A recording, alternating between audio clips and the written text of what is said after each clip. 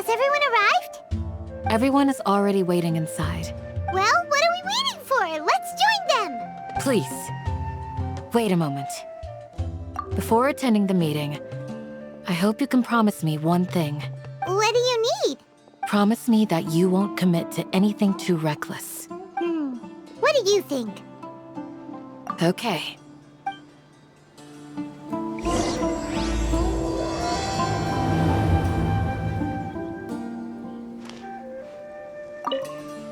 They're all waiting for you.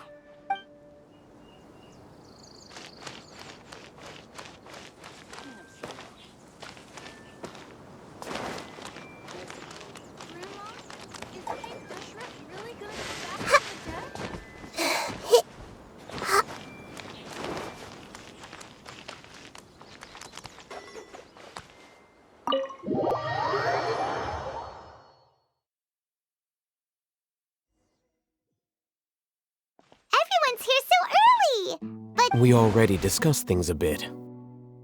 Hey, where have you been? I've missed you too. Are you ready?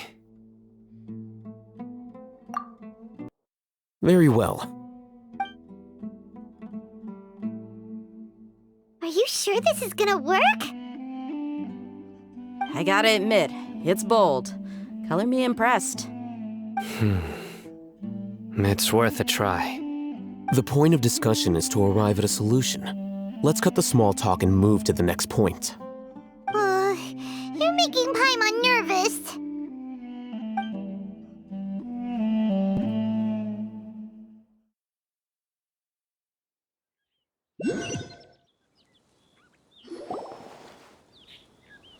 You're finally done. I have some other stuff to take care of. Catch you all later. Come on, don't give me that face. I know what you're going to say. I'll be careful. That's what I wanted to hear. Take care.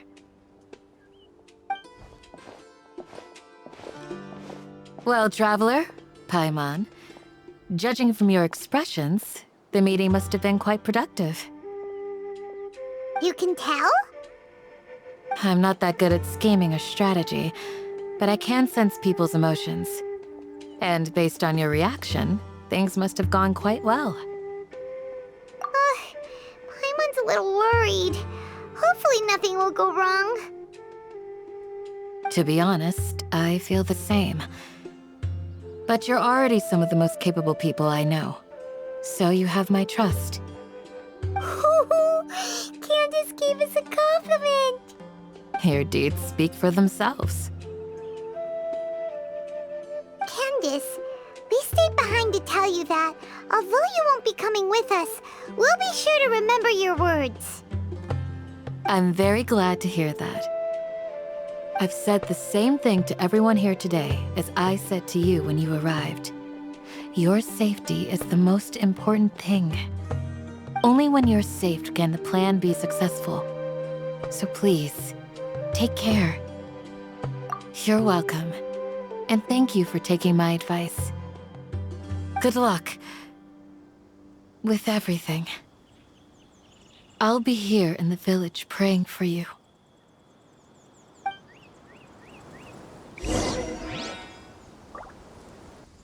Stay safe, everyone. I'll be here praying for you. Good luck.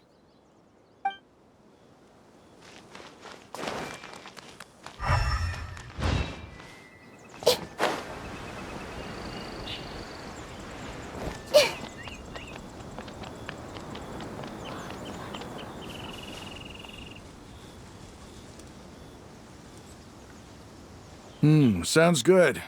I'll go make some preparations. Okay. I'll hit them! Have you finished saying your goodbyes? Yeah! Also, Candace told everyone to be careful. Yes, she did. But I think my point also bears repeating. Our plan is not child's play. We won't be able to achieve anything if we're simply careful. We must go beyond that and fully commit ourselves to it. I hope this is clear to you. Huh? Shouldn't you be saying something more cheerful to boost our morale right Didn't we already do that during the meeting? You can never have enough words of encouragement. In that case, Candace can cuddle you to your heart's content while I continue to remind you of the seriousness of our situation. We all have our jobs to do after all. It's like how some people can be put in charge of logistics while others will fight on the front lines. Speaking of the front lines, you don't look anything like a soldier. Of course. Compared to the mercenaries, I'm merely a feeble scholar. But the advantage of not being a mercenary is that I get to stay in a safer place and offer my strategic insight. Just think about that mercenary who lost his mind. Mercenary groups are facing constant danger every single day. Well, being a scholar is also a high-risk occupation, and you are a scholar. I'm not like the rest of them. Even among members of the same species, some will exhibit far more potential than others. This guy. Paimon still remembers when those mercenaries in Port Ormos called you a lunatic. All intellectuals are lunatics in the eyes of fools. I'll take that as a compliment. That reminds me. Do you remember the record we saw in the King Deshret ruins? It mentioned forbidden knowledge.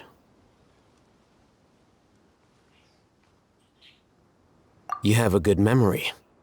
Forbidden knowledge has the power to drive people insane, but this fact has never been shared with the public. Even I, who has worked in the academia for some time, was never once informed of this. I think those mad scholars and mercenaries we encountered may have all fallen victim to the corrupting qualities of forbidden knowledge. But the academia has always held a different view. They have always believed that symptoms of madness are a side effect of human contact with divine knowledge as mere mortals. Come to think of it, perhaps the academia has also never understood the true nature of forbidden knowledge, and thus always approached the issue from the wrong direction. The Withering, Elazar, and the sandstorms. Don't you think what is happening right now across Sumeru is rather similar to the forbidden knowledge pollution that occurred in the desert thousands of years ago? But Paimon thought that Irminsul's disease is what caused the withering and the sandstorms. At least, that's what Tainari told us. Wait a second. Could it be that? Ah, you've connected the dots. The cause of Irminsul's illness may precisely be the pollution from forbidden knowledge. But if that's the case, what should we do? This is huge! Wait. Why do you think Lesser Lord Kusanali would have a solution to this situation? You mean, it's related to the scene you saw when you passed out in the Avidia forest? That whole, the world forget me thing? In that case, it's imperative that we rescue Lesser Lord Kusanali. Only by working with her to save Irminsul can we completely resolve the problems Sumeru currently faces. To make sure we're still on track, I would like to check on the state of some of our preparatory work. Where are we going? To an Eremite base.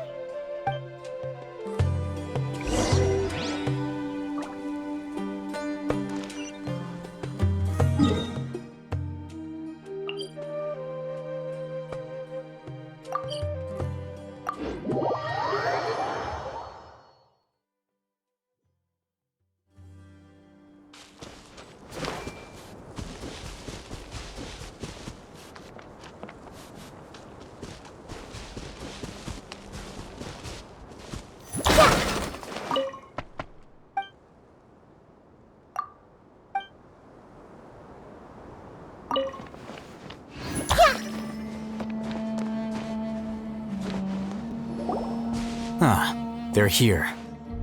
Huh? What are they doing here? I gave them some technical work to do. Ah, it's the scribe. And is that the traveler I see?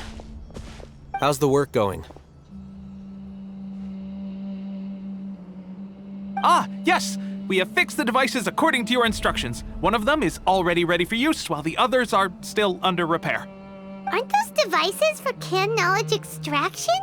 What are you doing with those? Look here.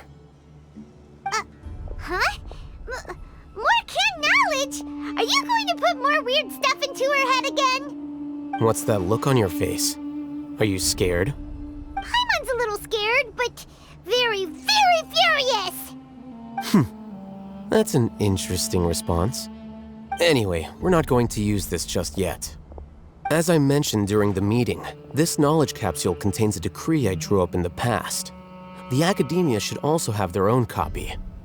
And according to the plan we just came up with, Traveler, I want you to record something into this capsule. Do you believe we can save Lesser Lord Kusanali? Good. Conviction is the most important part of all of this. Now, please get ready and put on this device. You want us to record our conviction into the knowledge capsule? Yes. Paimon is still really worried. I understand, but trust me, Paimon, this is something we have to do. It's best if you can do as I say. Because, to achieve this impossible task, it sounds like you'll need to fool your own heart first. Although it may feel like a trick, self-encouragement may be the most important tool we have. Paimon can see the point you're trying to make. Imagine this. We have orchestrated our plan and successfully rescued Lesser Lord Kusanali. As a result, we have changed Sumeru's entire political landscape. Everything went without a hitch, and everyone recognizes and praises our achievements. Now, open your eyes. Here. What's this? Read it out loud.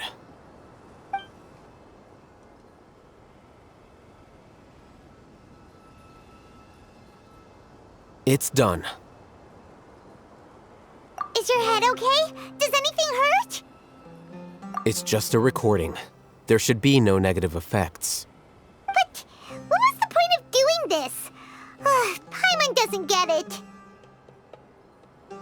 And that's perfectly fine. In any case, these capsules aren't meant to be used by you. Huh? What do you mean? Have you forgotten? Our plan needs to account for those who have long relied on the Akasha. You may find it hard to believe, but for those people, everything the Akasha transmits to them is nothing short of absolute truth.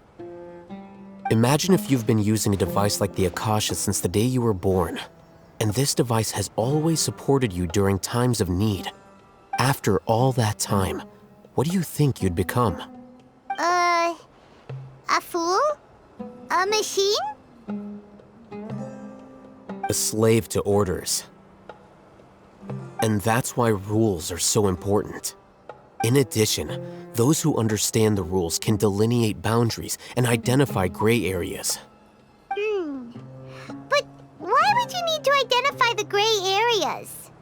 You could say that those kinds of ambiguous zones can be very interesting. One might even say they're advantageous in the right hands.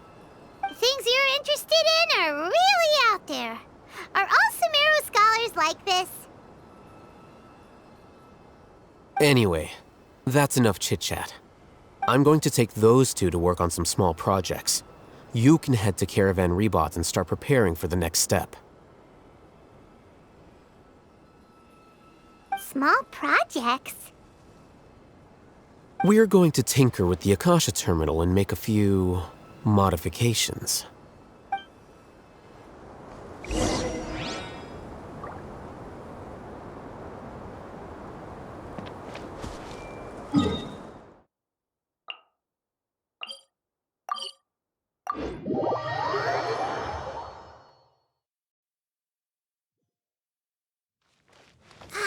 The weather is lovely and warm.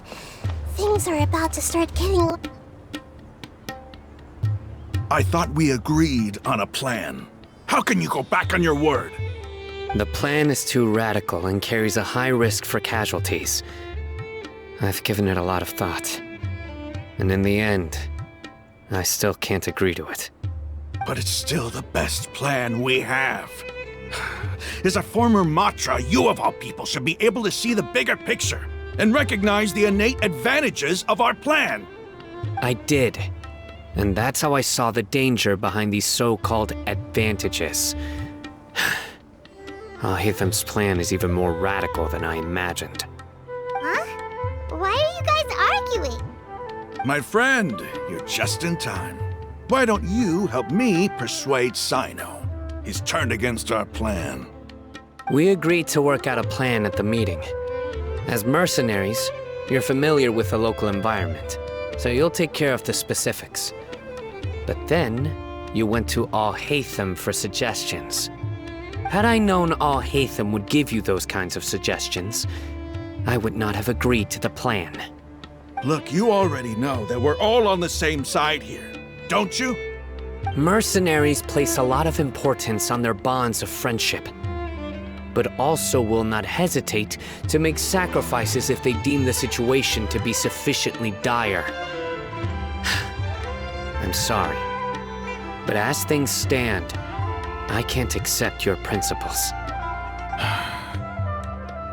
Seems you really do understand the ways of the desert.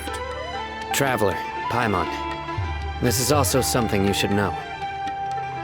Ramon's plan is to have me work with the Caravan Reebok guards in my capacity as a Matra. We will arrest the mercenaries and escort them into Sumeru City.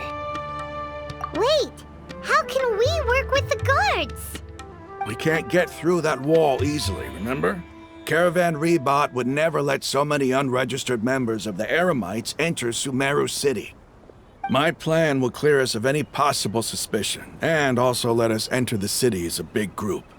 There is no better way. That also sounds like something Alhaitham told you. Am I right? Doesn't Alhaitham know how dangerous this plan is? Of course he does. He told me, there is no perfect plan, but this can get the job done. He also said that with the help of Sino and the Traveler, our chance of success would increase significantly.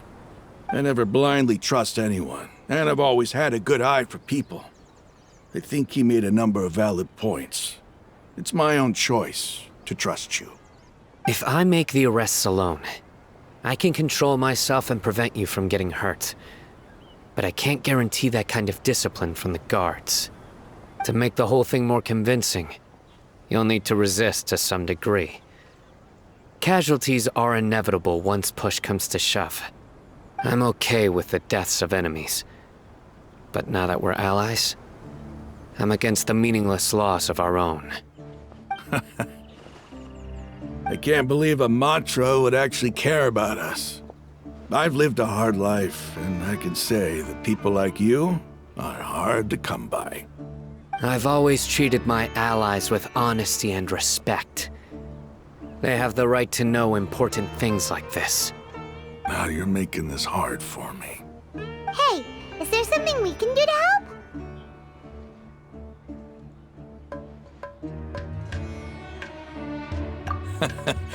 I knew you would say that.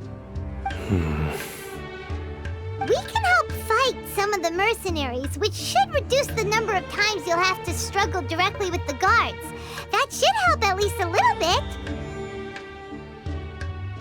Sino, on behalf of my people, I thank you for your kindness.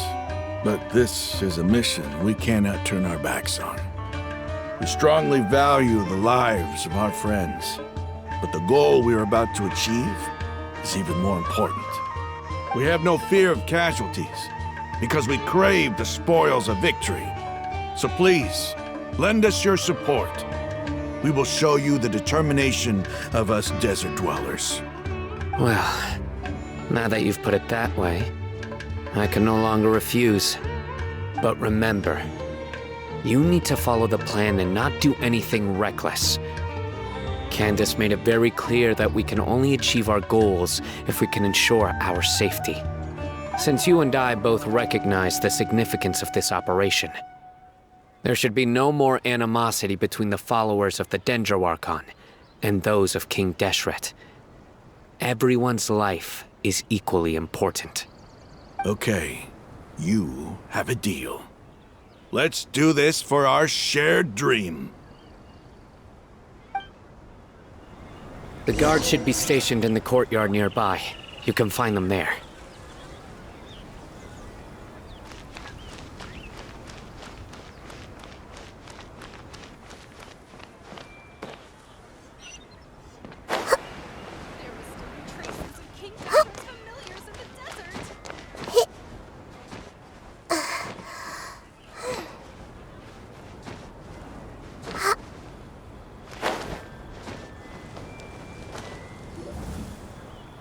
Guards! General Mahamatra! To what do we owe the honor? Keep your voice down. This is a secret operation. I'm going to arrest a large criminal gang near this location. According to the Academia's Guide and Regulations on Secret Operations, I have the right to ask for the cooperation of Caravan Rebot. Ah, of course. Mahamatra Sino's order is the Academia's order. Just let us know what you need. But who exactly are you planning to arrest, and how many people are you expecting? Depending on the scale of this operation, we may need to report it to our superiors. They're a squad of Eremites whose number is comparable to Ain el Akmar in Port Ormos. They're involved in the theft and resale of supplies from the Academia. As many as Ain al Akmar? This should definitely be classified as a joint operation. Then I suggest that you report this to your superiors as soon as possible, and treat it as a top priority desert operation. I will need personnel. Got it. Please wait a moment. I'll contact them immediately.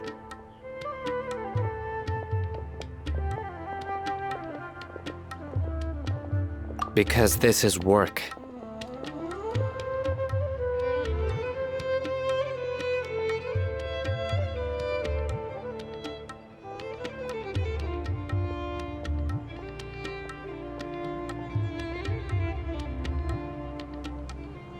Because I trust you. Paimon can't believe you're still in the mood to chat. This whole thing has Paimon scared stiff. Aren't you even a little worried? What if these guards already know that you have betrayed the Academia and are no longer their General Mahamatra? Even if that guard doesn't know, their superiors might, right? We discussed this, remember? The Caravan Rebot operation is of great importance. But don't worry, the guards there shouldn't know that Sino has stepped down. How can you be so sure? First, the other Matras still don't know why Sino has left, which proves that the Academia has been covering up the matter. Second, this is a crucial moment for the Academia's God creation plan. If something were to happen to the General Mahamatra, it's bound to attract a lot of unwanted attention. No matter how you look at it, they don't seem interested in sharing the news of Sino's departure. A reasonable inference. I agree. Which brings us to our next issue. I'm sure some of you have been wondering if the prediction function of the Akasha will affect our operation. The Akasha is still in operation, so I must remain on high alert. Actually, considering the power of the Akasha, it's quite strange that it hasn't already tried to interfere with my actions. I've given that a lot of thought. For now, I don't think you'll need to worry. If you remember, when you first came to Aru Village, all your actions and routes were predicted by the Akasha. It even gave that information to those who kidnapped the village keepers. But things like that never happened again after we met up with the Traveler. That's true. But why? Look at it from a different angle. Why do you think the Akasha will predict your actions? Because my personal data has been entered into the Akasha. That's true, but the key to this question is, how well can the Akasha make predictions about a person? Haven't you ever thought about it? Just how can it do this in the first place? Because the Akasha controls the entirety of Sumeru. The Academia firmly believes that all human actions can be explained through logic. By sorting and analyzing entered data, the Akasha can derive behavioral logic and predict the actions of those who fit an existing logic model.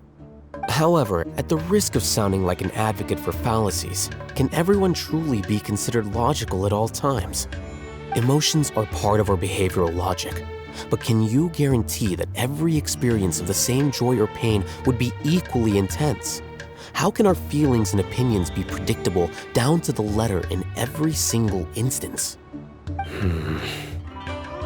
Sino, in the past, you've always worked alone. In the absence of another person who could sway you or your thoughts, the Akasha could produce predictions that were similar to your real-life behavioral principles. Decisive and principled, you were used to solving problems alone. That's why the Akasha could figure you out. But now, you've joined a team. And I believe the Akasha hasn't yet figured out the full composition of it.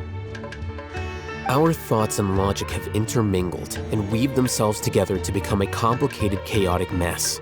Any one of us could potentially disagree with another. The Akasha lacks data on these interactions, and it's impossible for it to predict your actions in the future based on your decisions in the past. After all, there's probably a limit to just how much we can be modeled or controlled by data. So, in my opinion, you're probably safe for now. Makes sense to me. We can be completely controlled by something without a mind of its own. Is that so? I guess there are things that even the Akasha cannot calculate, and people will not be forever trapped by the past. Whew! Paimon's so glad that this is settled.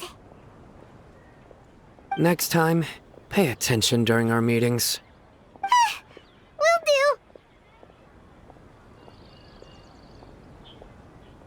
Just remember to stay vigilant. Footsteps! General Mahamatra, we were not expecting your presence here. I'm the security officer of the Great Red Sand District. My name is Luxembarbo. This is my assistant, the Traveler. She will be working with me. The construct next to her is for her work. Beep! Construct, beep! What a great honor to meet you. Your golden hair is as bright as the sun. And, is this the latest technology from the Academia? Have you made a decision regarding the matter I mentioned to your subordinate? It seems to be a dire situation, so of course you will have our full cooperation. To be perfectly honest, I've always longed to go on a mission with someone as well known as yourself. There's no need for flattery. Yes, sir. Take your most elite platoon and follow me to the eastern side of the district. We will carry out the operation there. Understood. Map. Hurry, bring the map!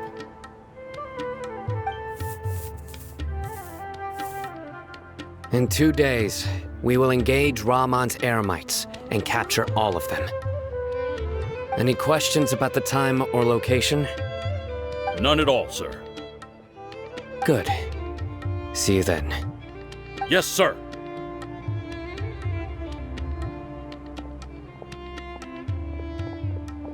Maybe hanging around the General Mahamatra isn't so bad after all.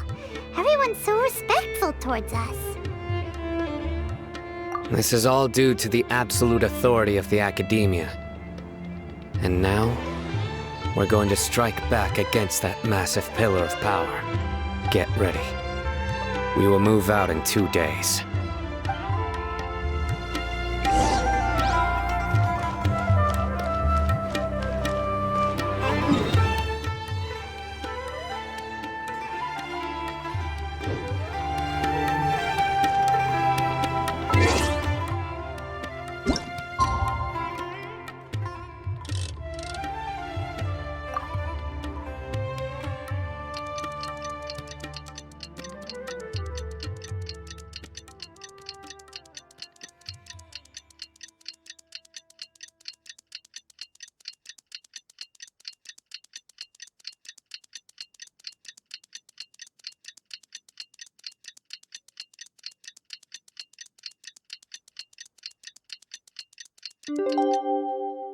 What'd they say mission. Let's go meet Sino in the desert.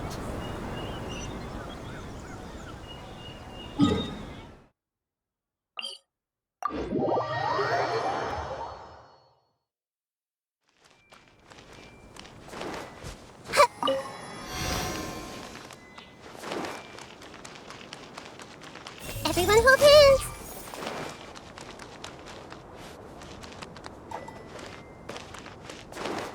Hey!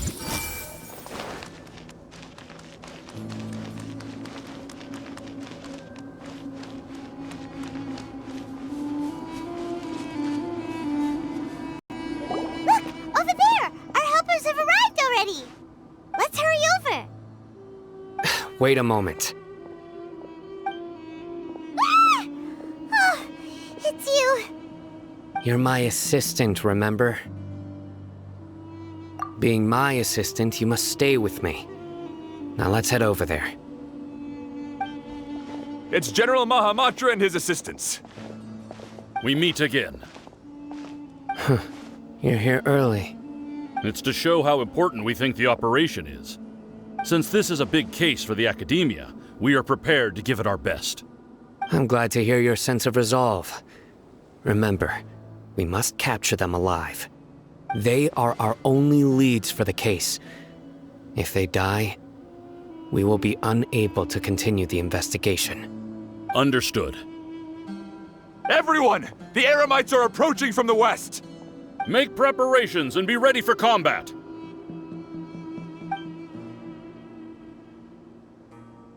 Halt! Oh?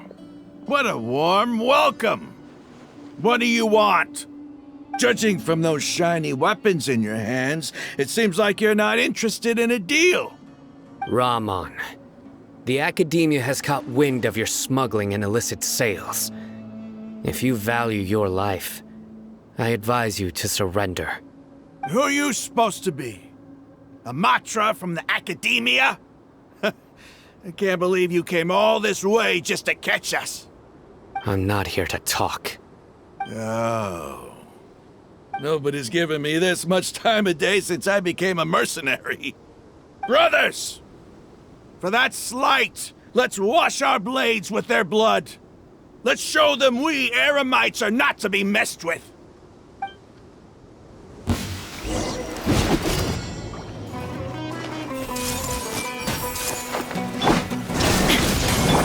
I'll protect us.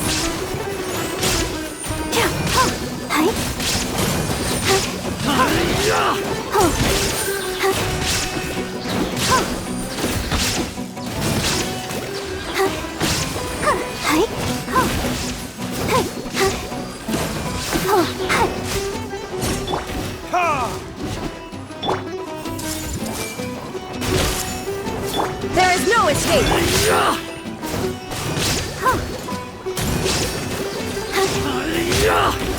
Let the show begin.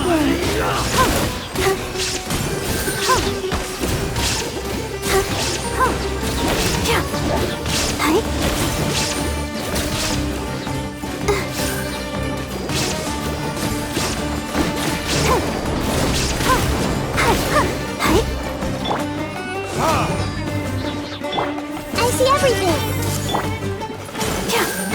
Illusion shattered! I'll protect us.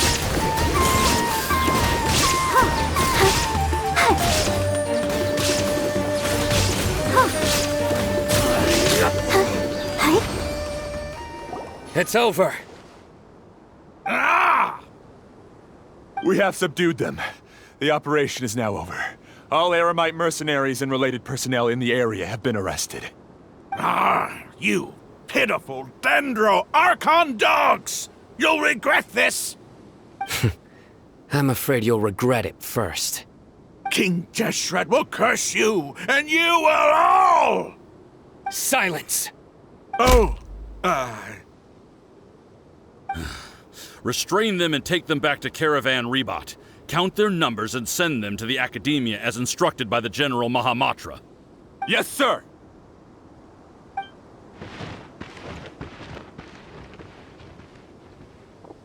Mahamatra Sino, I will now take my leave. If you need further assistance, please come to Caravan Rebot and ask for me. Understood. You are dismissed. There they go. Let's talk elsewhere.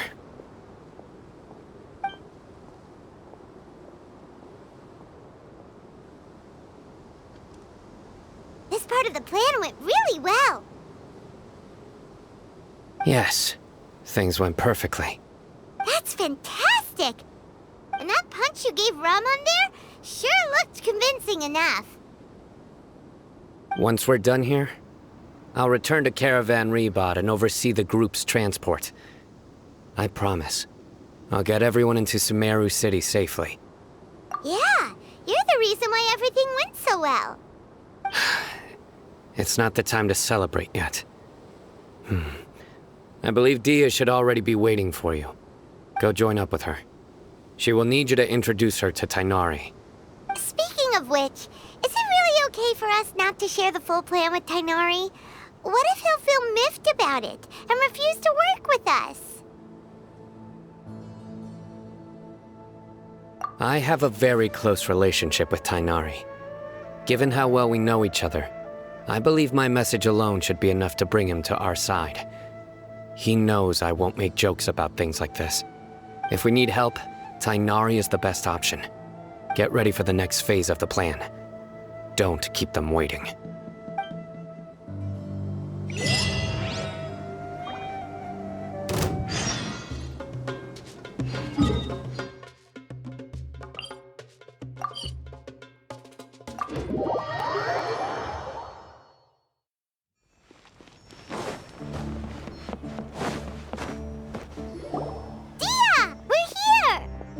It's about time. Didn't you say our part of the plan is the most important of all? And here you come rolling in late. In the time it took you to get here, I already did 5 laps around the place, downed 7 drinks, and even did some clothes shopping. Sorry. We didn't mean to keep you waiting. I just wanted to fix your attitude and rub it in a little. After all, you took your sweet time getting here, and we've got important stuff to take care of.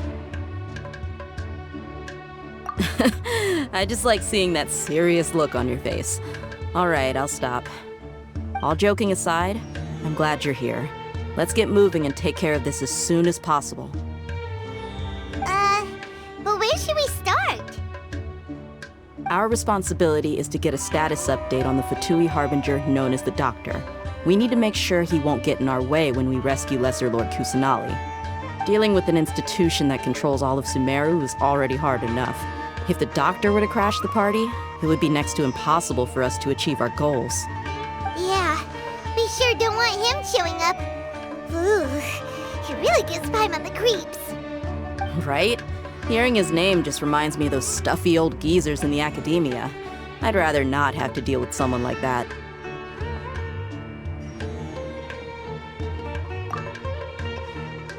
According to the plan, we should first go to Pardis DI and ask for Forest Watcher Tainari. If all Hatham and Sino's sources are solid, then we can be sure that Tainari still has the Academia's trust. So, we'll find Tainari and convince him to get us the latest intel on the Doctor. Then, depending on what we learn, we'll make any necessary adjustments to our plan. The sages have placed spies everywhere on the other side of the wall. I'll follow you as a bodyguard. You should be honored. I don't offer my services to just anyone, you know. But Paimon thought mercenaries would do anything for Mora. That's certainly true. But when multiple employers are vying for your services, you should always go with the best offer. Let's see. If I were to charge you a bill, I guess I can apply a discount. How much more do you want? Paimon's not sure we can afford it. How much do I want? Hey, how about paying me with a smile? What do you say? I haven't seen you smiling much recently. If you ask me, someone like you must look lovely when they smile. Come on, give me a smile so that I can be less worried. Looking good! I hope this pretty smile will become our lucky charm. There are many kinds of smiles, but only a truly joyous one can bring blessings to others. Let's consider this smile a down payment for our future victory. Let's go. It's time to pay a visit to Party's DI.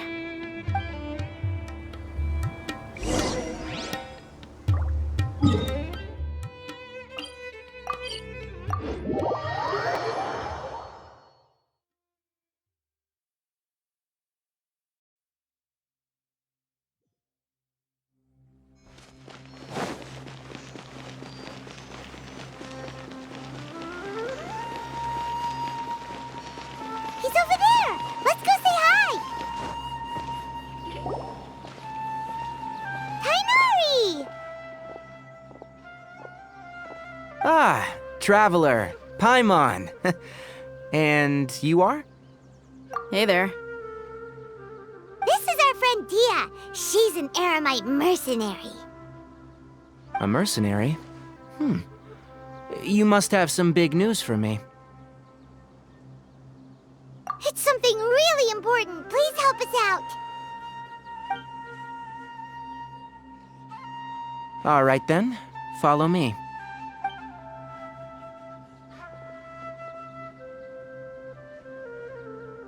This place is better.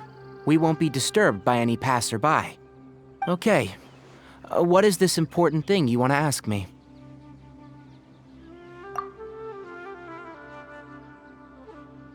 The doctor. He's that strange-looking Fatui Harbinger with the mask. Paimon thinks he has blue hair. Yes, I know him. Actually, he left Paradis DI just a little while ago. He left already? Yeah, he came looking for me. Can I ask what it was about? Sorry to ask you like this after having just met, but your answer is very important to us. For now, all we can share with you is that your friend Sino is working with us. Sino, you say?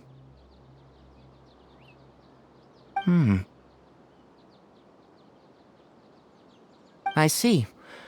So that's why he hasn't been at the Academia. Okay.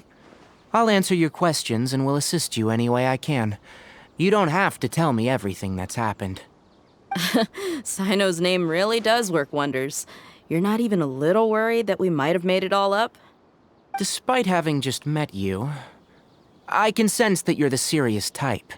Between you, the Traveler, and Sino, none of you strike me as the type that would conspire to deceive me.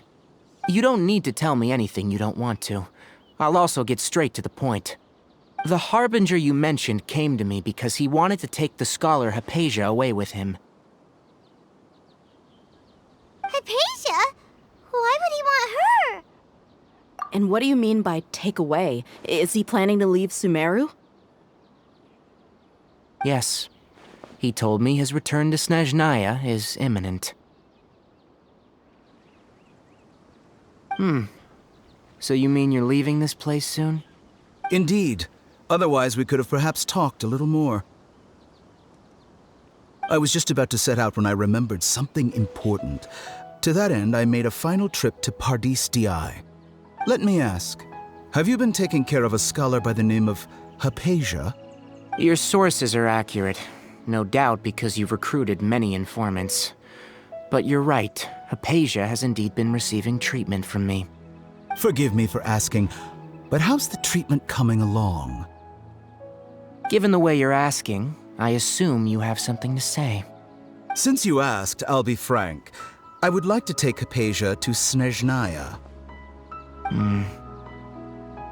It's incredibly difficult to transfer a patient. As a scholar yourself, shouldn't you at least be aware of this? Oh?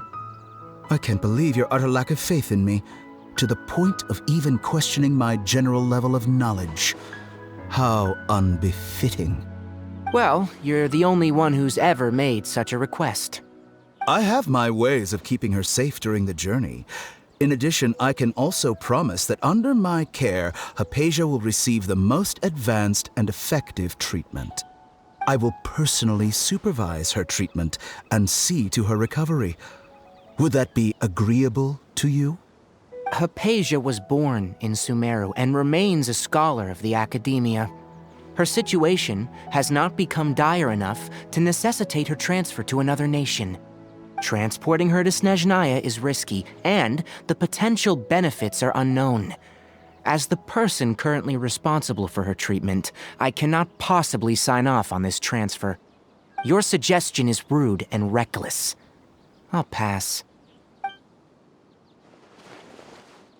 I don't know much about the doctor, but after talking with him, I realized that just like many other scholars, he possesses an aura of arrogance that I've come to detest.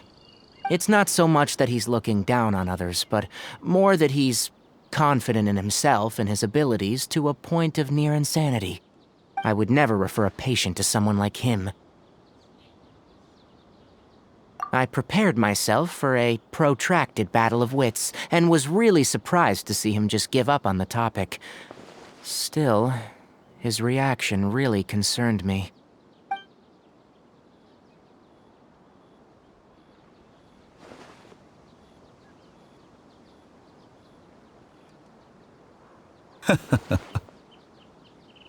I see. Of course, your opinion makes perfect sense. You're still young, but already quite stubborn. I must say, you are not like what I had expected. Under normal circumstances, I wouldn't just let you off the hook like this. But unfortunately, I'm in a hurry today, what with Her Most Noble Majesty the Tsaritsa calling for our return. Luckily, there is still some time left for me to take care of everything before I leave. It's just as the Academia said, you're a responsible and gifted scholar. Sadly, even with all of that, you're still lacking a bit of shrewdness. And that's also why people like you can never realize that sooner or later, everyone must pay the price for what they've learned.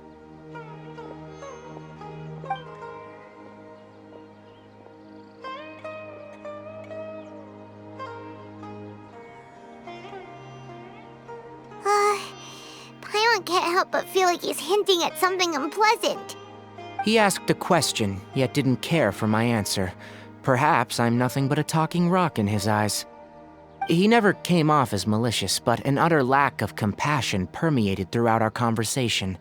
From his tone, I can sense that he's always looked down on others. I can barely believe it myself. But if that's true, the situation will be in our favor. I don't think I missed any details. Frankly speaking, I don't want you to do anything too risky. Now that you know a little more, it should be easier for you to stay safe. Sorry we can't tell you everything. We appreciate that you helped us anyway. I won't forget your kindness. It's okay. I have an obligation to do so. To be perfectly honest, all of this may have started because of me.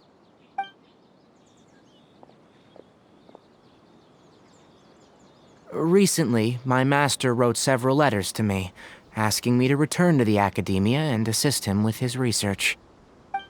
Hasn't he already asked you several times before? Yes, but there's something off about this most recent batch of letters. The handwriting and the tone are both familiar, but some details have been omitted. My master will occasionally leave a few dots on the back of the letter. 1 dot means that he wrote the letter on a sunny day, and 3 dots stand for a rainy day. This has been a habit of his for many years, but I didn't find any dots in his recent letters. I believe something may have happened to him. I get it. Since you are always at Gandharvaville, you would like me, someone already working at the Academia, to investigate this matter, right? I'd like to ask you to do that for me, if you can keep yourself safe. Please withdraw immediately at the first hint of danger. I can do that, but I have a feeling it won't be that simple. The Academia has been working on a big project. I'm not quite sure what it is, but your master might be involved with it.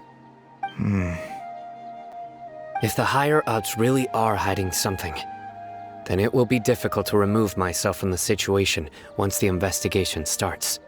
If the situation becomes critical, I'll leave the academia. If you don't see me there for an extended period, that's your cue. All right, we've got a plan. I'll stay at Gandharvaville to support you. If that scenario comes to pass, you must be extra vigilant. And be wary of any messages or direct requests from the academia. I must say, I didn't expect a warning like this from the General Mahamatra. Being loyal to the academia doesn't mean blindly doing whatever the sages say. I know what I'm doing. On that note, aren't you also being quite distrustful of your alma mater? The academia, yes. But my master is a man of integrity. Even when I was a student, I was worried that he'd get in trouble for sticking to his beliefs. I suppose he's lucky to have lasted so long, but in the end, it's still caught up to him.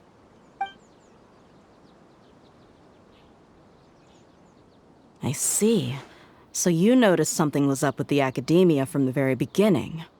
This may well be how Sino became involved in all of this.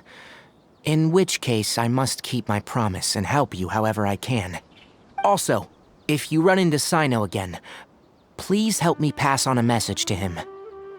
Trust your own senses and experiences. I think this may be something he needs to hear right now. Okay, we'll find a chance to tell him. Thanks. Right. Now let's go hunt down this Harbinger. Oh, by the way, which way did the doctor go when he left Pardis Di? That way. Gotcha. Thanks so much. We'll be on our way.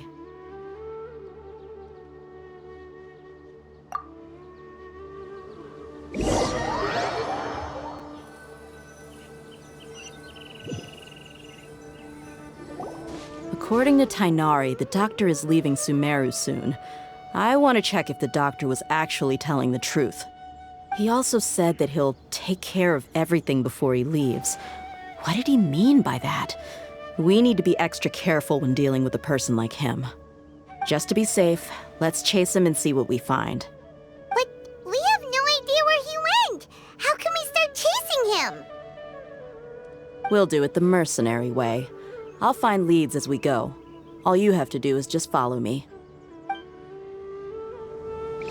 That Harbinger may have tried to cover his trail, but he still left some traces. Or perhaps he never even thought about concealing his whereabouts. Maybe that's just how arrogant he really is. Yep, we're headed in the right direction. The traces are still fresh, but there's no sign of his entourage. Clearly they're in a hurry. It's just as I thought.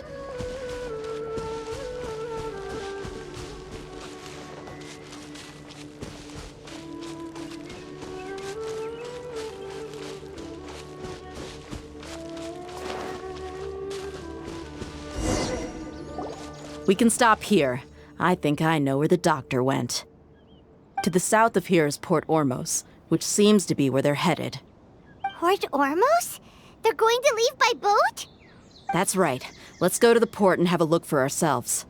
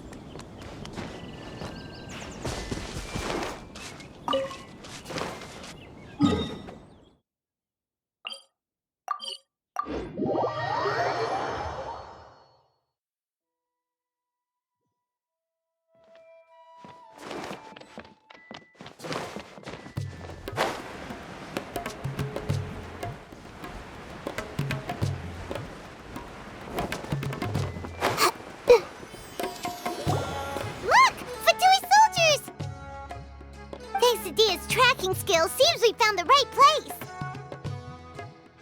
Shh! Don't draw their attention. The port is crawling with Fatui soldiers.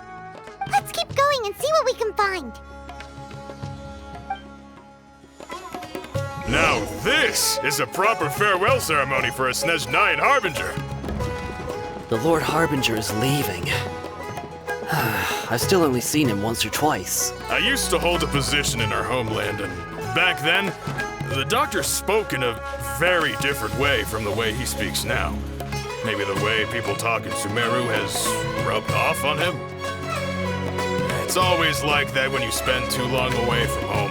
When he gets back to Snezhnaya, perhaps it will also take him some time to get used to the life there again. Huh? But, sir, that can't be right.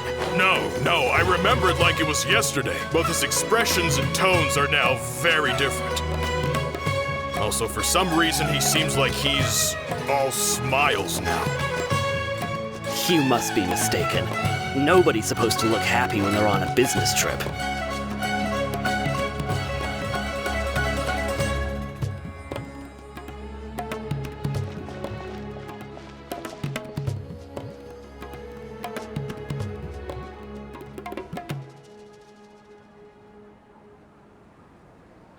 The doctor is on that boat. So he told the truth after all. He is actually leaving Sumeru. Let's get closer and find a place to hide so we can observe him. This place will do. We can hide here while we keep an eye on the boat.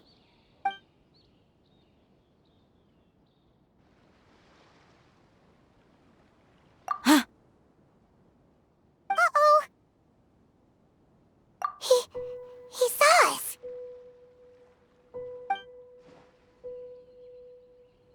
Huh? Is he waving at us? It's time to say goodbye. Wait, is he the only person on the boat? Huh? You mean there's nobody with him?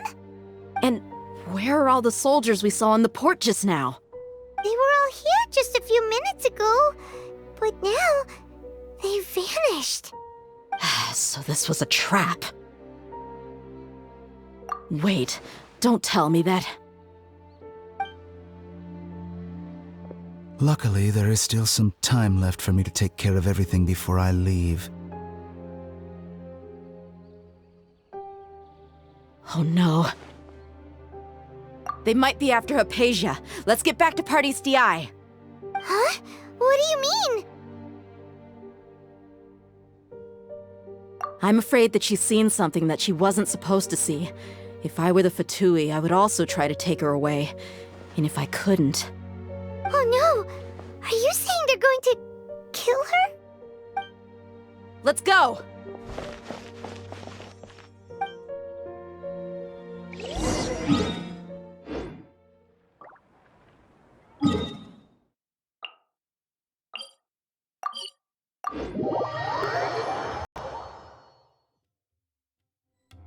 Paradis DI is not a place you Fatui can just show up and do as you please. I believe we've already made ourselves quite clear. Our superior gave us permission to search for and collect medicinal herbs in Paradis DI for research purposes. But you've been in Sumeru for some time already. I find it coincidental that you chose to only come here today. Even the Grand Sage himself may not have the right to question our research, much less an ordinary scholar like yourself. I've done my duty to inform you. Don't make things difficult for yourself. It would seem that my words have fallen on deaf ears. You can keep trying to deny it, but coming to Paradis DI now, I'm pretty sure you're not just looking for herbs. With all due respect, your baseless speculations will only lead to unnecessary trouble. Well, you only have your Harbinger to blame. He knows nothing about keeping a low profile. I may be staying at Paradis DI as a scholar, but that doesn't mean I'm no longer a forest watcher. It is still my duty to protect the peace and safety of the scholars who have contributed so much to Sumeru. Then it seems our conversation has hit an impasse. No one will lay a hand on you, Hypatia. Not on my watch. Tighnari! Are you alright? I'm fine. These Fatui have really crossed the line.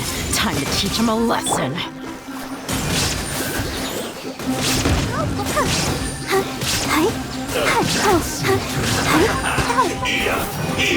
You need to hurry up!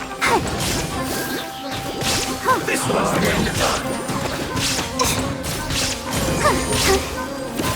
I must collect myself! Feels close!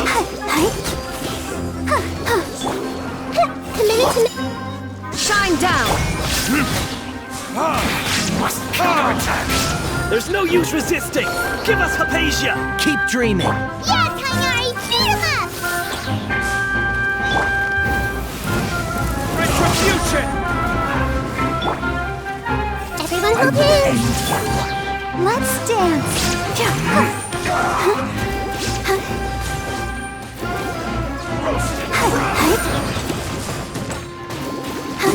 Unfortunate fault! Illusion shattered! Send this quickly!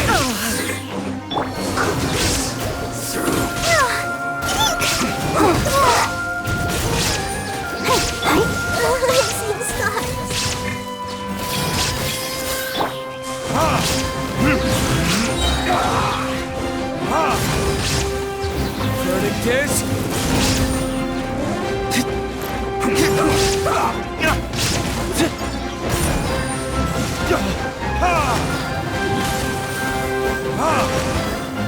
There is no escape! The doctor's orders are absolute! Yeah? You've been someone's lapdog for so long that you don't know anything else now!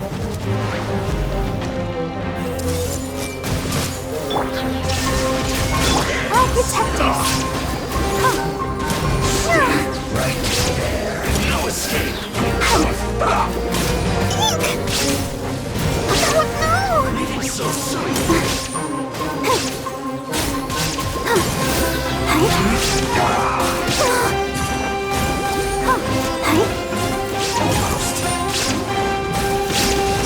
So soon!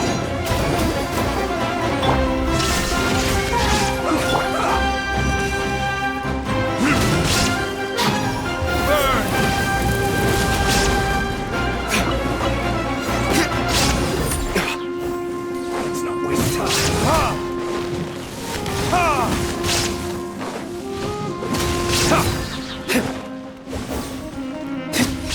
Can't run from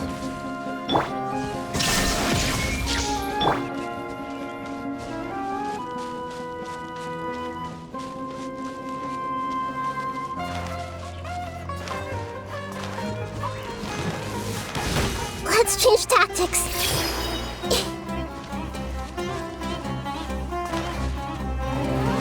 Hey! Shine down!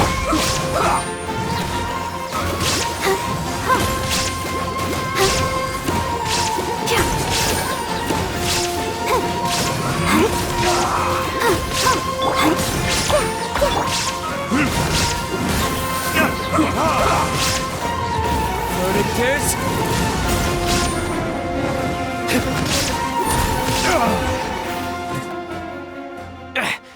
We're not getting anywhere.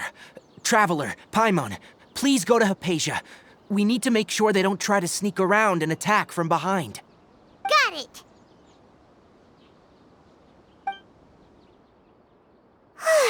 Hypatia's still here. Doesn't look like anyone's broken in.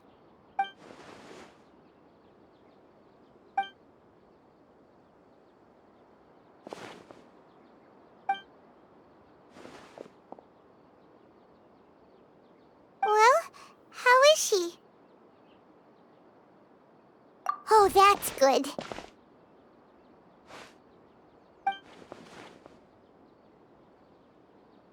So, you think this is over?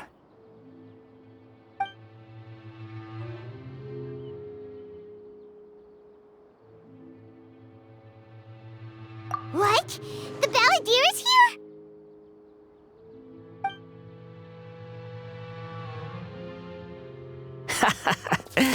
I've missed that look of abject horror. You've given me that look every time we meet. But, where is he?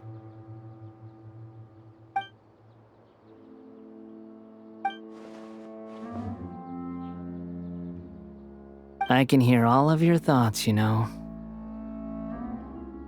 Don't you remember? I already saw you the first time you came to Party's DI and made contact with Hypatia. I didn't need to do anything. It is her honor to be able to connect her consciousness with me. Who are you talking to? It can't be the Balladeer, right? That's impossible. I know you must be curious. I might as well tell you that I decided to enter Hypatia's consciousness the moment I sensed your touch. I wanted to observe you on a fool's errand. Hey, Traveler! What are you doing? My deification is nearly complete. All that's left now are just some final details. Do you understand? Even if you manage to rescue Lesser Lord Kusanali, it will be impossible for you to defeat a bona fide god like me.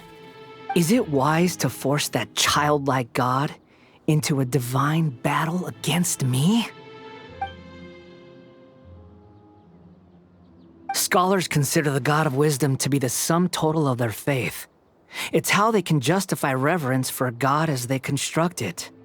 But this also shows that humanity's worship of gods is a combination of blasphemy and exaltation. It's truly laughable. Yes. What is it? Yeah, I'm in a good mood, which is why I'm talking to you like this. What do you mean?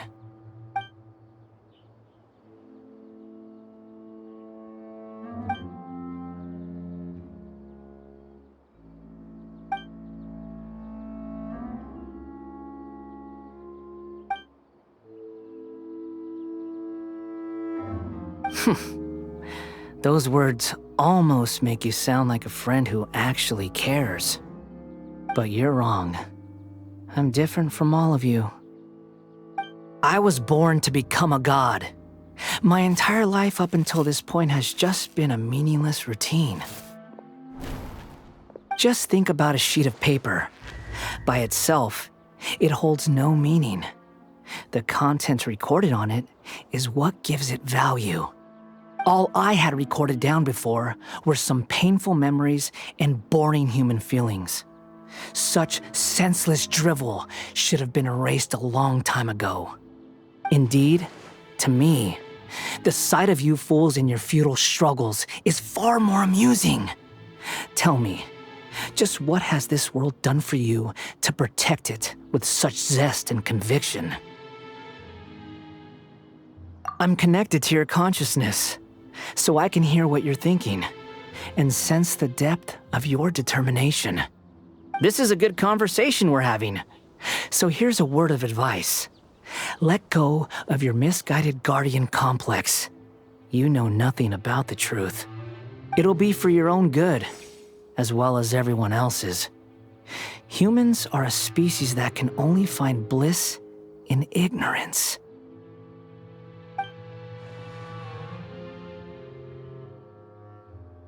Ah, you've seen my affection for her. If you were in my position, I think you'd feel the same way. She peered into my consciousness and saw my past. Someone like that is qualified to become my first follower. All gods need followers. So Hypatia has been chosen. Her appearance heralds my imminent arrival at the throne of divinity, while her worship shall become my glory.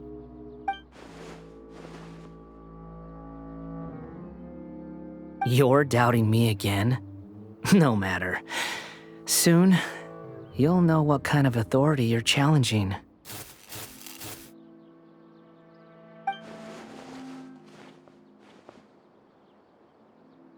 Who wants to hurt my devout follower?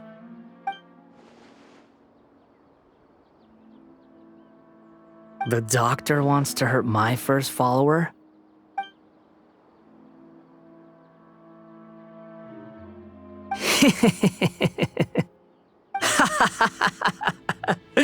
How very amusing.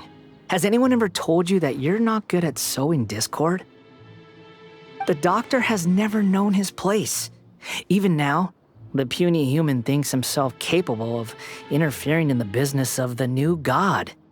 You're still too naive if you think a few words will be enough to convince me to destroy the doctor. But I'm willing to give you a gift, just like my expression of affection towards Hypatia. It is an honor for you to be able to stand here and speak with me. As my listener, you will be rewarded.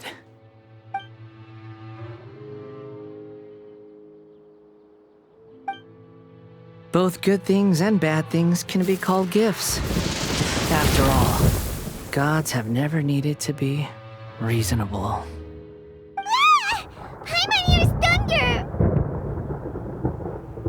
That person Paimon couldn't see was the Balladeer? Oh, he sure chatted with you for a while.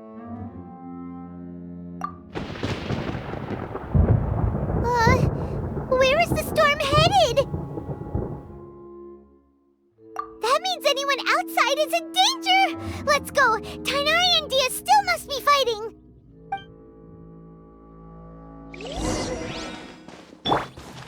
I see everything! Did you know that the sound of thunder is the prelude to new life? Soon, this land will be brimming with vitality.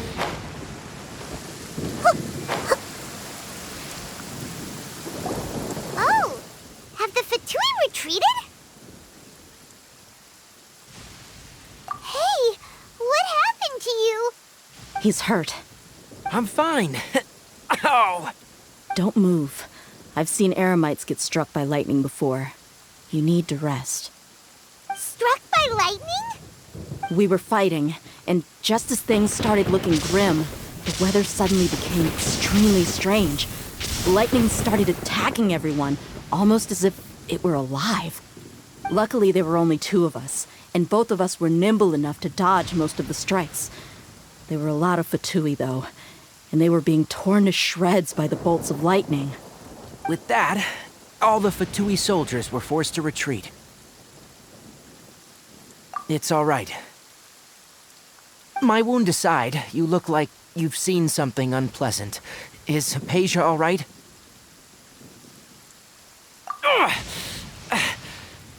Hey, didn't I tell you not to move? Just in case. Let's go to Hypatia's place and talk about things there.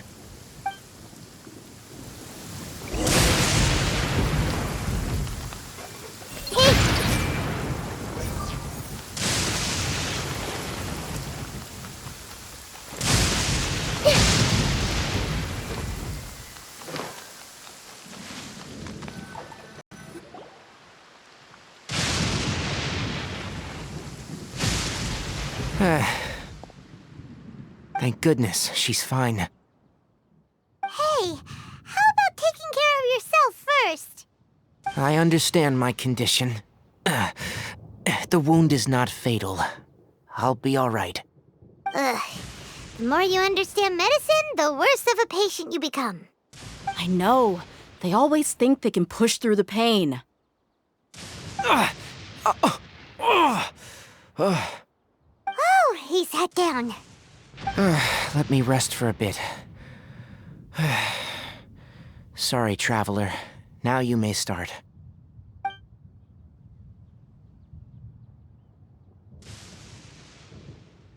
So that's what you were talking to the Balladeer about? Oh, Paimon can't believe what he's thinking. The Academia's God creation plan. How ridiculous. That sounds, ambitious, I guess? Anyway, this is all way beyond me. As long as I can enjoy every day with a drink in my hand, tasty food in my stomach, and a good night's rest, that's enough. I'll only work when I have to. I must be the least ambitious person who's ever set foot in Party STI. Don't say that. I haven't even thanked you for your help back there. Don't mention it. Well, if nothing else, all this proves that the doctor really did have some urgent matter to attend to and left Sumeru in a hurry.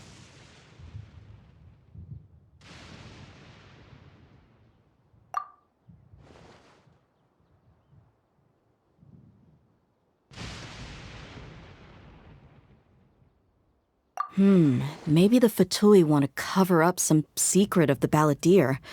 Is that why they tried to seize Hypatia? You said the Balladeer claims that Hypatia has seen his past. So, what could be there? Have you noticed? The Balladeer is not happy with the Doctor's actions. He thinks the Doctor has no right to consider himself as his equal. So, if the Doctor was to show up again, would the Balladeer zap him with lightning? Based on what the Traveler has said, I think he would. Having the Doctor gone benefits him as well as us. In other words, we've successfully completed this stage of the plan. The Doctor is out of the picture now. Yay! That's a big accomplishment! I'm also happy for you. Thank you for the help, Tainari. Make sure you rest up for now. Yeah, all right. Okay, that wraps things up for us here at Party's DI.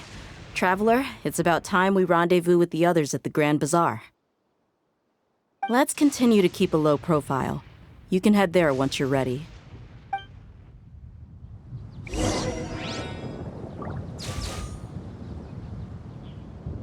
You can just focus on your plan. Leave Hypatia to me.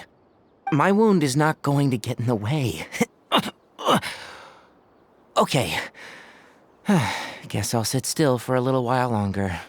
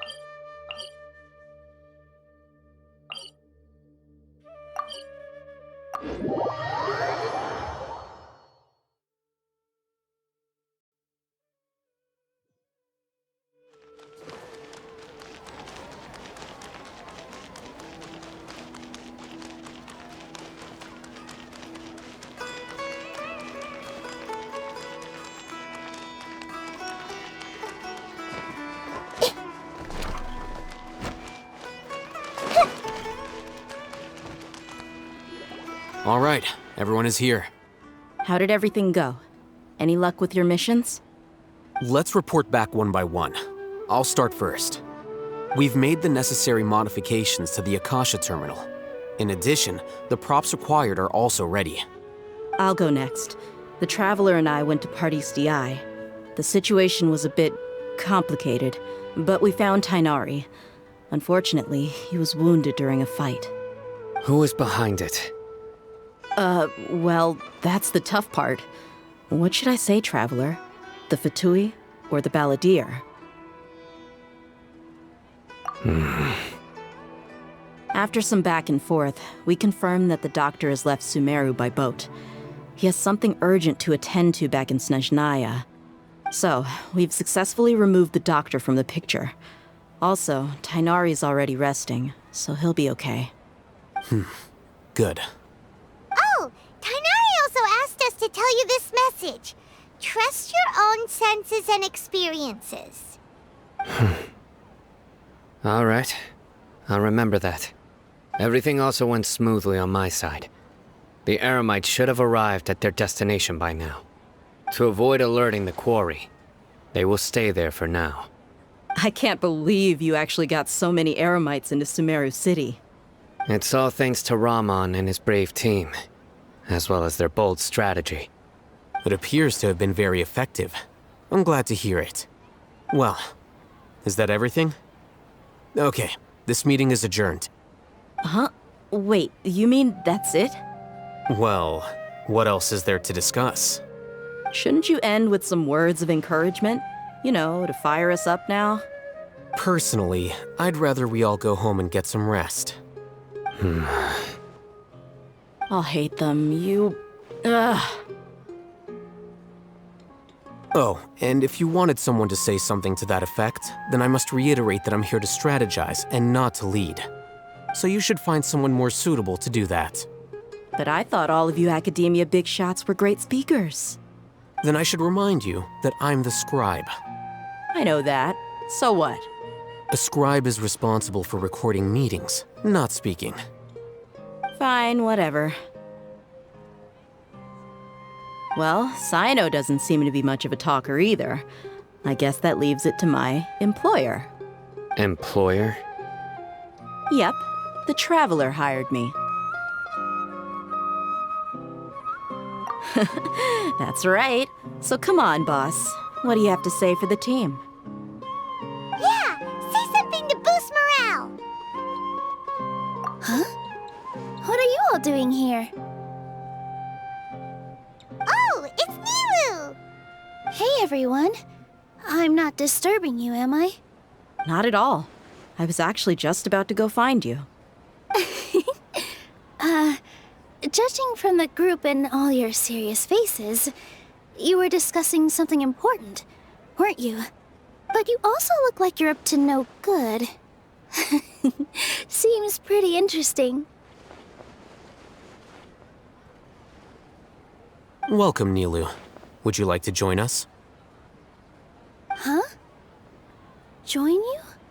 You mean, you also want to discuss something important with me? Yes, something very important. Nilu, are there any breaks in your performance schedule in the upcoming days? Huh? Wait, you're seriously inviting me?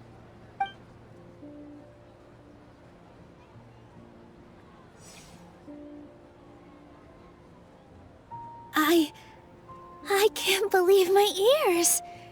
You are truly the bravest and most passionate people of Sumeru, well, that I've ever met. Ahem. Oh, right. The Traveler and Paimon are not from Sumeru, but you are awesome as well. That's right! I must admit that I'm a little scared, but I'll try my best for Lesser Lord Kusanali. If I can somehow use my abilities to help you, then count me in. Remember, believe in yourself. Okay, I'll get my friends at the Grand Bazaar to help us tomorrow. Just remember not to say too much. Be discreet. Yep, you got it. All the preparations are done. Now, can we finally conclude this meeting? So, have you thought up what you'd like to say, boss? Yep, it's a grand plan and we're all super awesome!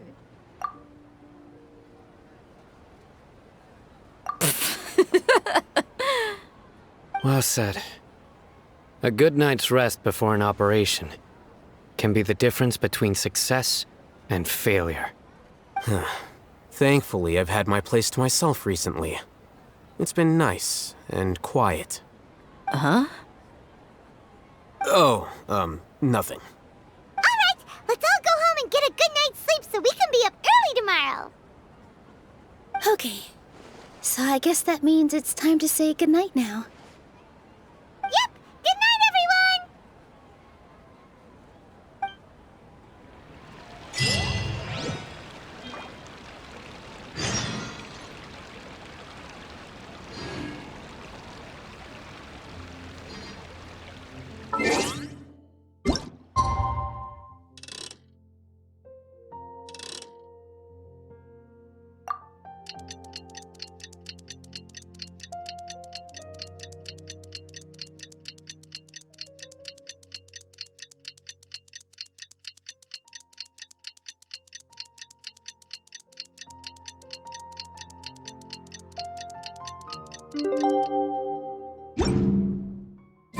Today is the Academia's Nia Garbaha Day. We can finally put our plan into action.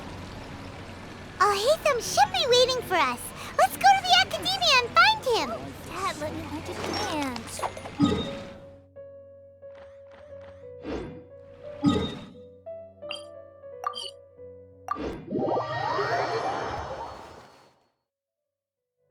Hello, you two.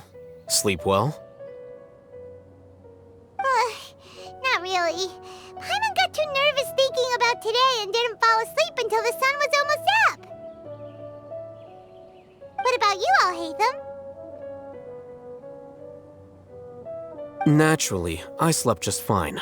After all, a good rest should be considered part of the plan, since energy is an important resource. You just want to show off how calm you are! It's crucial to dissipate any tension before we execute our plan. The only thing you're doing is being annoying! Anyway, do you need me to go over the game plan again?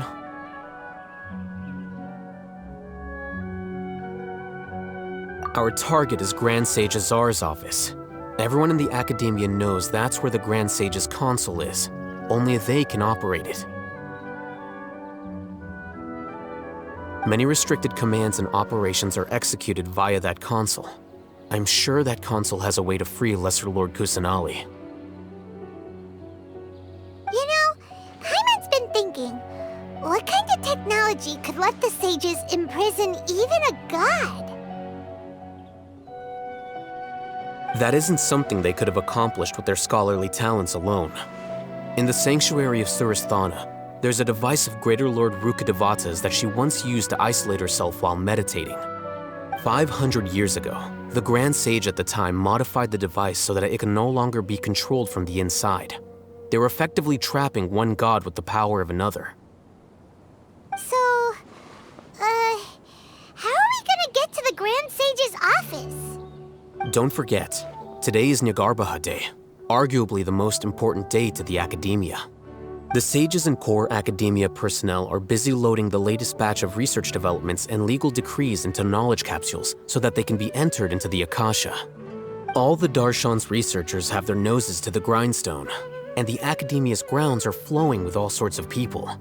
It's the perfect time for an infiltration. When the Grand Sage leaves his office to supervise the entering process, that's our cue to access the console and free the Dendro Archon. Well, yes, that's just the visible side of our plan, after all. If precedence holds, the Academia should have already started preparing for Nyagarbha Day. Everyone should be in position. All that's left is for us to lead the charge. Let's go. So are we just gonna walk in through the front door, or...? Yes. Were you expecting a stealthier approach? Paimon can't think of a good comeback. Alright, it's all on Alhaitham if things go south.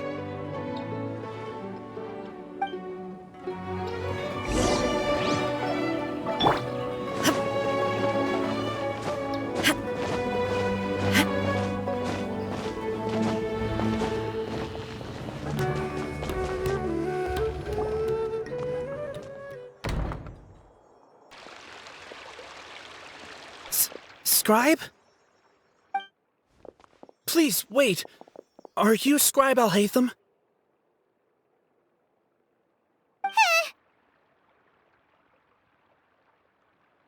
That's me. Is something the matter? I'm in a hurry. No. I was just surprised to see you here. I had heard that the sages were looking for you not long ago, but I didn't know what for. And, also, please don't bring outside guests into the Academia. Outside guests? How did you arrive at such a conclusion? Your groundless inference shames the Haravatat Darshan. What did you say? I'm the top student in Haravatat, and I earned 3rd place at the last Inter-Darshan debate. Don't look down on me! That wasn't my intention. As your Haravatat senior, I just assumed that you possessed a greater aptitude for critical thinking. Look, based on what you already know, the purpose of my return and the reason they're here should be obvious. Is that so? Wait a moment. Let me think. Don't tell me the answer. The sages search for you. A blonde-haired traveler. Outside guests. So, from the start, the sages weren't looking for you, but this traveler?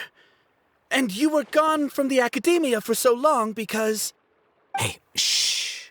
Yes, you've proven yourself as the top student in Haravatat. I surmise you've arrived at the correct conclusion. As I expected.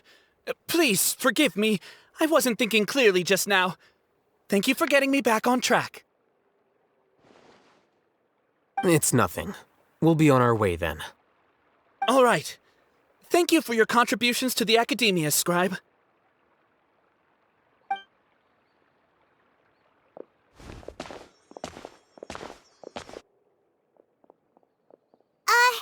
What the heck just happened now? What did he just guess? I'm afraid I don't know either. You have no idea? Mm-hmm. He convinced himself of whatever truth he came up with. That is the so-called pride of a scholar.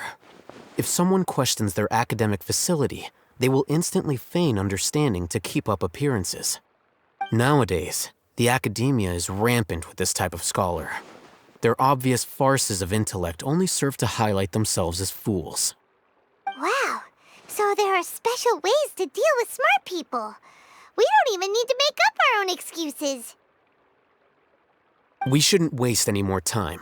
It would be problematic if we missed our window of opportunity. Let's go.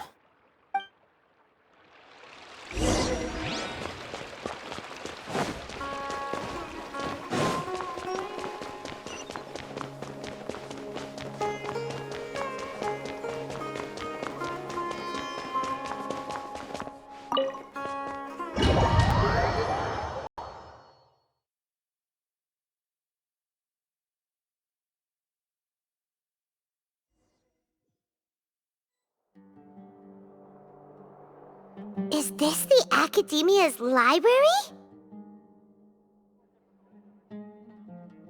Indeed. Known as the House of Dana, it is quite possibly the most extensive special collections library in Teyvat. There are a lot of students going through here. Is it really okay just to waltz right in? The Academia marches to a fast beat, especially since it's Nagarbaha Day. They're all occupied with their own matters. Just act natural.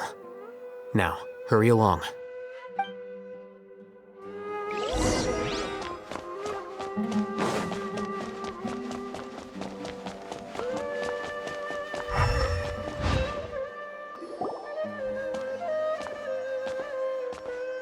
What's this platform for? It's a lift that Academia personnel use to access higher floors. Are we gonna take it then? The Grand Sage's office is up there somewhere. No, not right now. We can't guarantee that we won't run into the Grand Sage. Let's step back and observe for now.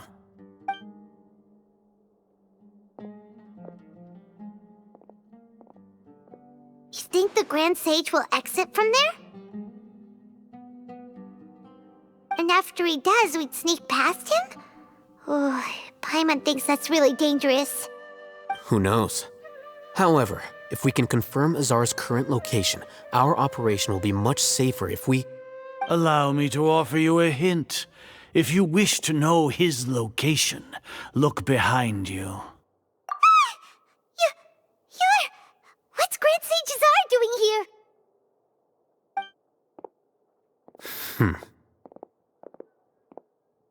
Do not tell me you believed the Academia would not grow suspicious of you after such a prolonged absence, Scribe.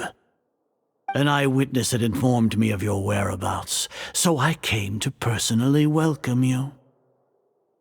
Grand Sage, I didn't expect you to care so much about me. I'm truly flattered. I'm sure, but compared to you, I am far more interested in these two unexpected guests.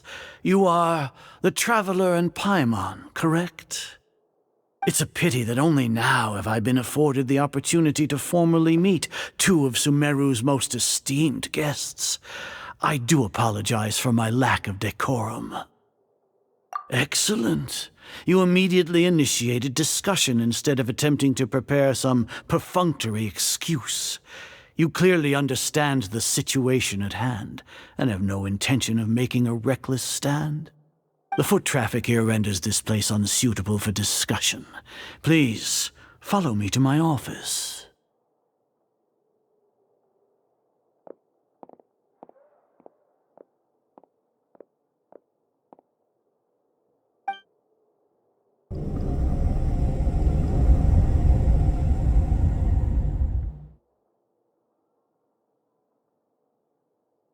This place is crawling with guards.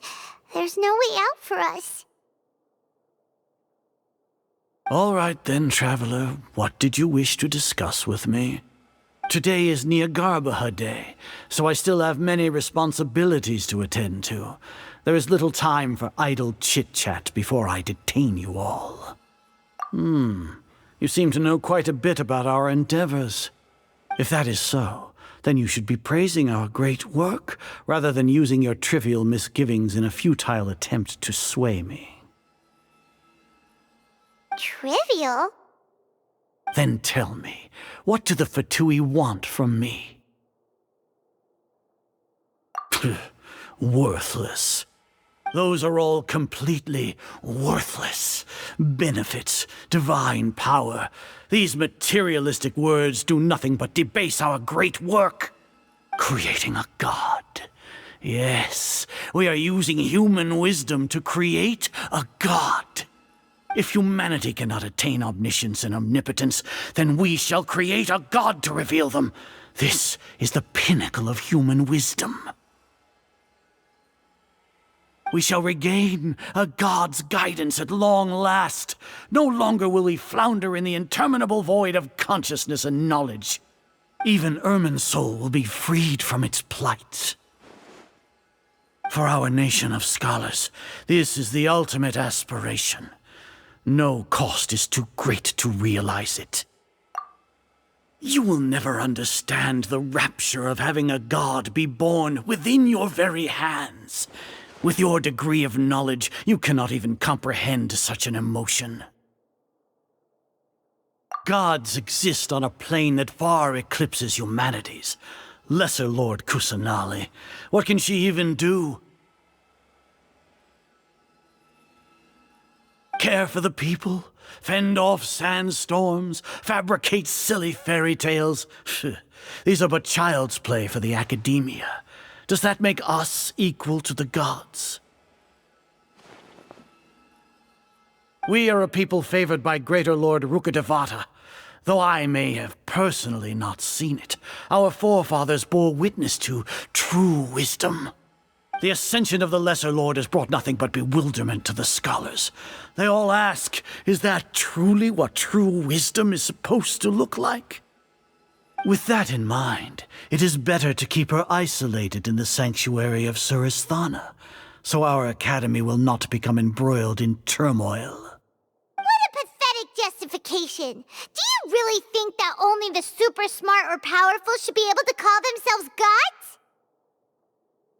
As per your judgment, Grand Sage, they are indeed dangerous individuals. Not only are they acting against the academia, but their ideologies have the potential to lead scholars astray. Looks like there really was merit in my assignment. Alhaitham? Are you talking about us? Anyway, I've brought them to the academia as ordered, but it took some time and trouble. Oh, that reminds me. Here's the investigation report you had requested. It's a summary of my time spent with the Traveler, an array of information about her ready for your perusal. Alhaitham?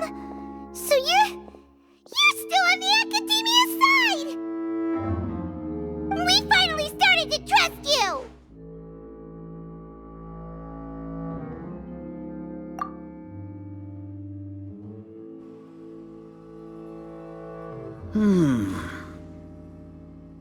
Excellent. Detailed contents with no errors. I would expect nothing less than an immaculate report from the scribe. As it is Niagarbaha Day, I'll enter the information on you into the Akasha. Surely you know what that means. will be monitored, just like Sino. With the Akasha's calculation prowess, all of your actions will be predicted with an accuracy of at least 98%. Furthermore, your data will be updated in real time whenever new information presents itself. To put it into words you can understand, wherever you go, you will be walking under an invisible leash. This is Sumeru's greatest penalty for dishonest persons. Are you not familiar with the concept that great responsibility begets an equally great suspicion? In any case, you are Sumeru's most concerning external variable. Locking you down will greatly decrease the chance of any undesirable outcomes coming to pass. You're despicable! Despicable? Perhaps from your perspective, but I suppose you had mentally prepared yourselves for this, no? Your ploy was to sacrifice the traveler here, was it not? Lord Azar, I know what you're trying to say, but I've been following your plan this entire time. Why are you doubting me at this juncture? Must I delineate your entire plan? Very well, I will spell things out. First off, I received an eyewitness report that you were spotted with the traveler at Caravan Ribat. However, you immediately departed for the desert and escaped surveillance range. Judging by the time, you all likely encountered the truant General Mahamatra in the desert. Am I correct? Maybe Paimon shouldn't have mentioned Sino just now. The Academia had not received correspondence from its scribe for a prolonged time. You were also in the company of the Traveler, a close associate of Lesser Lord Kusanali and General Mahamatra Sino, who had defected from the Academia.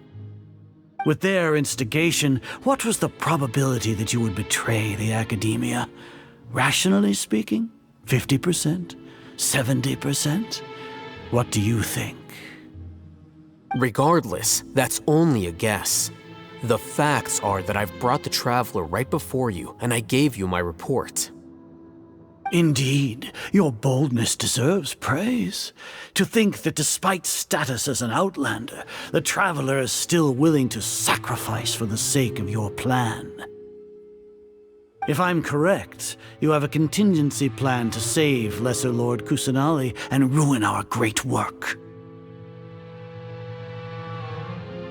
Sneak into the Academia on Nia Garbaha Day, using Alhaitham's status as the scribe, for there is a good chance that an opportunity to save the Lesser Lord will arise. Should your intentions be discovered, Alhaitham will turn traitor and sacrifice the Traveler, thus proving his innocence. He can then stay inside the Academia and continue searching for a way to proceed forward. As for Sino, according to the Akasha's calculations, he will soon return to the Academia and confront me in person. I suppose this is also a part of your plan?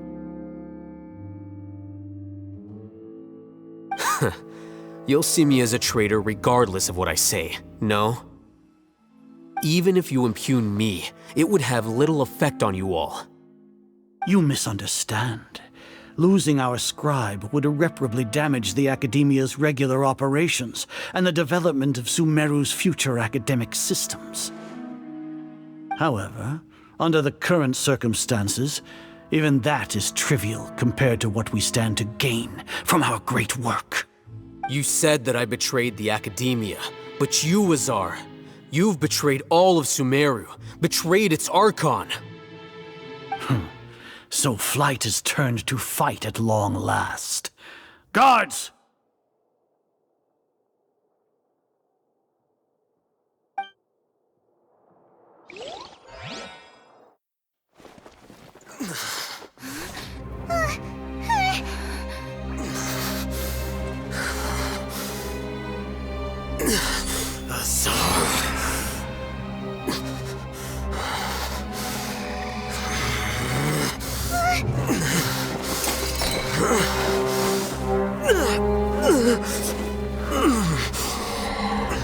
Well, what do we have here?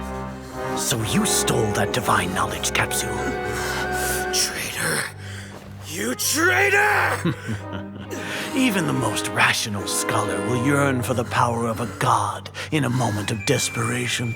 Aren't you doing the exact same thing as me, Alhaitham? Unfortunately for you, no god will lend you their power.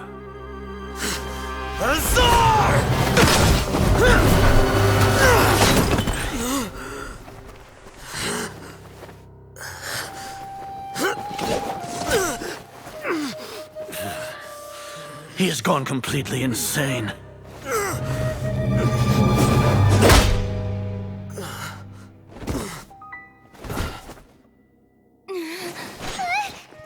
Take him to the Matra and exile him to Aru village.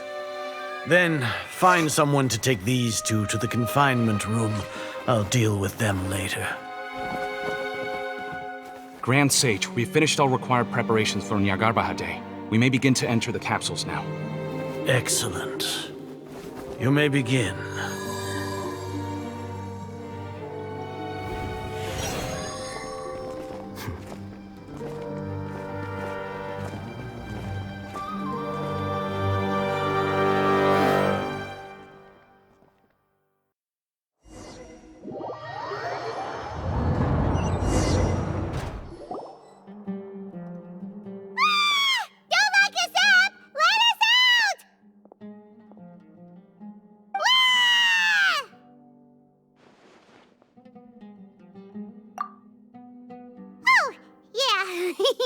Paimon got a bit carried away there. How was Paimon acting just now? Great, huh? Everything's going according to plan so far. We made it into confinement, and Alhaitham's probably done with his part too. We even managed to trick Grand Sage Azar. Alhaitham sure knows how to cook up a plan. What are we doing next? Paimon has trouble remembering things when she's worked up. Right. Paimon thinks it went something like this. Apart from that, we still have yet another goal in the first stage of our operation, which is to send the Traveler to the confinement room. What? Why do we want to get her locked up on purpose? She's always been the person the sages are most afraid of, as well as the greatest obstacle to the successful implementation of their plan. They are very aware of the risk she poses to them. Once the Traveler is imprisoned, the sages will likely think that everything is under control. And with their guard down, the next phase of our plan will have a much higher chance of success. I can already see the pompous looks on their faces. Oh, that's a super tricky plan. But Paimon still thinks it's not really worth it. That isn't the only reason, of course. She has a more important task once she's in confinement. According to the Academia scholars in Ramon's custody, Lesser Lord Kusanali has sealed off her consciousness in the Akasha ever since she was captured by the Doctor. That way, they can't pry any more information from her. Even if we break into the sanctuary of Suristhana, it will take time to awaken Lesser Lord Kusanali's consciousness. We need to do that in advance. So our job is to wake up Nahida! Okay, totally worth getting thrown in jail for. The confinement room is inside the Academia, close to the sanctuary of Suristhana. It's a completely enclosed space, and you won't be receiving any visitors. I'll work with Ramon's scholars to make some modifications to your Akasha terminal. Once you're in, get as close as you can to Lesser Lord Kusanali and try to connect to her consciousness. However, as for whether she'll actually wake up, that will depend on our luck.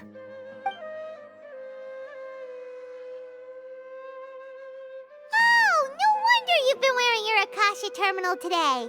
It's the one that Alhaitham modified.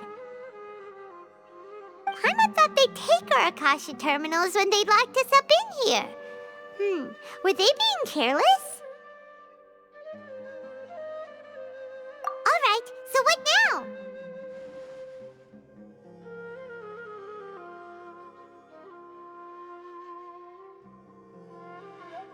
Sounds easy enough. We can finally talk with Nahida after all this time. Let's do it.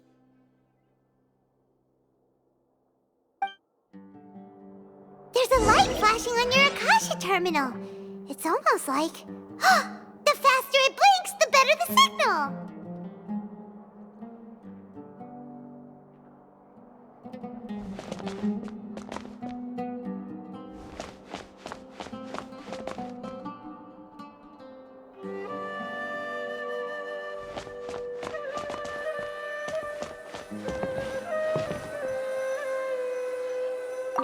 Whoa, it's Mora!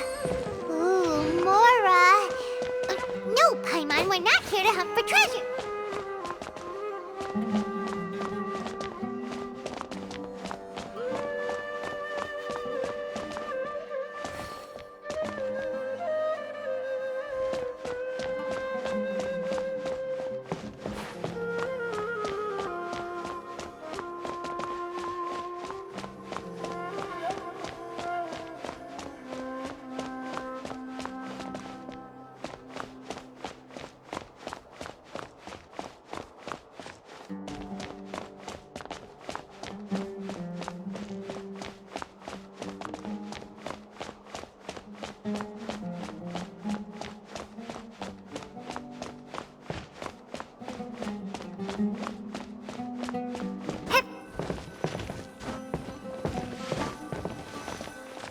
Here? No signal again. Is it getting jammed?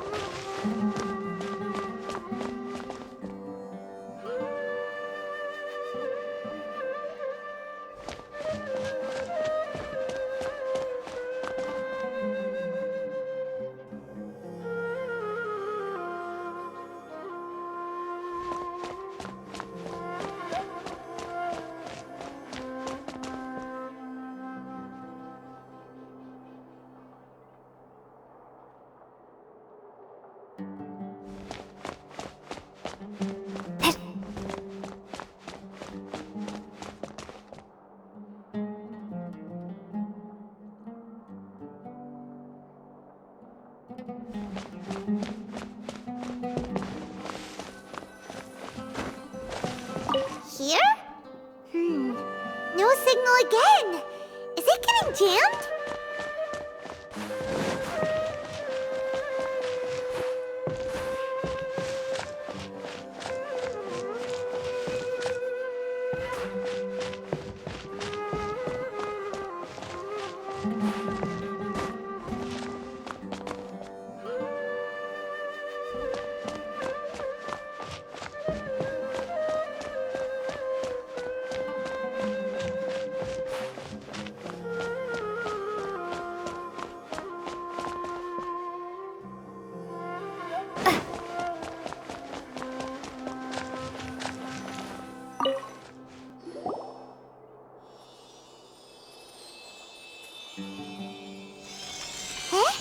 Is this the right spot? Are you getting anything?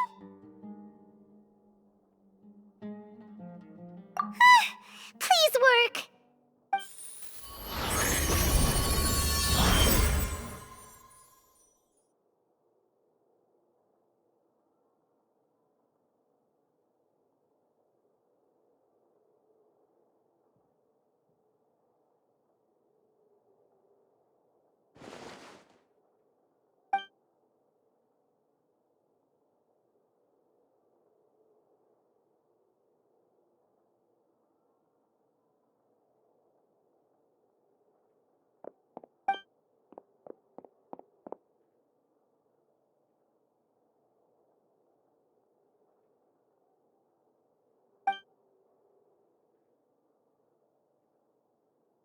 Nahida!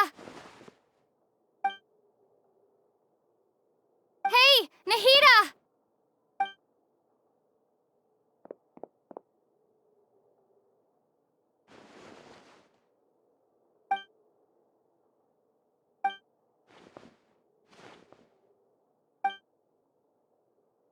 When did it first start?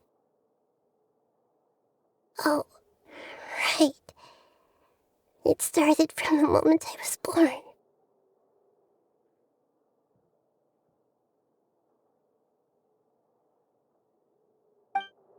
want to become a worthy Archon.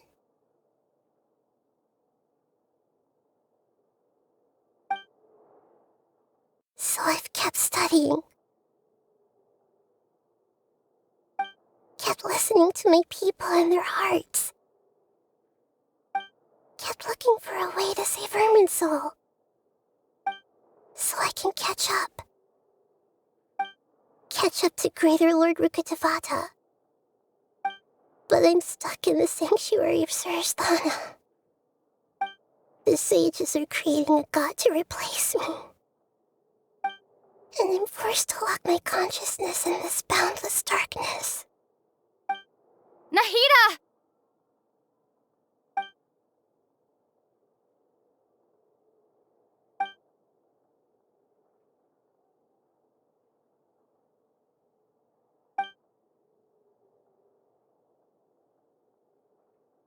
Nahida!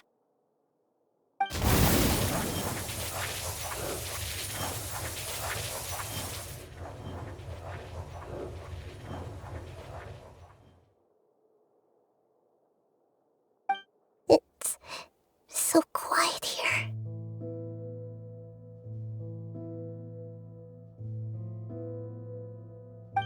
Now that I think of it, I don't think I've ever actually listened to my own inner voice. Do Archons have them? Should Archons have them? Have I been doing the right thing? Am I really not needed? How do I really feel about all of this?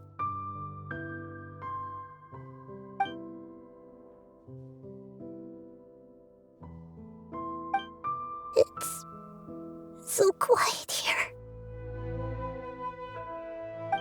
Since you're the god of wisdom, you've known the answers to all these questions since the very beginning, haven't you? Who are you? Whose voice is that? It sounds familiar. You're right, though.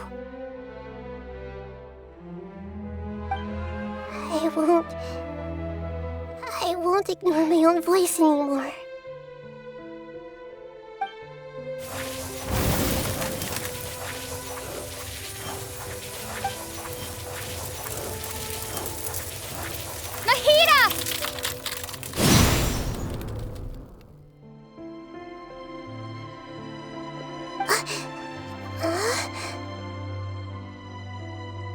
Nahida? Did you wake me up? Thank you. Why are you here? We're here to rescue you. Are you alright? I'm fine. It's just... when I think of everything that's happened to me, I feel really angry now.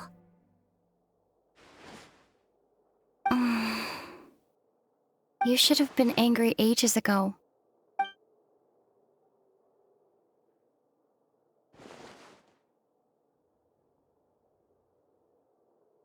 Huh? Oh, you're back! How's everything? That's wonderful news! Great! We weren't locked up for nothing. When you went to wake up Nahida, Paimon was listening for any sounds outside. You were out for a long time. There are fewer and fewer scholars going about now. You think everyone's done with their Nyagarbha Day stuff? Yep, so that means our next act is Nilu's performance!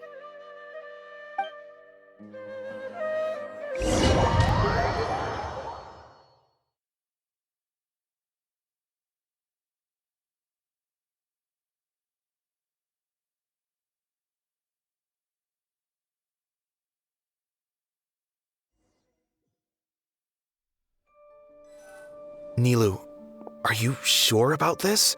You're taking such a great risk for them. I'm sure, and I'm going. You know that I don't like to pass up any opportunity to dance, and this one is especially important. All right.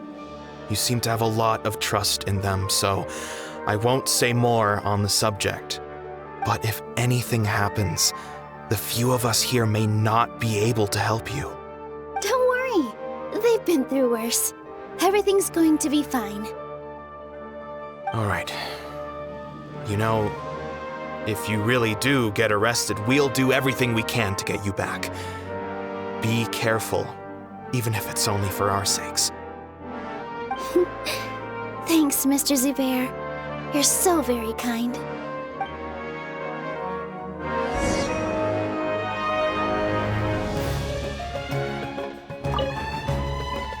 Always remember that your safety comes first. And don't forget that you're the star of Zubair Theater!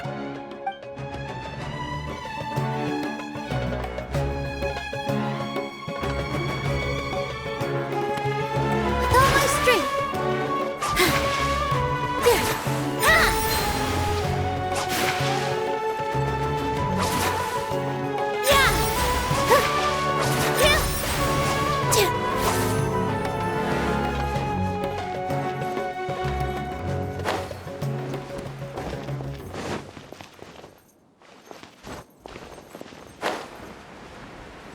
This isn't the way to the Academia. Better stick to the plan.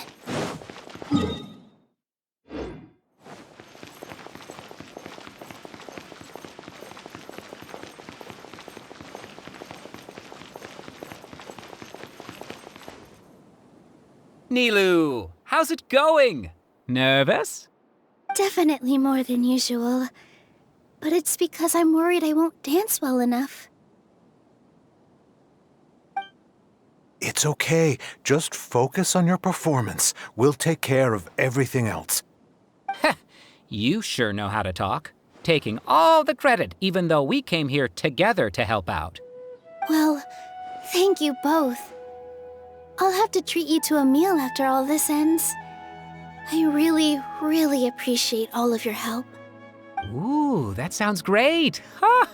How can we say no to that? All right, let's get back to business. Nilou, we'll be here to keep people from going to the Academia so they don't interrupt your performance. I was planning on telling them something like, the Academia's been conducting a weird experiment, and some of their test subjects escaped. It's really dangerous there, so stay away. Oh, you couldn't think of anything better? Oh well, I guess it does sound like something the Academia would do. I think it sounds great. I'm counting on you guys. Don't worry, it'll be a piece of cake.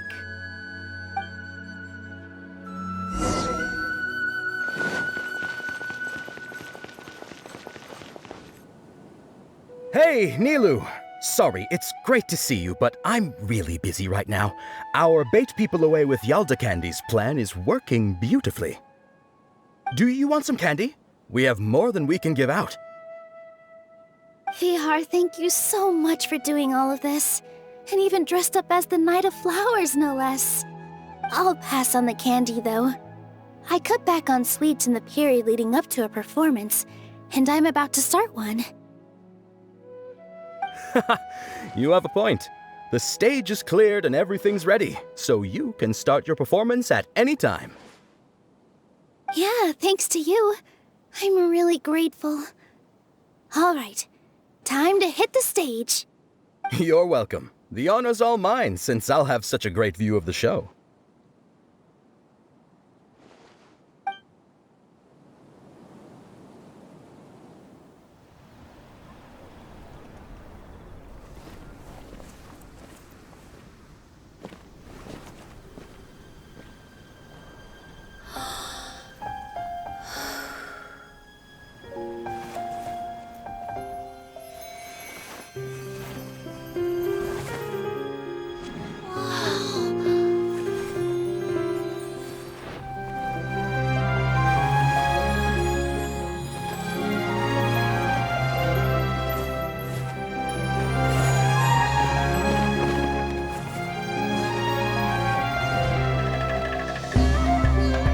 I've never seen a performance like this.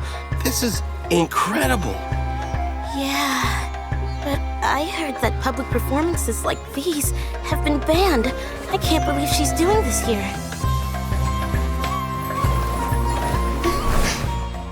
Grand Sage, there's some commotion outside. How uninteresting.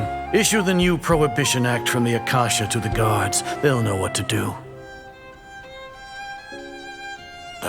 Do you think we should, stop her? Let's just watch for a little bit longer.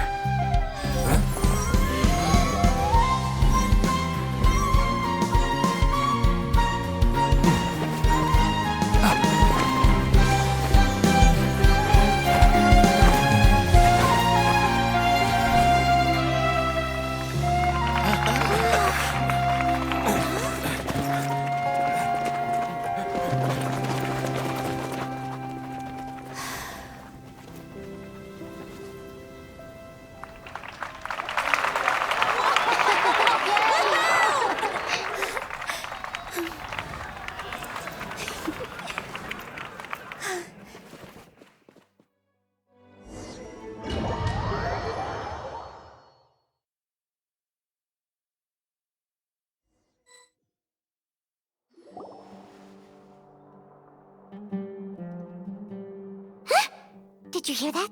It sounds like a lot of guards just ran by. Does this mean the plan has moved on to the next stage? Yep. It's great that everything seems to be going well. Come to think of it, when did Alhaitham replace the knowledge capsule that was about to be entered into the Akasha? Oh, so that's when he did it! Paimon was too nervous to notice. Speaking of, didn't Alhaitham also yoink the divine knowledge capsule from that mercenary leader in Port Ormos when everyone else was distracted? Oh, it's a time-tested trick of his. Why are we complimenting him? Yeah, he's smart and all, but he still makes Paimon's blood boil. Let's review our plan for this stage again. It's not like we have anything else to do right now anyway, and it'll help us feel more confident. Paimon remembers that Nilou's task was supposed to go a bit like this. Now that Lesser Lord Kusanali's consciousness has been forcefully sealed, the core figures of the Academia and their guards have started to wear their Akasha terminals again. With the Doctor's technological support, they think they have nothing to fear. How despicable of them to rely on such a person. But this is also our chance. I was originally asked to draft the knowledge capsule for the Artistic Performances Prohibition Act when I was still at the Academia. It should be on the Grand Sage's desk right now, and will be entered into the Akasha during the next Nyargarbaha Day. Are they really going to stop all artistic performances? That's horrible! I'll make an identical knowledge capsule, but this time I'll smuggle some misleading information into it. We only need to find an opportunity to switch the capsules. Once it's been entered into the Akasha on Nyargarbaha Day, if someone were to be seen performing in public, the sages would definitely use that opportunity to announce the ban, and so the misleading information will be disseminated amongst the guards. Sure sounds complicated, but it seems like if everything goes well, we'll be able to get rid of all the guards in the Academia without any effort. That's pretty clever, getting right into their heads. I just have one question. Even if we manage to get the misleading info out to the guards, how can we be sure that they'll believe it? People who are used to relying on the Akasha become less inquisitive, and their ability to distinguish truth from misinformation is significantly reduced. They will view everything the Akasha releases to them as the unequivocal truth. The Akasha will turn humans into machines. I've seen it happen many times. Yikes. Good thing I didn't wear it for long when I was working in Sumeru City. At first, I thought it was a good thing too. By the way, this plan still requires a performer, right? Do you have someone in mind? Nilou of Zubair Theater. I know her really well. We can trust her. I'm kinda hesitant to ask her to participate in a dangerous plan like this, but we can ask her in person. All right. After the guards in the Academia are gone, Then it'll be time for me and my stowaway brothers to shine.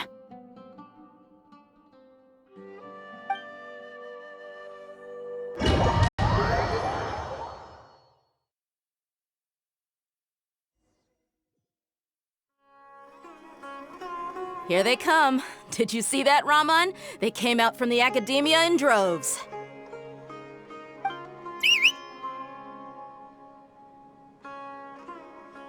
After laying low in the city for so long, this is the moment we've been waiting for.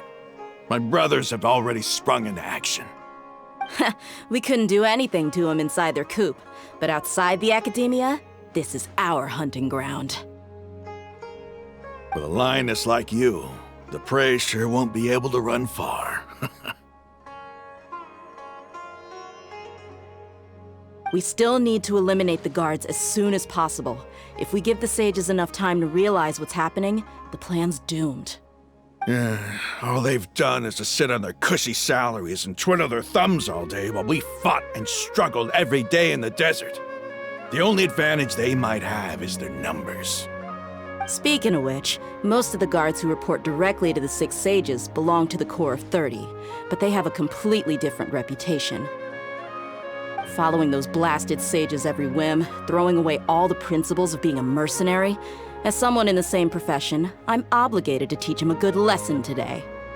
Indeed, the trap has been set. All we need to do is lead them there. All right, let's each take a road and herd those scattered guards back into one place. Make sure to attract their attention. Isak will be the key. You gave such an important task to that child. Will he be okay? It'll be fine. Isak was so determined to help, so let's put our faith in him. Besides, even if he's caught, the guards would be too scared to do anything to him. They've never seen Lesser Lord Kusanali in person, after all. You've got a point. Anyway, I think I see them coming. Let's head out. Good luck.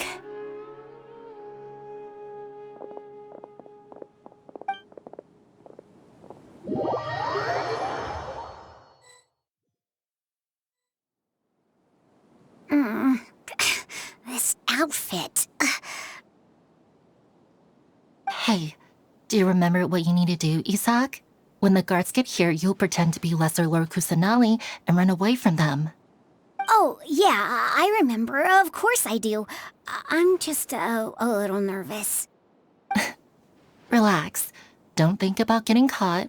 Even if that happens, we won't leave you behind. You only need to think about getting the guards' attention and leading them to the Grand Bazaar. Leave the rest to us. Okay, got it. I'm here to pay back Lesser Lord Kusanali for helping Grandpa. I won't get cold feet. Hey, they're here. I can see the Academia guards.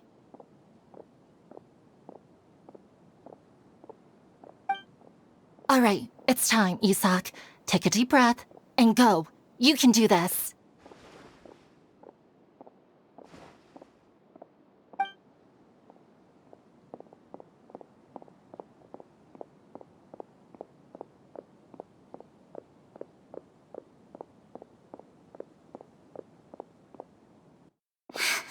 Why is there a guard over there? Did he already run ahead of me? This is different from our plan. But there's no time. I need to make a choice.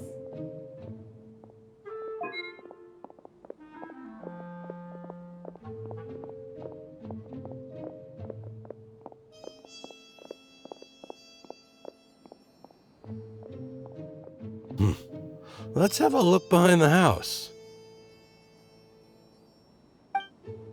What should I do next? Huh. Looks like nothing's here. A wasted time. Luckily, he didn't check behind the tree. What should I do next? The guard looks alert. What should I do next? Hey, stop! I saw you. Don't try to run.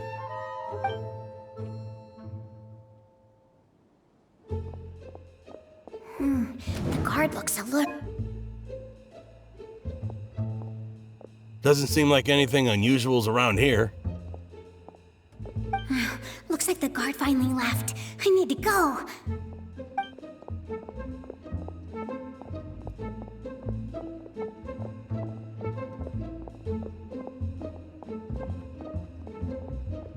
Hey! Lesser Lord Kusanali is over there! Stop!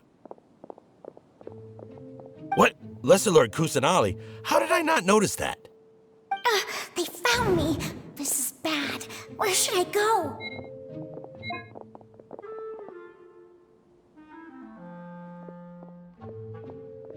Hey!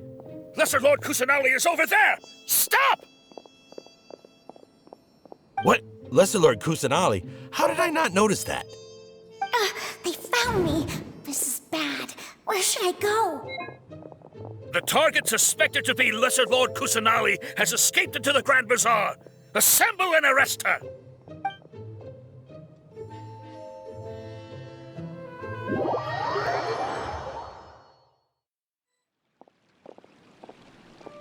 Where did she go? How did she disappear? Did we lose her? Hurry up and find her! Hey, why is your team here? Didn't we say to split up our search? Hurry! Hurry! This place is... Why are you all here? Yeah, isn't it one heck of a coincidence? Everybody's here. What on earth is going on? I suppose that's all of you? Who are you? Did you set us up? What are you planning? Phew, that was rough. I almost got caught. Little brat! So you're not actually Lesser Lord Kusanali.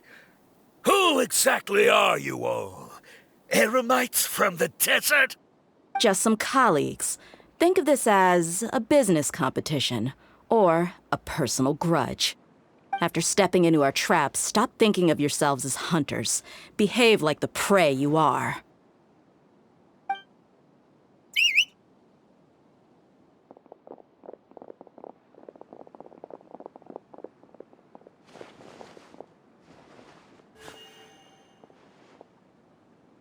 An ambush? How's that possible? This is Sumeru City, but mercenaries from the desert somehow ambushed us! You've spent all your time hiding away in the academia. This place has long since become our hunting ground. Brace yourselves!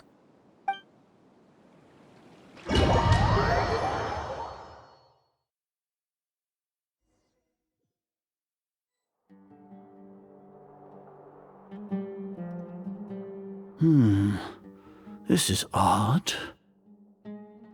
The academia has quieted down after the conclusion of the Nyagarbha Day ceremonies, but it's much quieter than usual. Where are the guards? Why have I not seen a single one? Guards? Guards! Grand Sage, how may I be of assistance? I called for the guards. Why did you come? My apologies, Grand Sage. Right now, all Academia guards have entered the city to perform the ordered arrest. I thought you knew. Arrest? Who is there to arrest? I have an ominous feeling. Arrest Lesser Lord Kusanali, right? Is that not what the order was? Lesser Lord Kusanali? You mean she has disappeared? Yes. I wouldn't dare make up something like that. Right now, everyone is in a panic, and many are saying that Lesser Lord Kusanali will take revenge on us. What happened? Just what is going on? Lesser Lord Kusanali somehow escaped? Was it Alhaitham and his party that freed her? That's impossible. The Academia is heavily guarded today, and any order to release Lesser Lord Kusanali would be strictly confidential. Besides, Alhaitham and the Traveler are already in our hands. What manner of trickery did they employ? How could Lesser Lord Kusanali disappear into thin air? Disappear? Wait. How was the arrest order distributed to the guards? It was issued by the Akasha earlier today. Only you have the authority to send messages like that, so I thought it was your order. Let me check.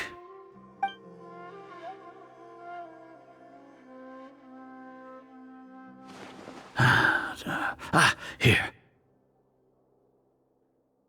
Lesser Lord Kusanali has escaped from the sanctuary of Surasthana. Go to the city and arrest the escapee immediately. The Akasha indeed contains this information, and it clearly appeared in my mind. How did they bypass my permissions to issue this kind of message? Was it the report about the traveler that Alhaitham submitted? No. I specifically checked that knowledge capsule before entering it into the Akasha. Could that have been a red herring? Well, even if I figure it out now, it won't make any difference. The important thing now is to confirm Lesser Lord Kusanali's status. Have you been to the sanctuary of Surasthana to confirm that Lesser Lord Kusanali has indeed escaped? Confirm? No, I haven't. It may be a bit offensive to say this, but Grand Sage, what you're saying doesn't make any sense. How can the information in the Akasha be inaccurate? What the Akasha decrees is fact. That is common knowledge to all of us. If we have to confirm the information and knowledge from the Akasha ourselves, then how is that any different from us learning that information ourselves? Wouldn't Greater Lord Rukkhadevata's legacy lose its meaning that way? In the beginning, it was I who asked you to believe in the Akasha, to believe in the legacy left by Greater Lord Rukkhadevata. Are you trying to use my words against me? No, Grand Sage. I'm merely confused because I believe in you. I never meant to refute you. Stay here and see if there are any suspicious people around. I'll go to the sanctuary of Surasthana on my own. Yes, Grand Sage.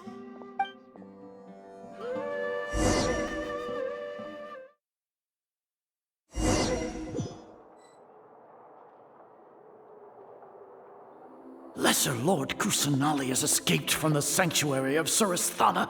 Go to the city and arrest the escapee immediately.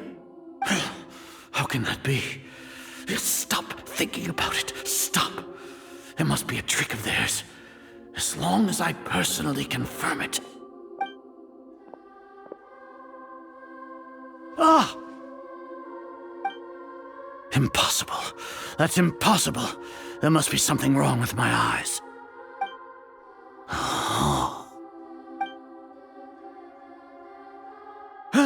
She really appeared again? What is the meaning of this? What a comical sight, Azar.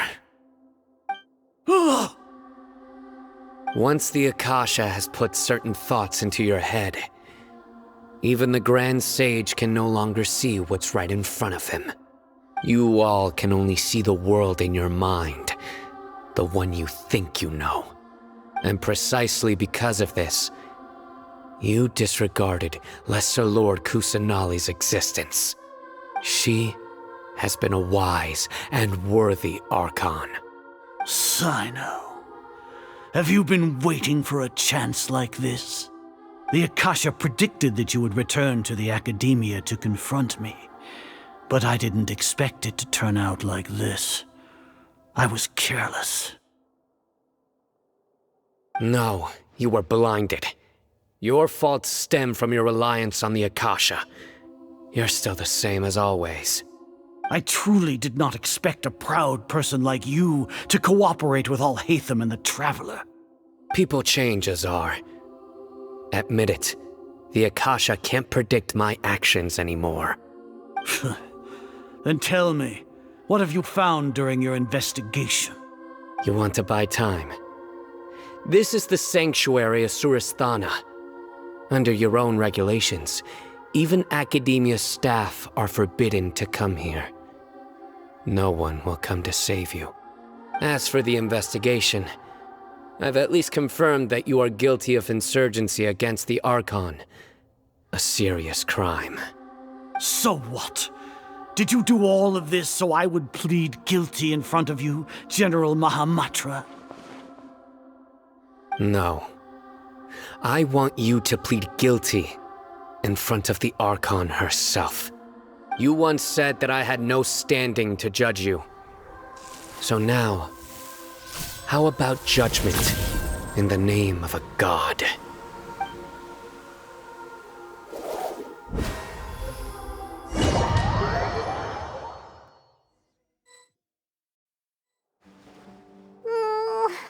How long do we have to wait? Paimon wants to know how things are going out there. Paimon hasn't heard any sounds outside for a while. Hopefully something bad didn't happen. Yeah, but aren't you scared that we might be locked up in here for the rest of our lives? Thinking about it, at least Paimon has you. We could still chat like this. When Paimon thinks of Nahida being imprisoned alone in the sanctuary of Surasthana, Paimon can't help but feel sorry for her.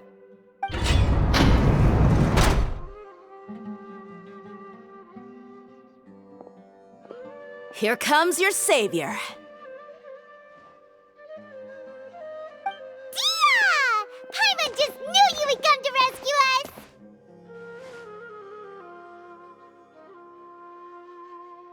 You two really owe me some big thanks.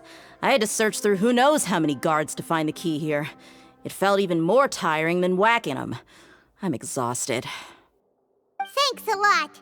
Need Paimon to rub your shoulders? No, that's, I'll pass. What are you afraid of? Oh, are you ticklish? Now isn't the time to talk about being ticklish. Things in the city and on Sino's side are both going well. The guards that stormed out of the academia are all taken care of. The Corps of 30 is in charge of the city's defenses, but we already talked to Asfand. They've been fed up with the sages bossing them around. As long as it doesn't break their employment contracts, they'll turn a blind eye. That's probably because you've been super great friends with them for a long time.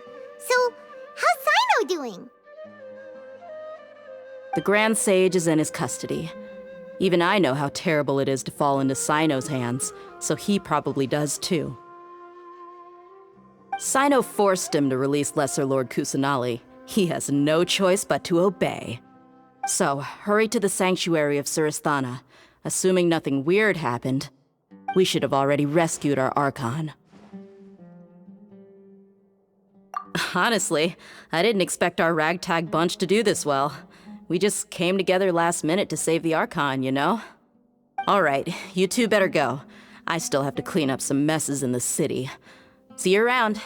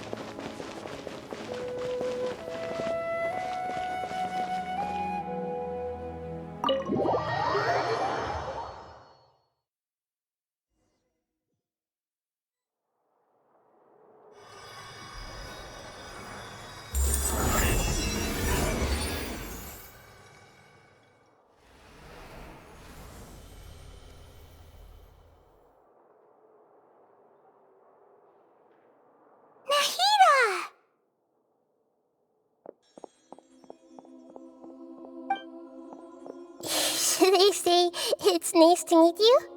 This is the first time we've met in real life. Before, we've only met in dreams, consciousness, or when I was in someone else's body. Thank you so much for coming to rescue me, but I also need to apologize. During this time, I did some self-reflection. My sense of inferiority and yielding to the academia led to all of this, and created so much trouble for you all. Exactly! We're here because you're a good Archon and one of our friends! Thanks, you too. Amazing. So this is how it feels to walk out of that cage with my own body. It's like I just had an endlessly long dream. I can't even tell if I just woke up or was only now born into this world. My concept of self has become so clear. But now doesn't seem to be the time to indulge in this feeling.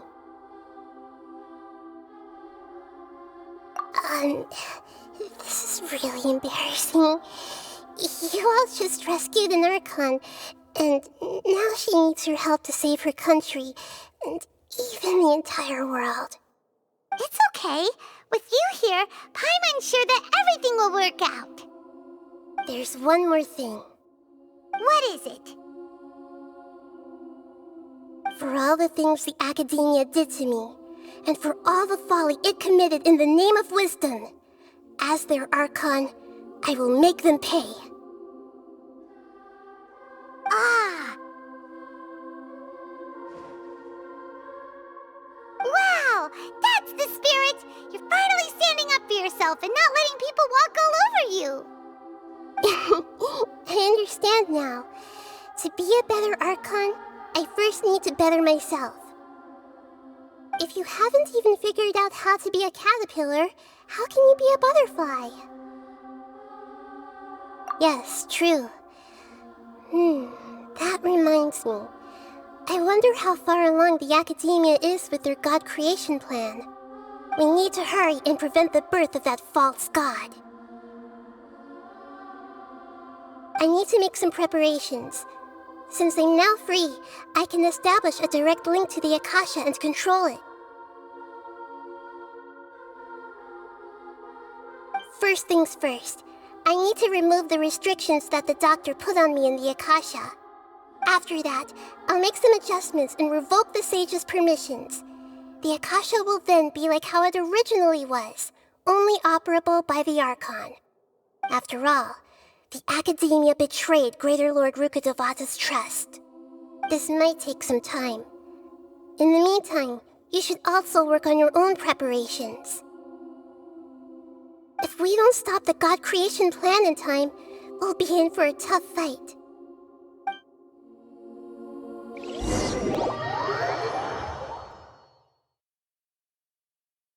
You might as well prepare for a fight. When we're done, we can take a walk around. After all, we missed out on a lot of stuff when we were locked up.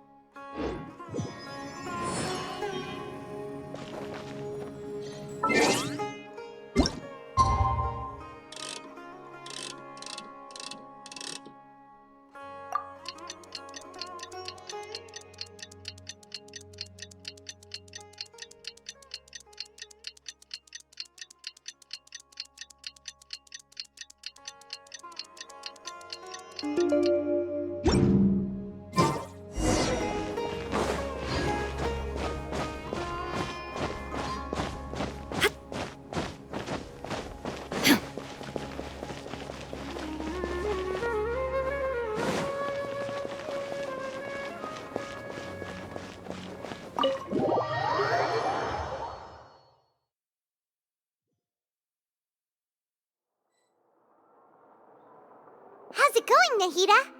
I'm done with the parts that needed my involvement to complete. Although it's my first time working with the Akasha like this, its internal structure and operation procedures are easy for me to understand. Greater Lord Rukkhadevata's design is truly brilliant. Oh, also, this is for you.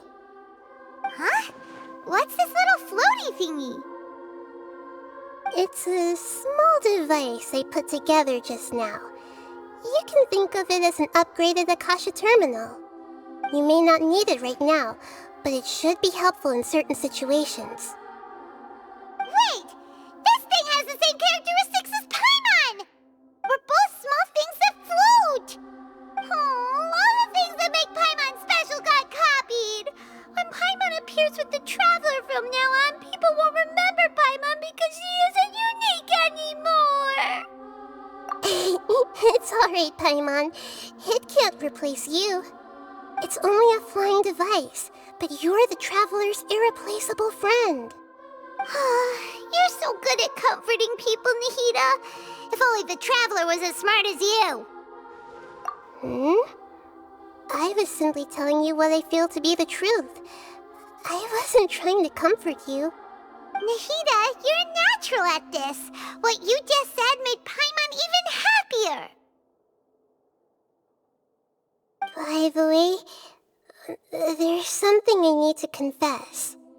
Even though I'm the Archon and in control of myself again, I'm not very good at fighting. You may have heard that an Archon's power is derived from their people's faith. However, I'm not as well loved as Greater Lord Rukkhadevata. If we get into a situation where combat is our only option, I'll have to count on you, and I'll do my best to provide support. I'm glad I can rely on you. So the God of Wisdom isn't good at fighting? That actually sounds about right. I've located where the false god is. Time is of the essence, so let's skip to it.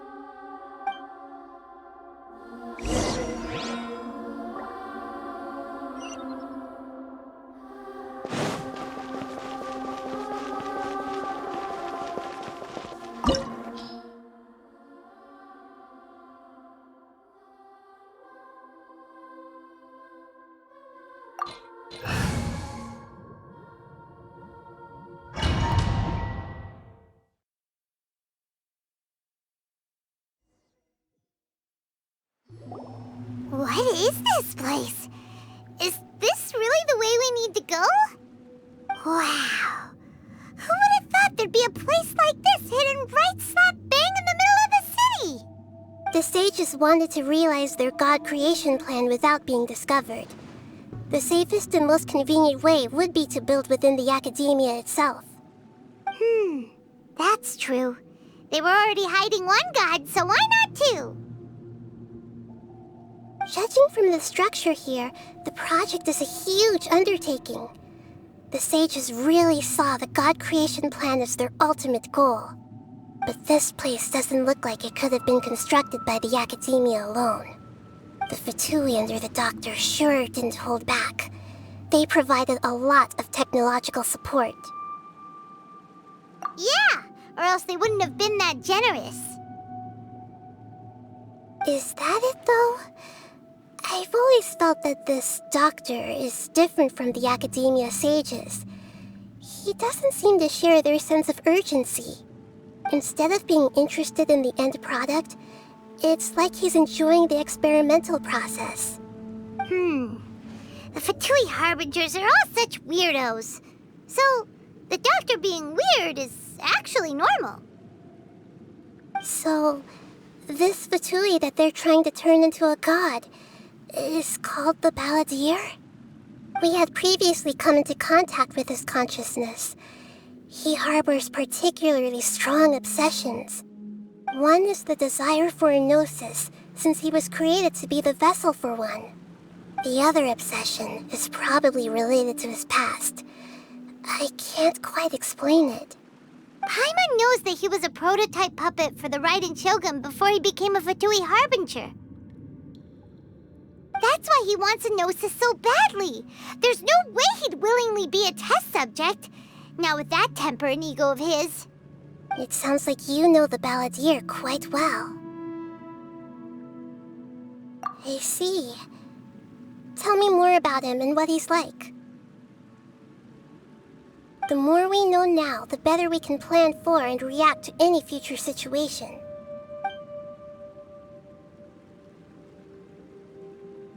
I see. How fascinating. Alright, time to go. Let's get through here and meet him in person.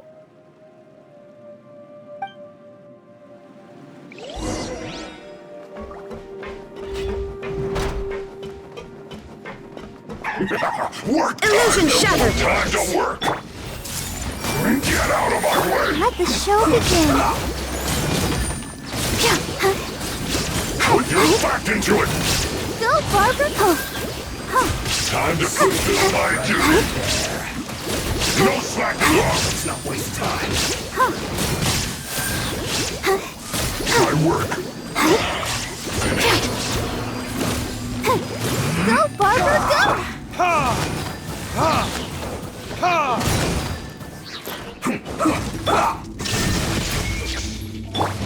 Burn!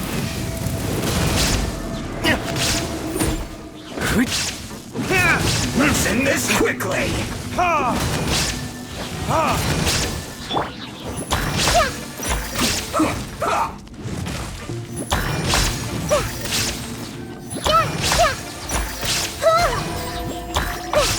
Everyone hold hands. I'll protect us.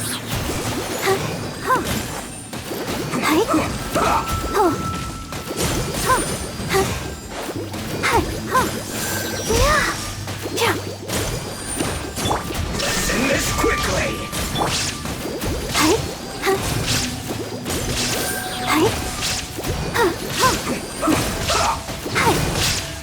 This may hurt a little. Time for retribution!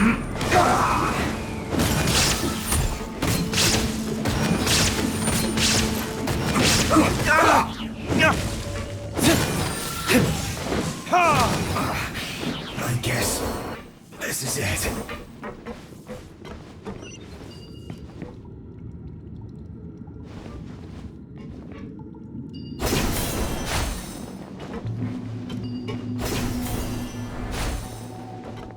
It looks like we can climb up these pipes.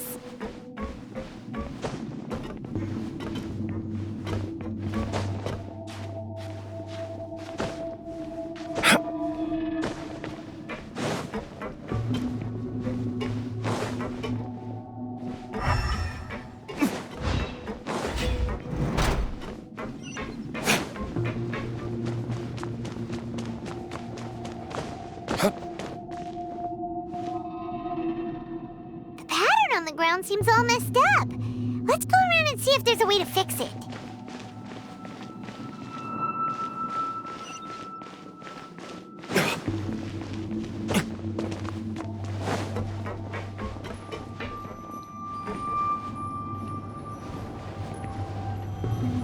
It seems to have stopped. Let's continue.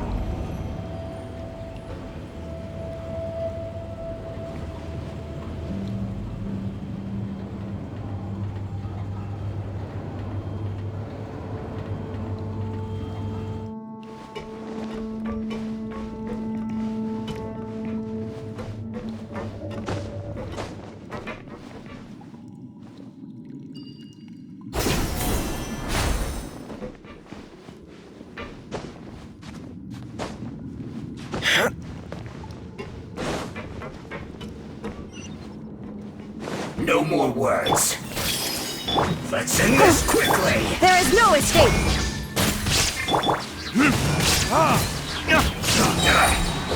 Burn!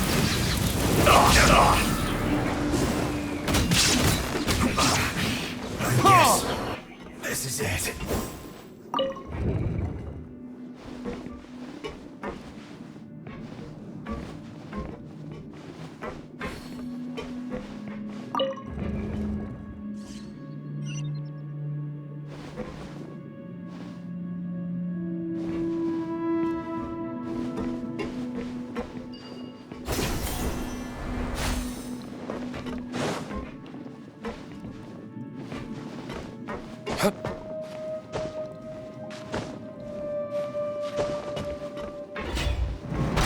Frozen. Crisp. Illusion shattered. Grow, grow, grow. Huh?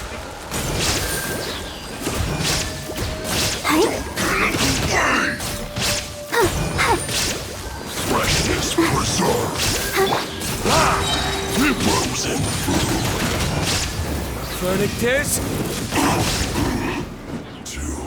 Pay your dues. Ha! Ha!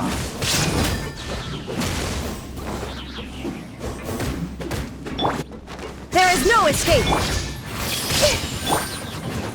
Oh no! Ha!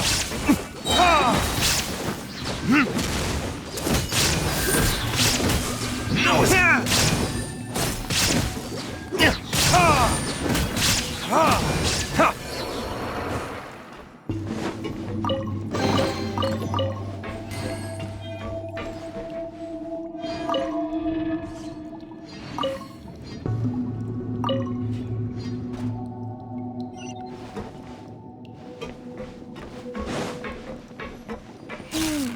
The cart is stuck. Maybe there's something wrong with the tracks. Let's try adjusting the direction of the device to clear the tracks.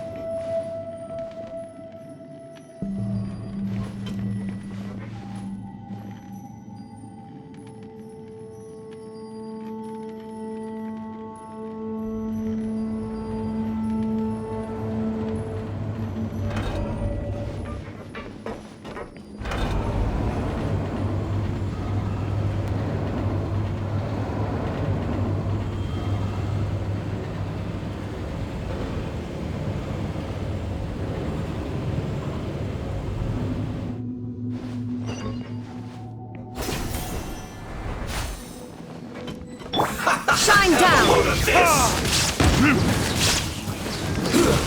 Shouldn't get careless. Let the show begin.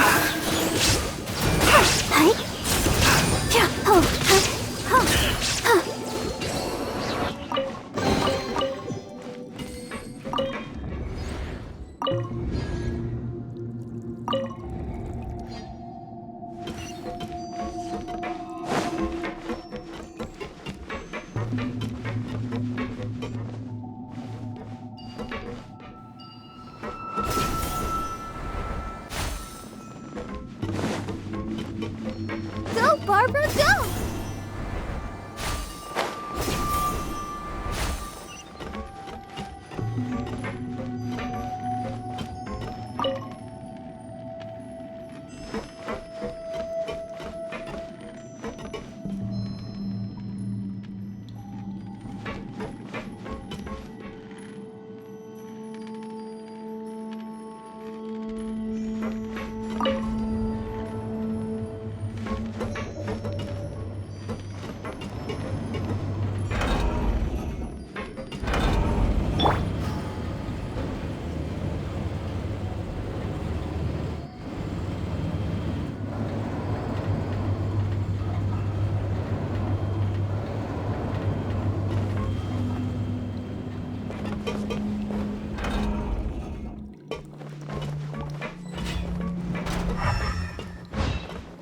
There is no escape!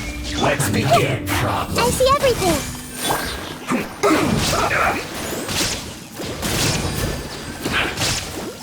Don't waste time. Use this. Burn! I will end. Quiet.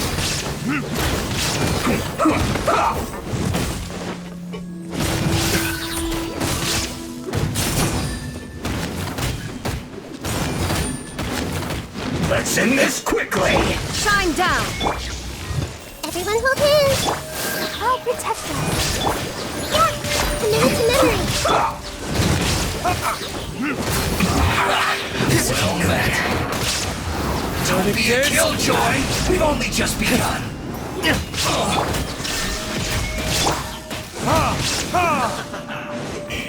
Ida, this one's well done. You need to hurry up. Looks like I went too far. Roast and fry.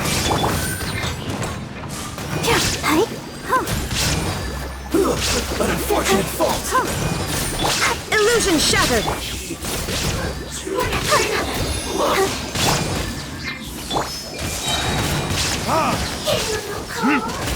Burn!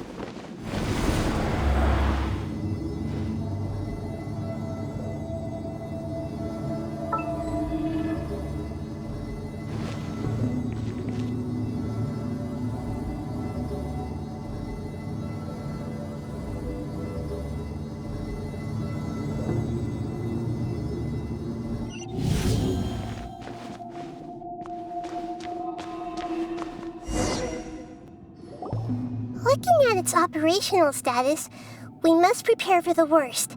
The god they wanted to create is likely close to completion or already completed. Oh no! What should we do?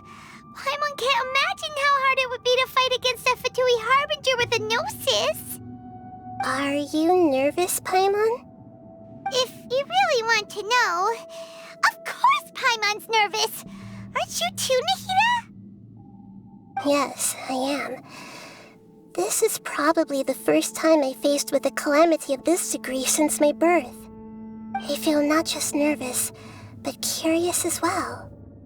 Curious? Curious about what? Curious about our fate. To me, everything we perceive in this world, everything we learn, and everything that happens to us is considered knowledge. And if it's a form of knowledge, then it can be understood. However, only fate is about that which has yet to occur, so it has always drawn my curiosity. So to me, fate is the ultimate knowledge. That's also why I love observing humans and all the things that happen to them. It all brings me great satisfaction. And now, at long last, I'm not just an observer anymore. I will personally experience my own fate with you by my side. Isn't this such a wonderfully exciting thing? Ah, so that's what you mean. Paimon thinks she understands what you're feeling. Agreed. Okay, let's continue on. I can sense his aura from here.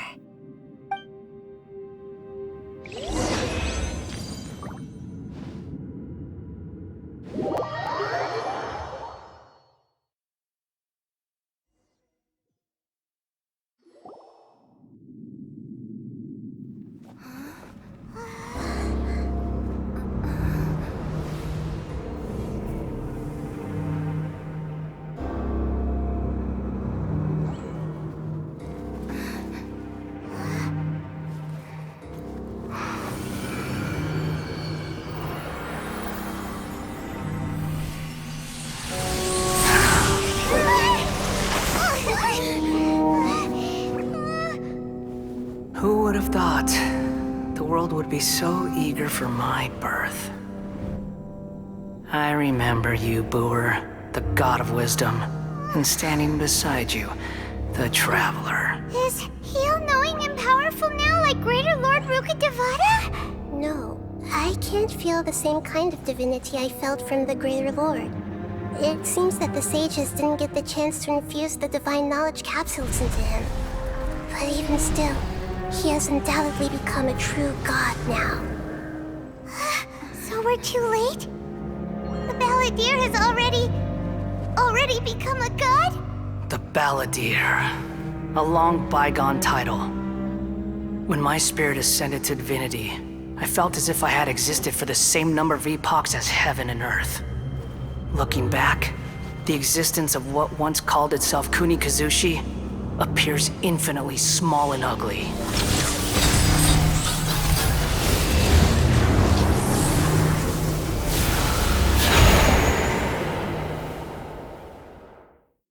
This imposing aura, it really feels like the gods! A body that capitalizes on the Balladeer's original construction as a mechanical puppet, with the Gnosis serving as a constant power supply. How much effort and resources did the sages put into this? From a purely technological perspective, it's a commendable achievement indeed. It's no exaggeration to say, this is the culmination of human wisdom. You sure are something! Dishing out compliments at a time like this? But I don't think he's reached the spiritual height of a god. Strife is engraved upon every god and every gnosis brought forth into this world. Can you feel it? The exhilaration of such power, and the thrill of anticipation for our contention. Nahida wouldn't feel the same things as you! Do you not realize that you are interrupting a conversation between gods?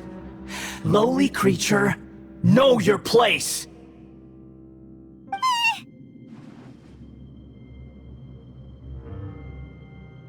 The strife engraved upon a gnosis. You're talking about the Archon War. Tevat's current peace was not easily won. I didn't personally participate in the Archon War, but the way I see it, all those losses were meaningless, driven by the demands of the laws. There's no point in bringing it up again. Is that so? Yet I am deeply disappointed that I was never allowed the fortuity to personally participate in the Archon War. This is a first. Encountering a god in this world who does not crave power. No wonder your own people have abandoned you, god of wisdom. Your judgment is as your existence, unsubstantial. This is where everything ends, Booer, the god of wisdom. You should know that wisdom cannot solve every problem.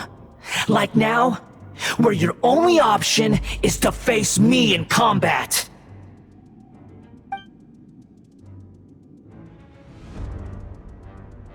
Come! Let us reenact a scene of the Archon War. Come and inaugurate my birth as a god.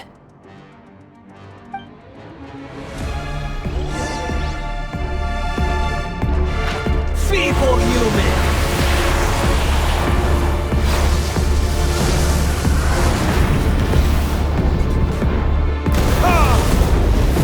There is no escape! Insignificant past! Let the show begin.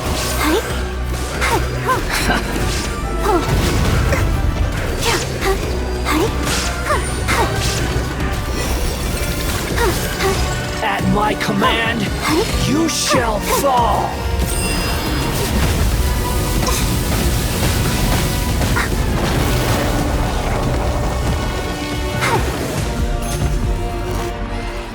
Insignificant past! Illusion shattered!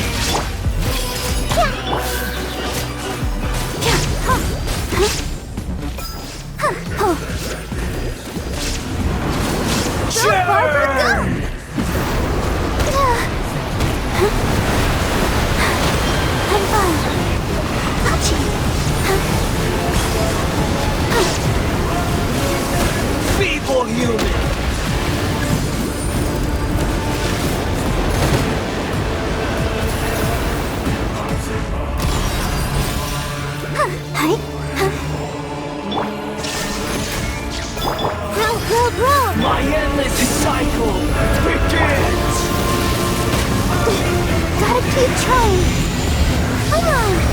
can do it!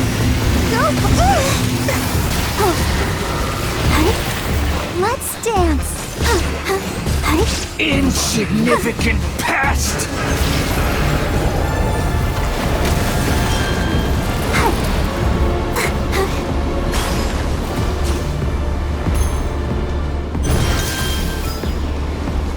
Feeble human!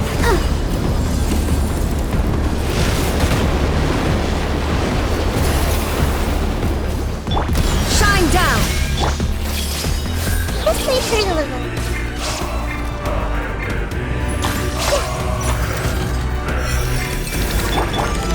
At my command, you shall fall!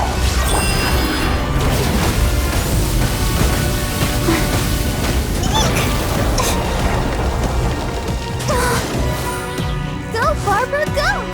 Insignificant pest!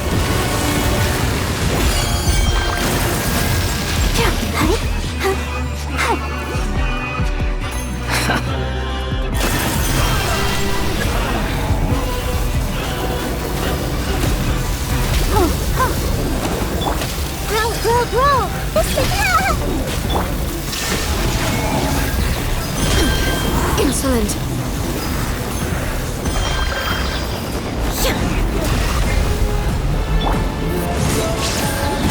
My endless cycle begins!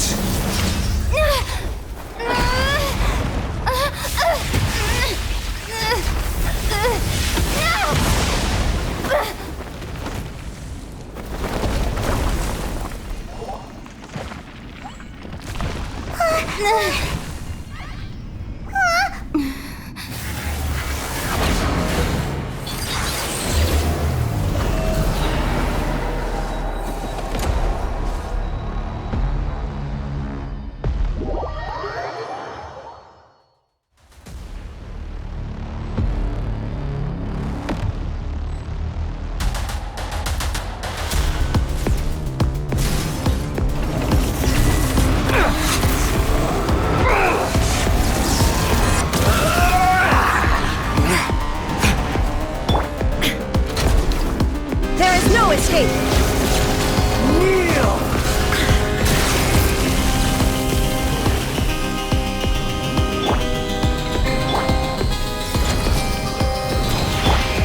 Burn to oblivion!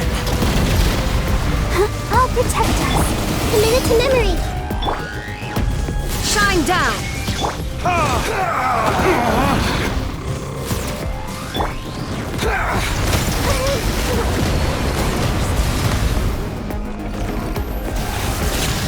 Kneel! Illusion shattered!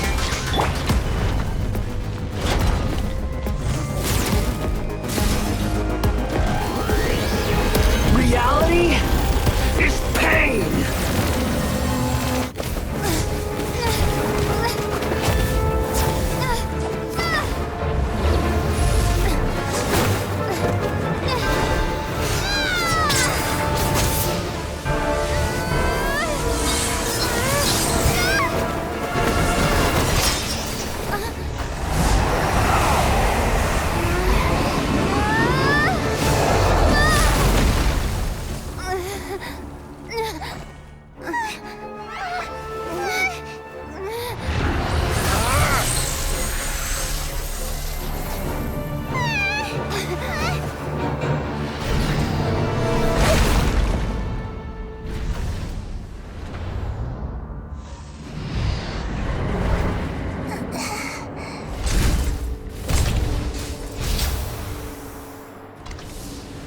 This is supposed to be a battle between gods, yet you choose to hide behind a mortal.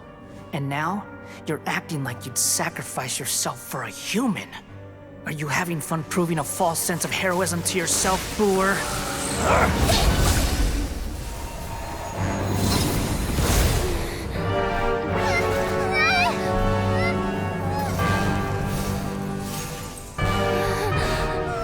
The data collection is almost complete. Do you even know how many times you've tried to take my gnosis from me?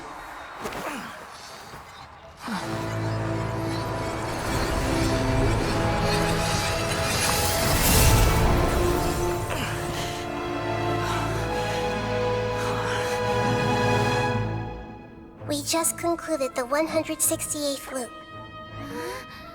Did you know that in the effort to create you, the people of Sumeru were forced to live through the exact same number of Sabzeruz festivals and Samsara cycles? The power of dreams. When did you use it on me?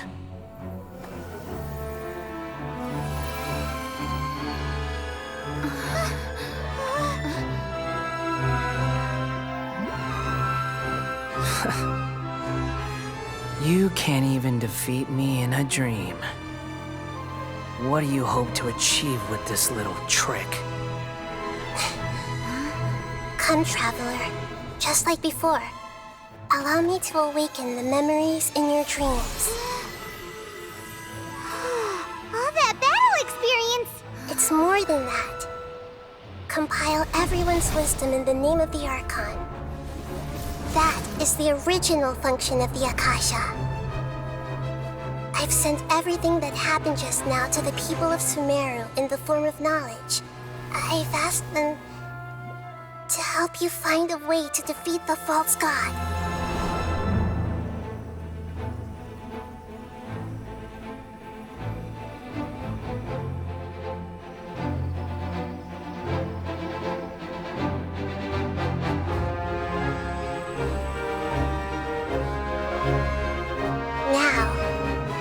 Sumeru's wisdom is at your disposal. Meaningless tricks won't save you.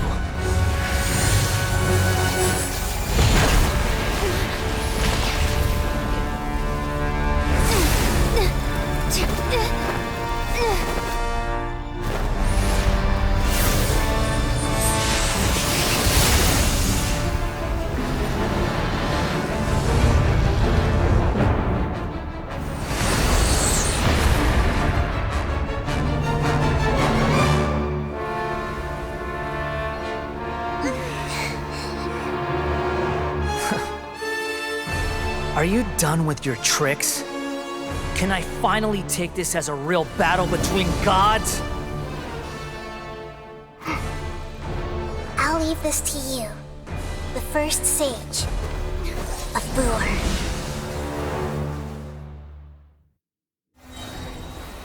1,000 eons, mine to dominate!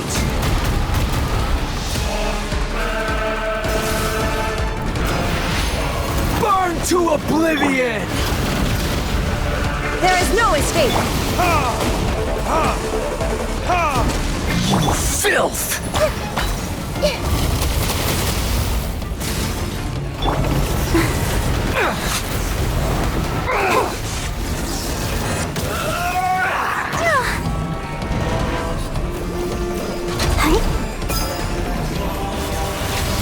Kneel!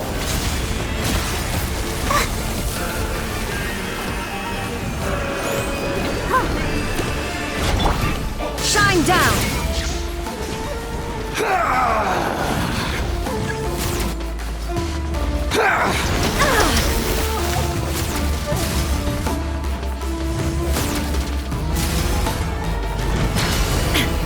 Reality is pain!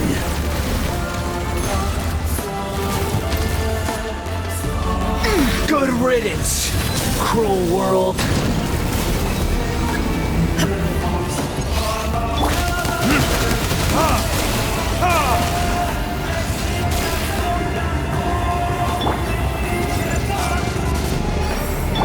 Illusion shattered!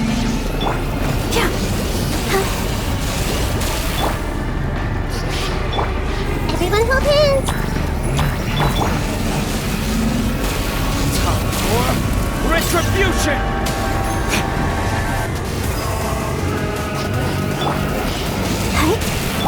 Shine down!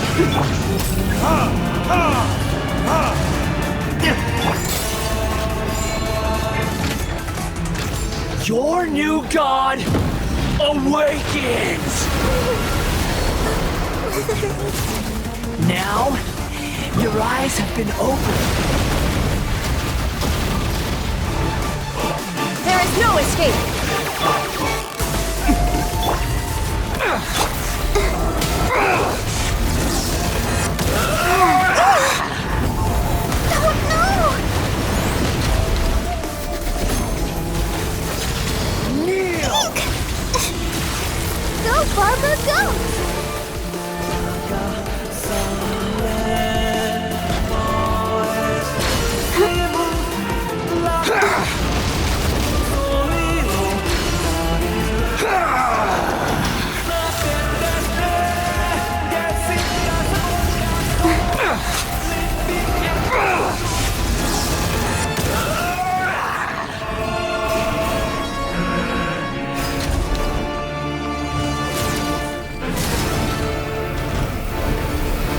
reality is pain!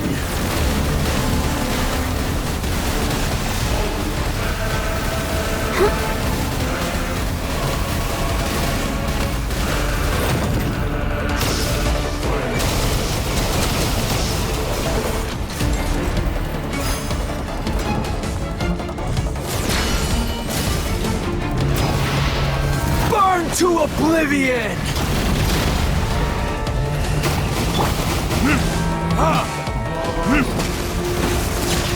Kneel!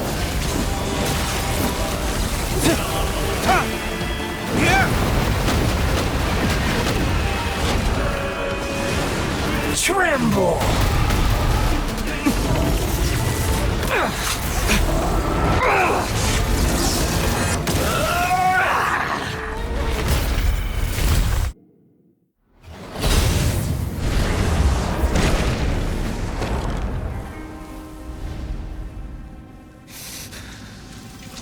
Humans. Filthy humans.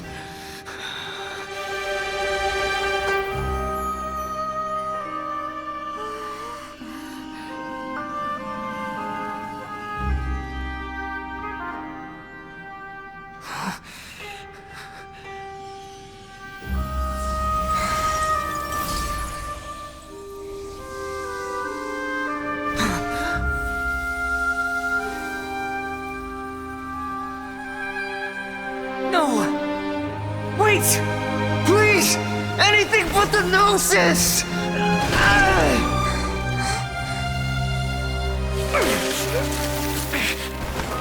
That's mine! Don't even try! I'll never go back!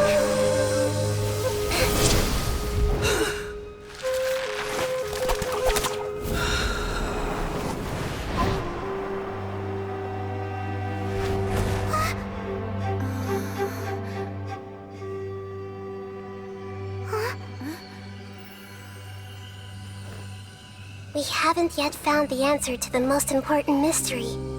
Irminsul is still waiting to be saved. With the power of another Gnosis, we may now finally understand the last memory of Greater Lord Rukkhadevata.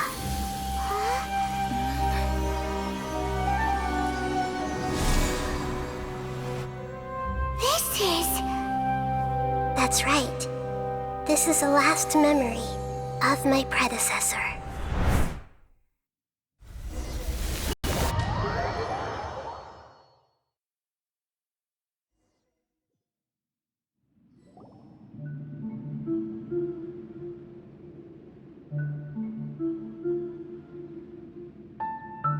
Huh. This sure seems very different from what Paimon imagined. Shouldn't Irminsul be in this realm of consciousness? Yes, that is our destination. But I didn't expect the remaining consciousness of Greater Lord Rukkhadevata to be as polluted as this. Forbidden knowledge? It seems you know about a concept that even I don't completely understand. Could you tell me what you know?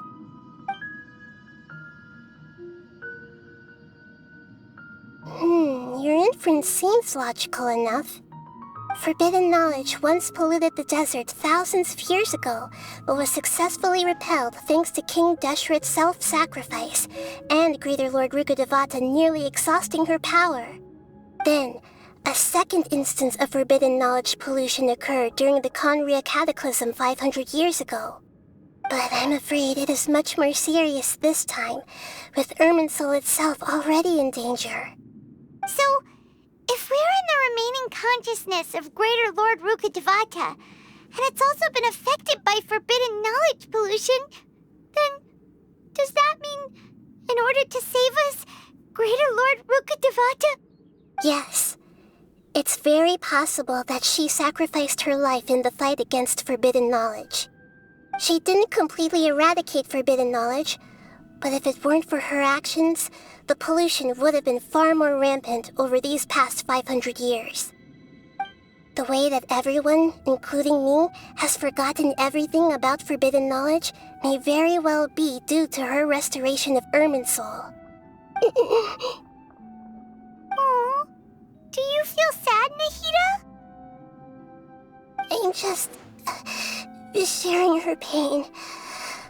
The pollution of her consciousness here is severe. There is madness, chaos, and pain all around us. Did she fight to resist the forbidden knowledge pollution in such terrible conditions, all the way up to her last breath? She even used her last remnant of lucid consciousness to leave a clue for us to follow.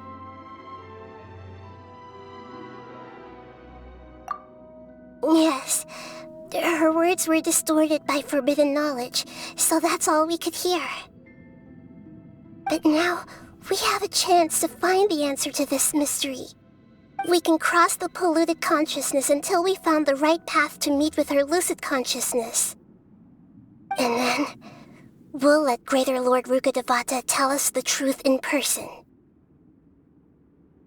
Each of us need to be mindful of the state of our own consciousness while we are here. Even with the Gnosis' protection, we must always keep a clear mind. Otherwise, we could go mad at any moment. That's so scary. Don't worry, it should be easy enough for you to keep that mind of yours clear, Paimon. Let's go.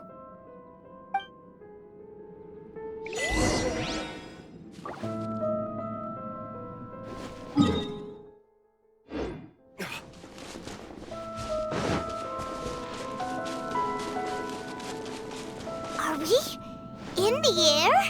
And why is there a huge boat? That's the boat of consciousness, which symbolizes reason here. Its course is the direction our consciousness is traveling toward. Wow. What are these? The monsters seem to have been affected by them.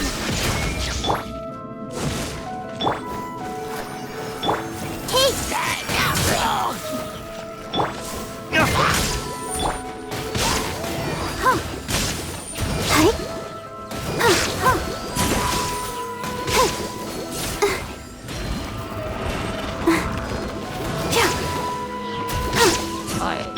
There is no escape! I don't understand.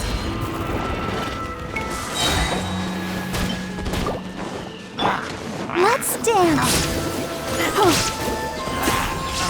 Go, Barbara, go!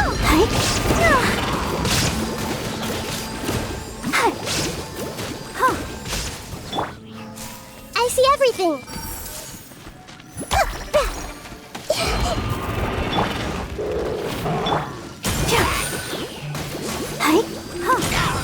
Shine down!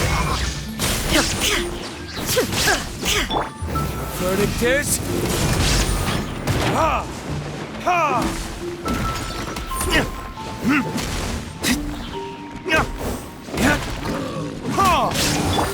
Grow, grow, grow!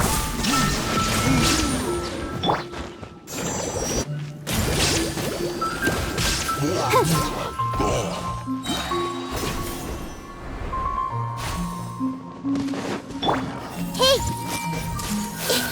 There is no escape! Let the show begin.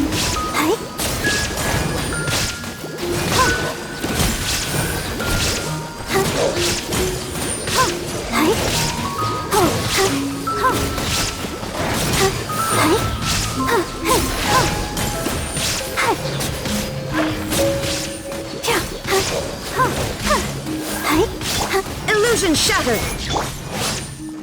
I see everything.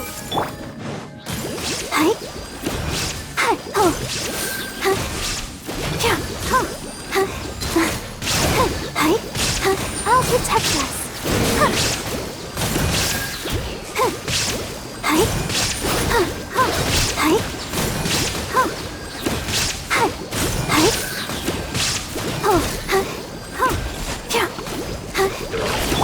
There is no escape! Look! 4-leaf sigils have appeared in the sky!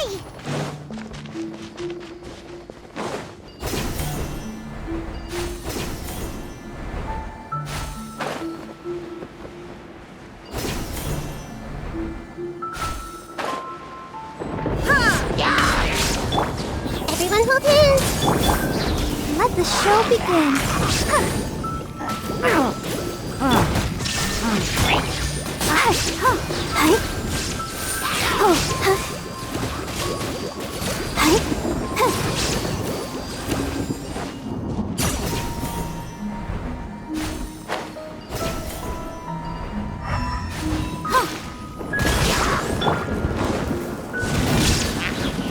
Time for retribution!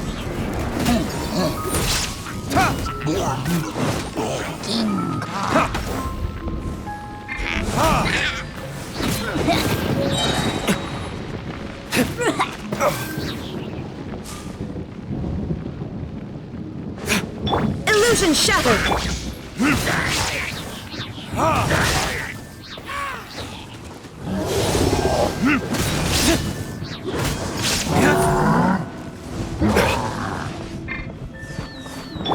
Hey! Shine down! I'll protect us!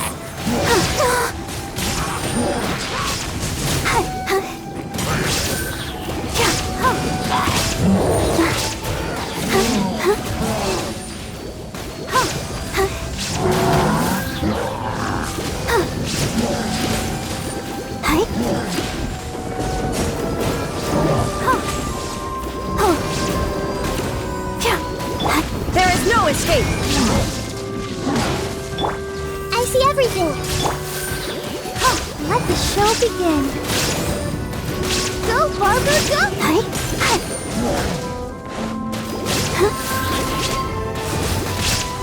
Go, Barbara, go!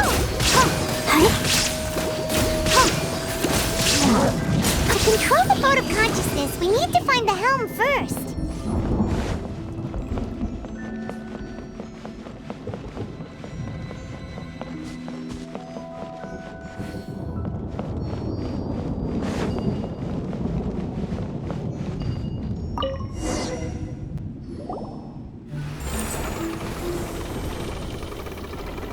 We changed direction. Are we still going the right way, Nahida? Judging from the current route, the boat of consciousness will soon take us out of here.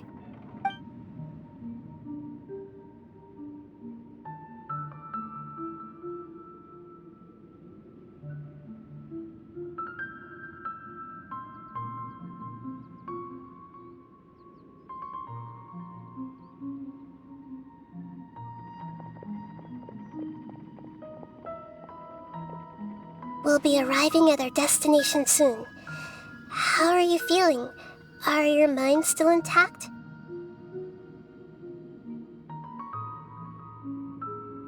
Huh? But everything's been completely normal for Paimon. Hopefully there won't be any more interruptions. This time, we should be able to meet Greater Lord Rukkhadevata. Are you saying you've never met Greater Lord Rukkhadevata before? No, it seems that my birth and her death took place at the same time. Otherwise, I think she would have given me a little more guidance, and I could have done a better job.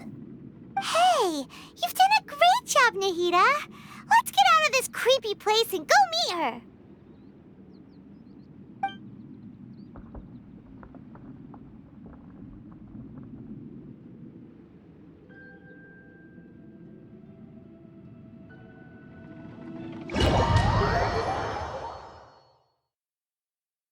So, is this the place you were talking about?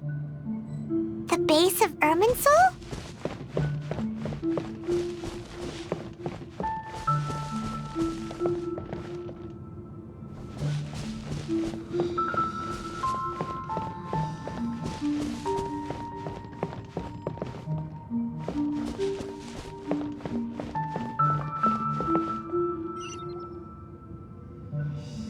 Well, this is the place.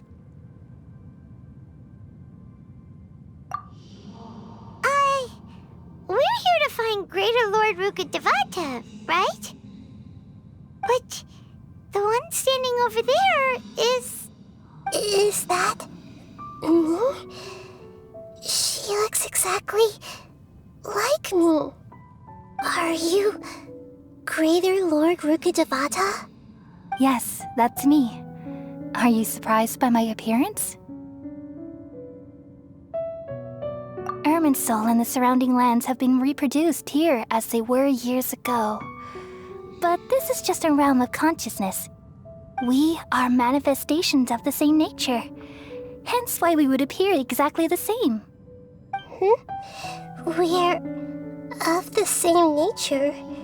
Why? Because you are me, and I am you. You are me in the new samsara. The new samsara? As Greater Lord Rukkhadevata, I'm the avatar of Irminsul, and you are the purest branch snapped from Irminsul. Imagine it this way. Even if a tree dies, its branches will eventually take root and grow, continuing the tree's life in another form. I'm merely the remaining consciousness of Greater Lord Rukkhadevata. The real me has presumably died a long time ago.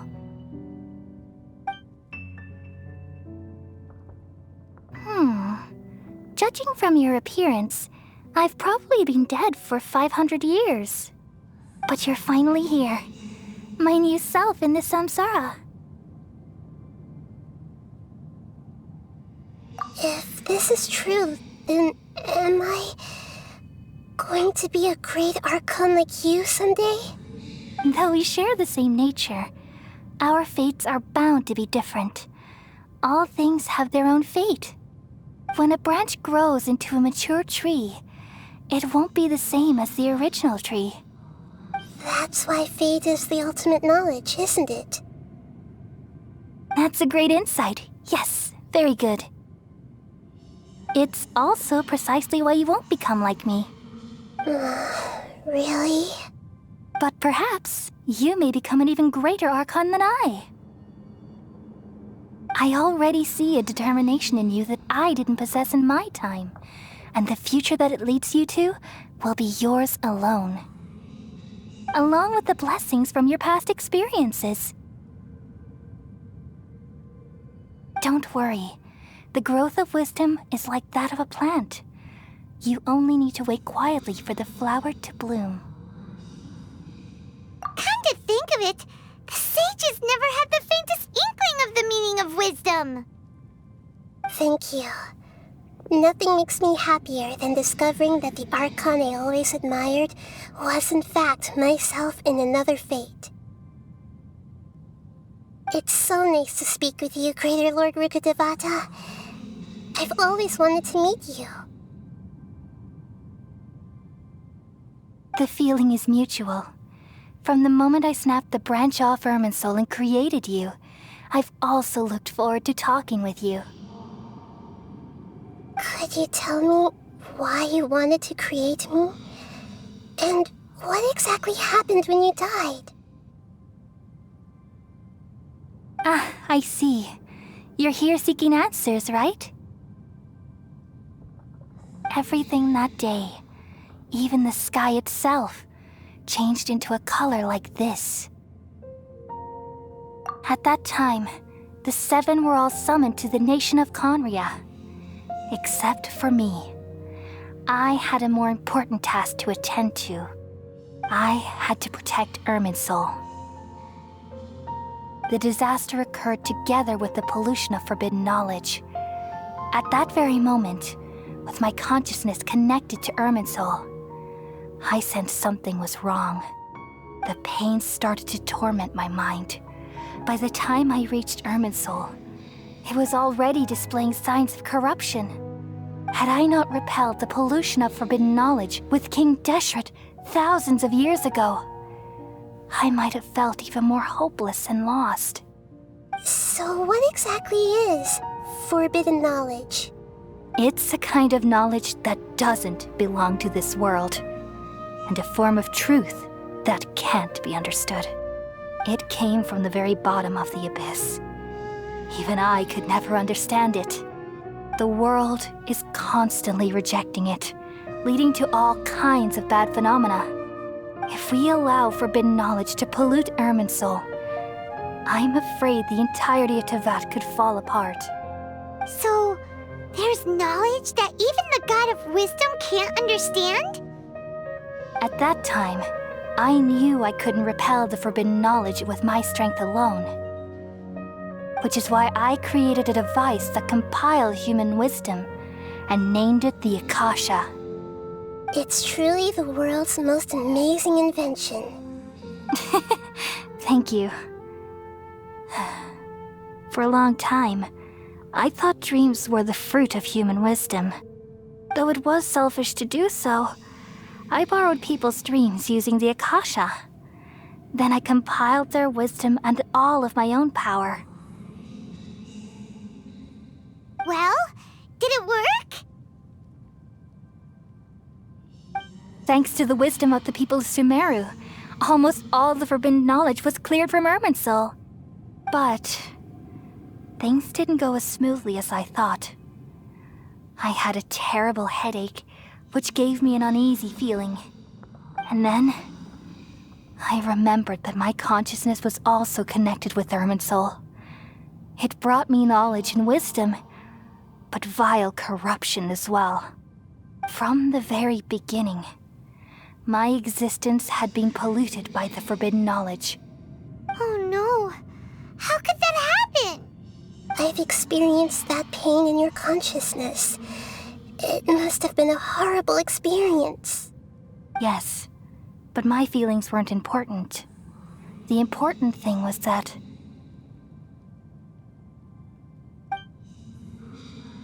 even if I died, my existence and everything related to me would continue to exist in Irminsul as memories and knowledge, meaning that the forbidden knowledge couldn't ever be permanently eradicated.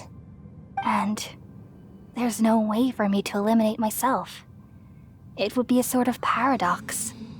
So, I took the purest branch of Irminsul as my incarnation in the next samsara and left a trail of clues, all in hopes that you would come here and remove me and my pollution from Irminsul forever. Wait, no, I can't. So you realize what that implies. You are very smart indeed. Irminsul has all the knowledge and memories of this world. And as you've realized just now, removing me from Irminsul means I essentially will never have existed in this world. But this is the only way to save Irminsul. People love you so much and they've missed you so much over the past 500 years. I am exactly the same. So how can we just forget you like this? Is there really no other way? There must be something else I can do. You're the god of wisdom, Boer. You should know that there is no other way. But this is so cruel. I don't want to forget you. No need to feel so sad, Boer. As someone who delights in wisdom, you should feel joy at finally finding the answer. These are the words in their entirety. The answer you've been seeking all along. Let the world completely forget me.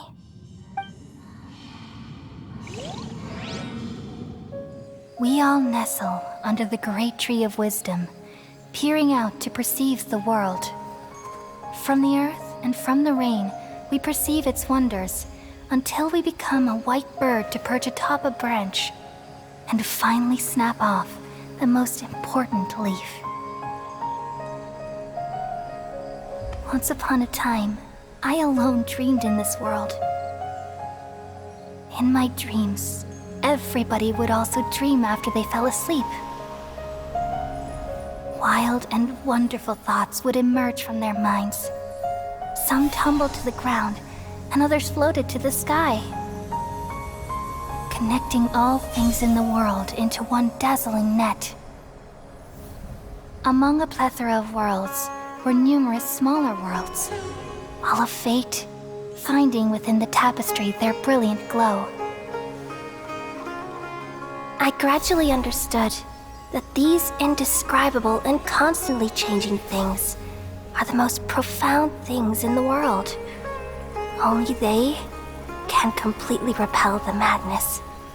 Only dreams can awaken consciousness from the deepest darkness.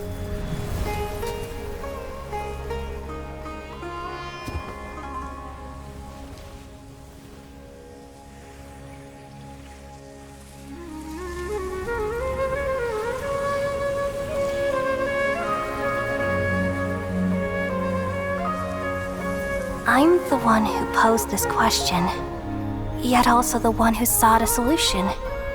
Saving the world with the dreams of the people used to be my answer. And now, you've also found your own answer, and I shall return all the dreams to the people.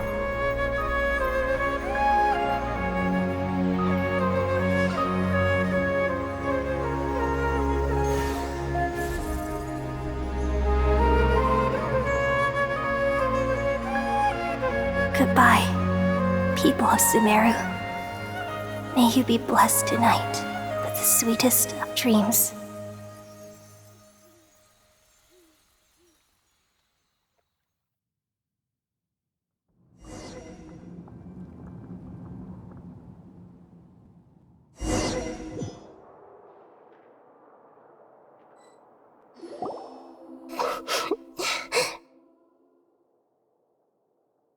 I'm alright. I'm just a little confused. We've just saved the world, right? So why am I crying? I don't know where this feeling inside of me is coming from, but I feel very sad. Just now, we used the power of two gnosis to successfully connect with the Ermin soul consciousness from 500 years ago. Then, we removed the remaining pollution from Merman soul. Yeah, what's wrong? Weren't you there just now?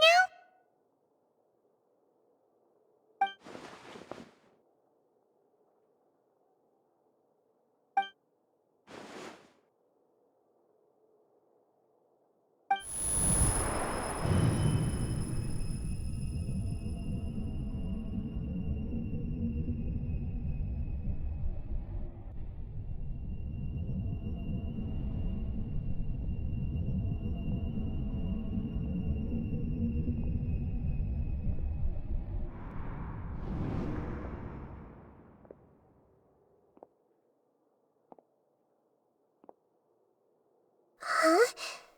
That sound. Traveler! Paimon! I've been waiting here far too long. But finally I have the chance to be alone with you. All the precious time I wasted has finally paid off. The doctor! What have you done?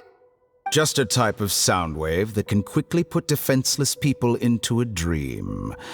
As I expected, it doesn't have any effect on gods. This is the only thing of interest I found among the sage's research. I thought I'd take it for a little spin. Don't worry. I know you would never forgive me if I actually killed them. I'm here to negotiate with you. Naturally, I won't do anything dangerous that could potentially damage our relationship. Negotiate with me?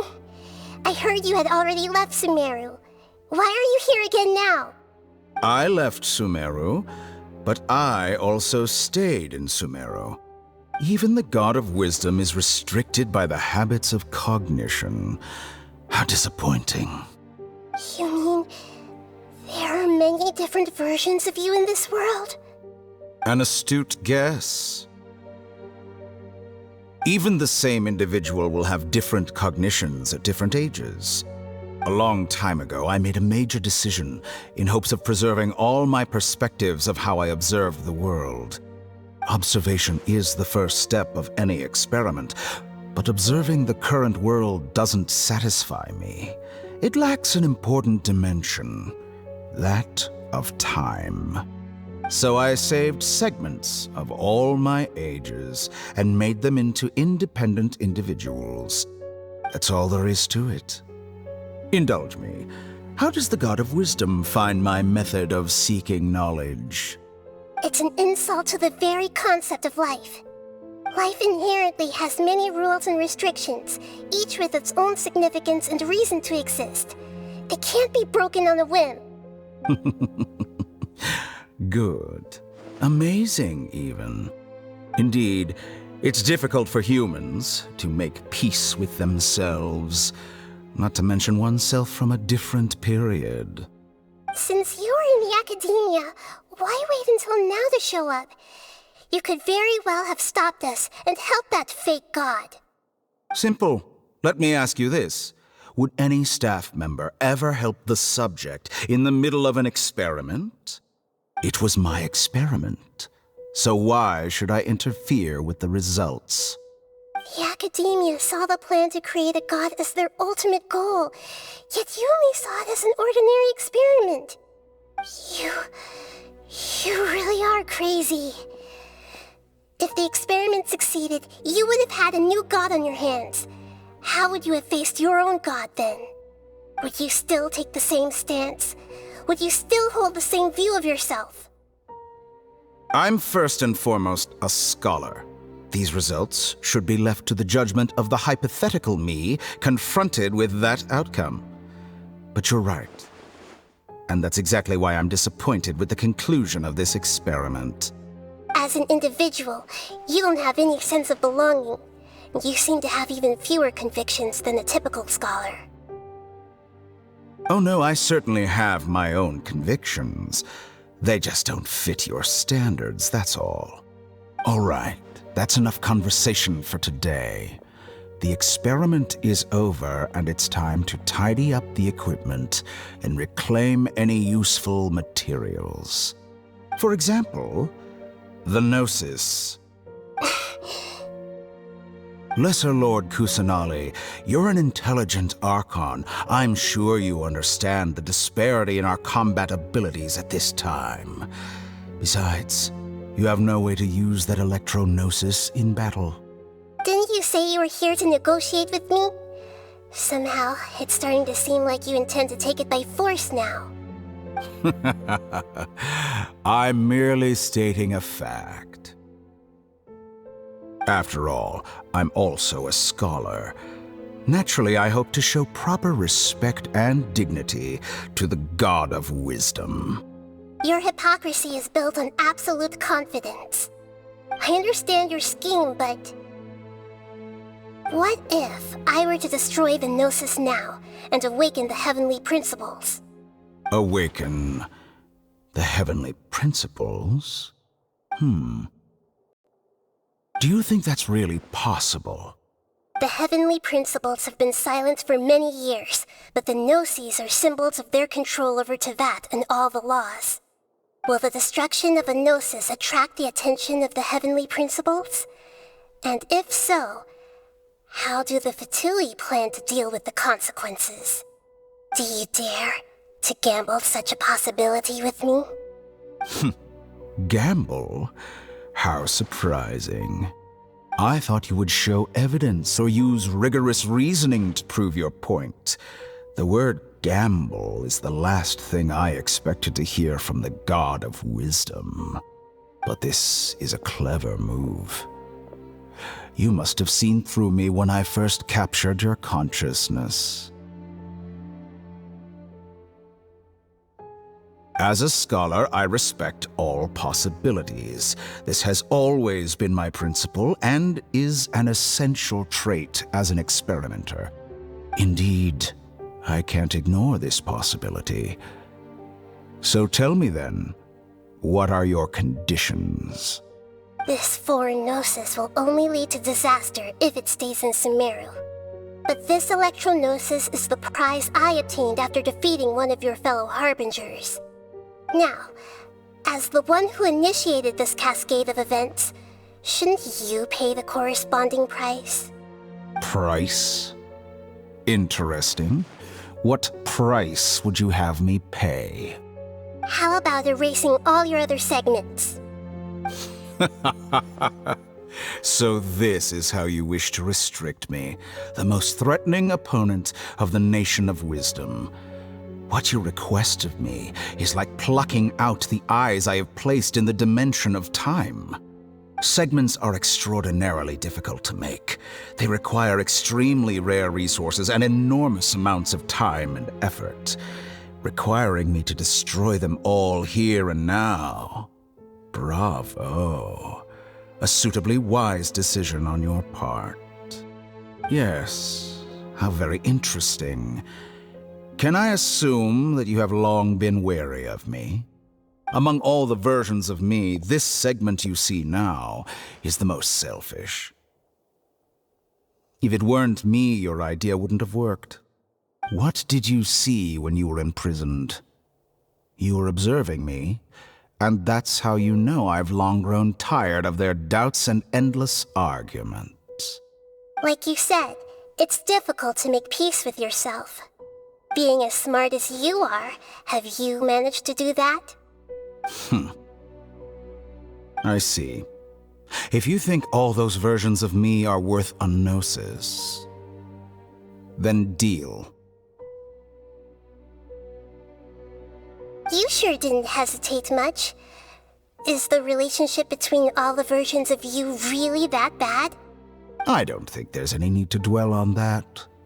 The surplus versions of me can be exchanged for a gnosis. Do you think anyone can offer themselves at a higher price? Besides, with my abilities, it's only a matter of time until I find better perspectives. Perhaps it's best to say, you're just temporarily ahead.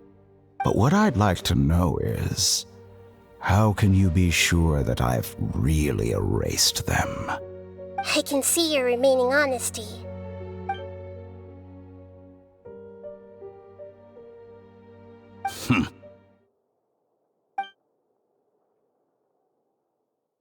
What a ridiculous decision! You can't be serious! How could I have been so short-sighted? You think this is the end? Wait, I'll have my revenge! You'll make Good this moment riddance. count. You will regret this! Well, have you confirmed that it's complete? Here, take it. The future of Sumeru City will be in my hands alone. I will shut down the Akasha and let curiosity and the thirst for knowledge drive the realm of academics once again. There won't be any further gaps for you to exploit. It truly pains me that my academic achievements have never been appreciated in my homeland. Of course, I have no interest in being rejected by this city for a third time. Another chess piece. And where is your dendronosis? Don't be greedy, Harbinger of Snezhnaya.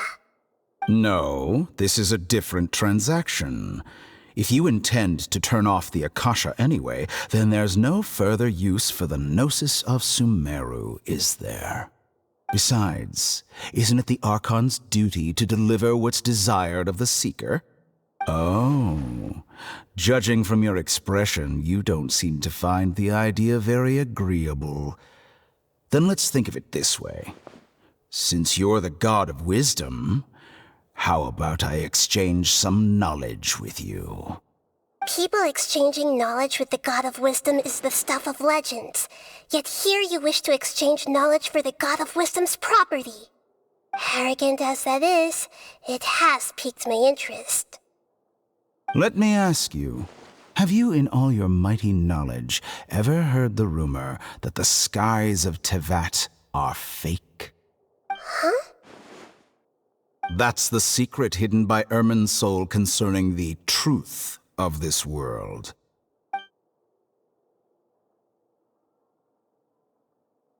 Once I finish telling you about this, it will be time for me to say goodbye. With negotiations, we've all gotten what we wanted. I'm very glad I got to meet you like this. Your arrogance may know no bounds, and convictions may mean nothing to you. But I'll still listen to what you have to say.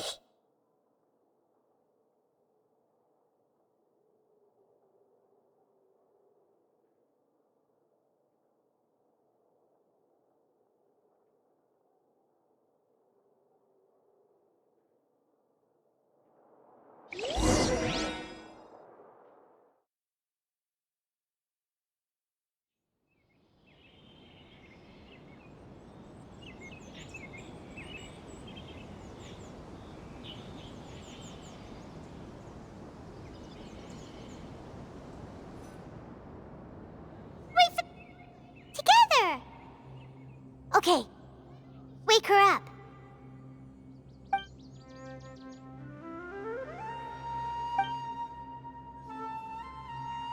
Are you awake?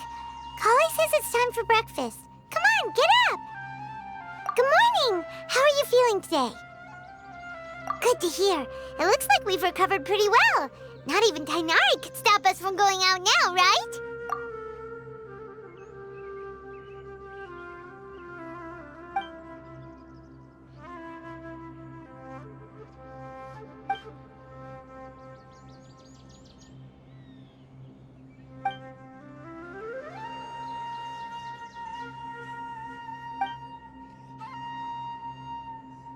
Come on, Traveler, let's go!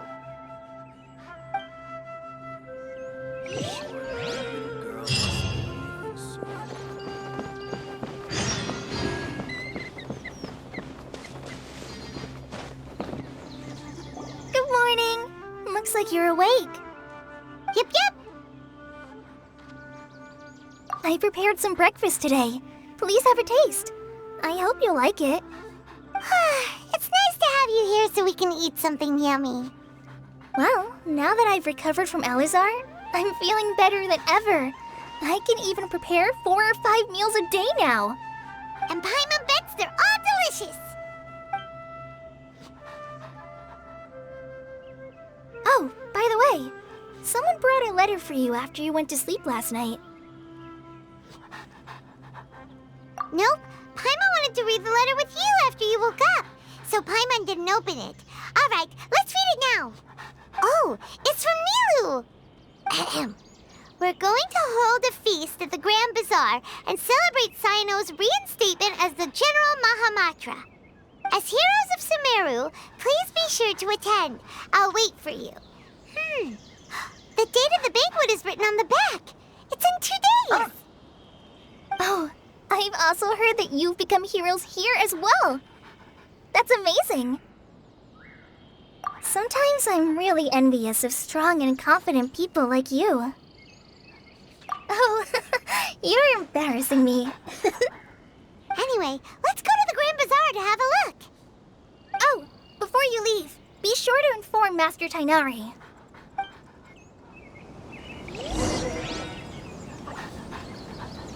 Everything has been getting better lately, and my mood has been improving as well. You can come find me anytime if you need anything. You're welcome. I was just doing my duty. Remember to talk to Master Tighnari before you leave.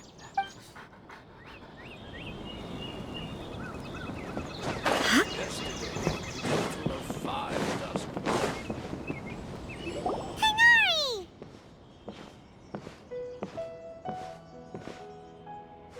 Ah, good morning. How do you feel today? We feel much better. How about you? I'm recovering well, thanks for asking. But from the looks of it, you seem to be already busy with work again. It's fine. I'm not that busy, really. The Elazar patients have recovered, as well as Hypatia. For now, I only need to tend to my Forest Watcher duties. It seems once Irminsul started getting better, everything else started to recover too. Yes, but there are still some residual effects. The withering is one example. Though it won't spread anymore, the existing zones won't just disappear. We forest rangers will still need to do the work.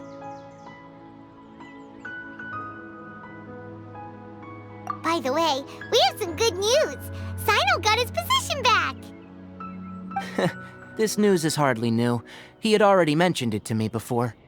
Huh? You mean he was already here? Why didn't he come to say hi to us? He visited once, but he was afraid of disturbing you while you were resting. He just asked me a few questions and left. Then you probably already know all about the celebration feast. Celebration feast? No, I haven't heard anything about that. Huh? But didn't Nilu say in her letter that they would celebrate Cyno?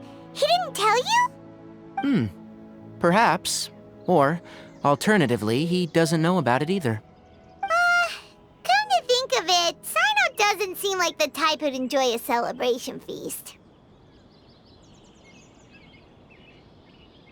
You and Kale are both Cyno's close friends. Why don't you come to the feast mess with us.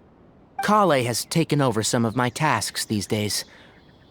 I don't think she'll have time for it, not to mention me.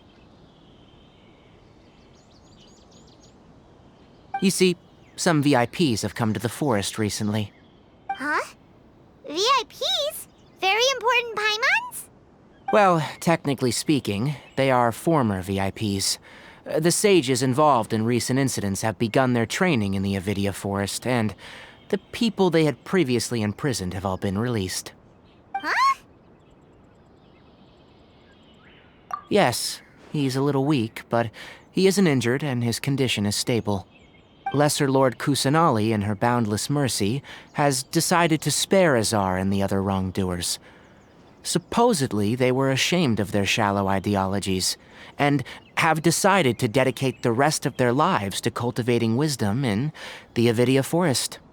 When they learned that Lesser Lord Kusanali had defeated the Balladeer and saved Irminsul, they were shocked at first, but also became happy, feeling that the sacred light guiding them on the path of discovering wisdom had begun to shine once again. As a result, work has increased for the forest rangers. That sounds really exhausting. There's nothing we can do, really. But that's another topic. Back to the matter at hand. Are you two planning to head out? Ah, right! We're here to request permission to head out. Would that be okay? You've recovered well. You may go. But be careful. Yay! Will do!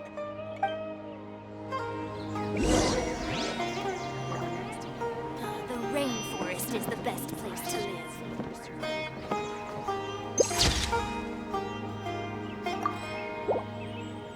Is there anything else you'd like to ask about? Ah, yes. Thank you for remembering her.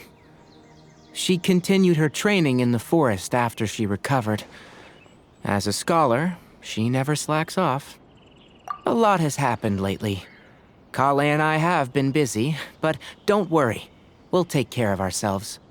As for Sino's reinstatement, the more I think about it, the more I suspect that he just doesn't have a single clue about this feast. But this does remind me that Kale and I should find an opportunity to celebrate him as well. He has helped me a lot during this time. And you as well. Thank you. Take care. Please, find me if you need anything.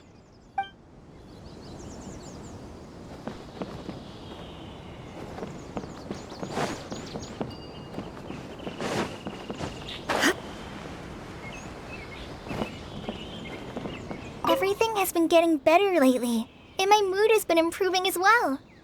You can come find me anytime if you need anything. You're welcome. I was just doing my duty. Remember to talk to Master Tainari before you leave. Yesterday, a total of 5 dusk birds.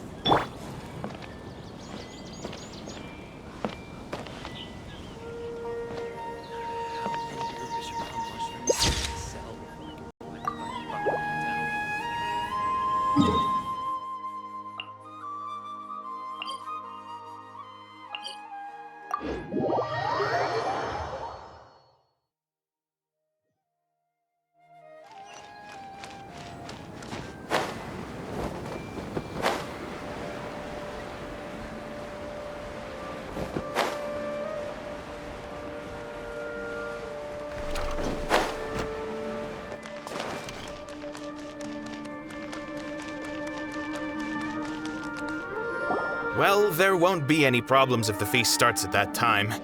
Everything has already been prepared. Mr. Zubair, I finished tallying things up here. Well, except for the guests. Is a simple reply really that much to ask of our guests? It's affecting our arrangements. Oh, it'll be fine. Besides, it never hurts to get things ready in advance. I was thinking the same thing. The feast will be held sooner or later, right? Hey, Milu! Traveler, Paimon! We got your letters, so here we are! You're the best! The other guests haven't even replied yet. Huh? Are we the only ones that have arrived? Yeah, I had someone deliver letters to all of our guests. But maybe everyone is still busy with other things. Look, I get it. Sumeru is in an extremely important period of transition right now, but even if your friends are important figures, they shouldn't just ignore your request like this. Nilou is Sumeru's #1 celebrity after all. You have no idea how happy I am to talk to people with good taste. If you consider enjoying Nilou's dances having good taste, then almost everybody has good taste. Because Paimon thinks everybody will love her performance. That's right. We all think she's amazing too. Nilou is an absolute favorite among those of us who frequent the Grand Bazaar. For Outlanders, you have a great eye. Master Zubair, let's have a vote for the most outstanding audience members next time. I think these two may win. Nonsense! It is not for us to determine the value of an audience. But indeed, we could try giving gifts to people with particularly good taste. I heard there's a device in Fontaine called a camera that can record people's appearances as pictures. Such pictures would make superb gifts. Ooh, good idea. I wonder where we can find one. You guys are so funny. There's really no need for that. I'm satisfied just being able to perform here. There's always a lot going on at the Grand Bazaar. Yeah, and that's why I love it here. Traveler and Paimon, could you help confirm if the letters were actually delivered? If for some reason they didn't receive the letters, then please tell everyone that there will be a feast here. Yeah, we can also check out how everything in Sumeru is going now. When I wrote the letters, I heard that Dia was in Port Ormos, and Alhaitham was at the Academia. As for Sino, we've only heard that he appears at the Academia from time to time. I'm not too sure about Rahman's whereabouts. My guess is that he's with Dia. As for Dunyarzad, I just hope she's feeling better. I sent her a letter, but I was afraid of disturbing her. If you have time, please ask about her for me. Okay, got it. Let's go, Traveler.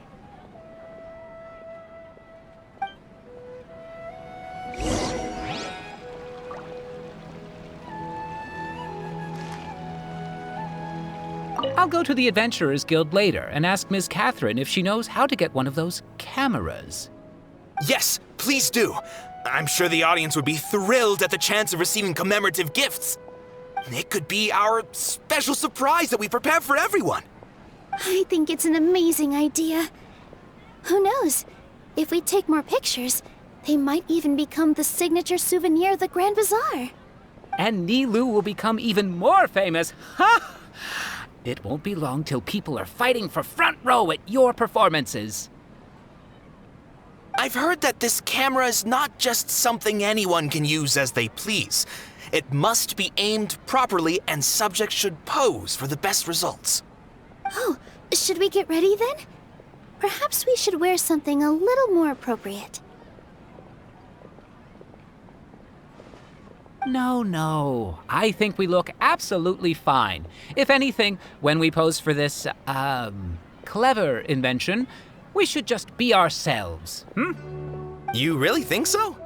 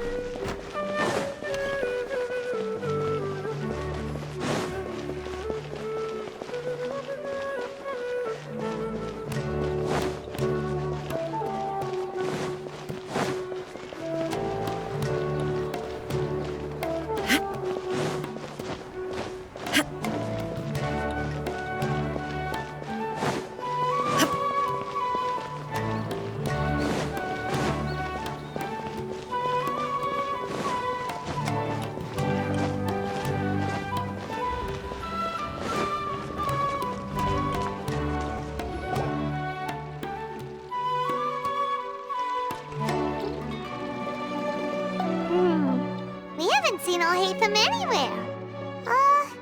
Let's ask that person over there.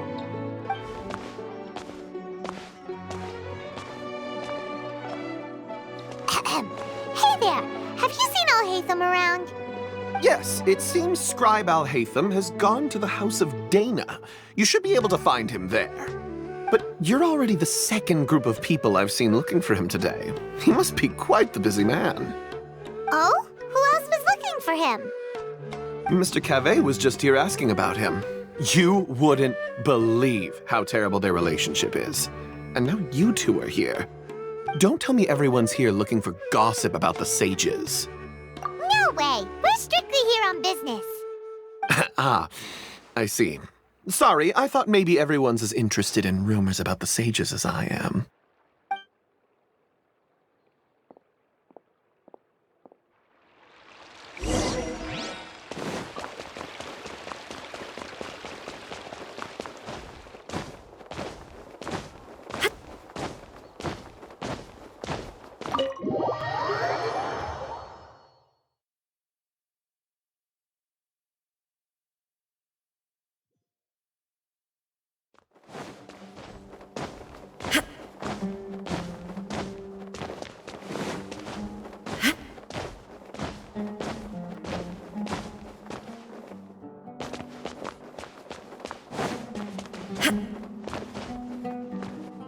Alhaitham should be around here somewhere, right?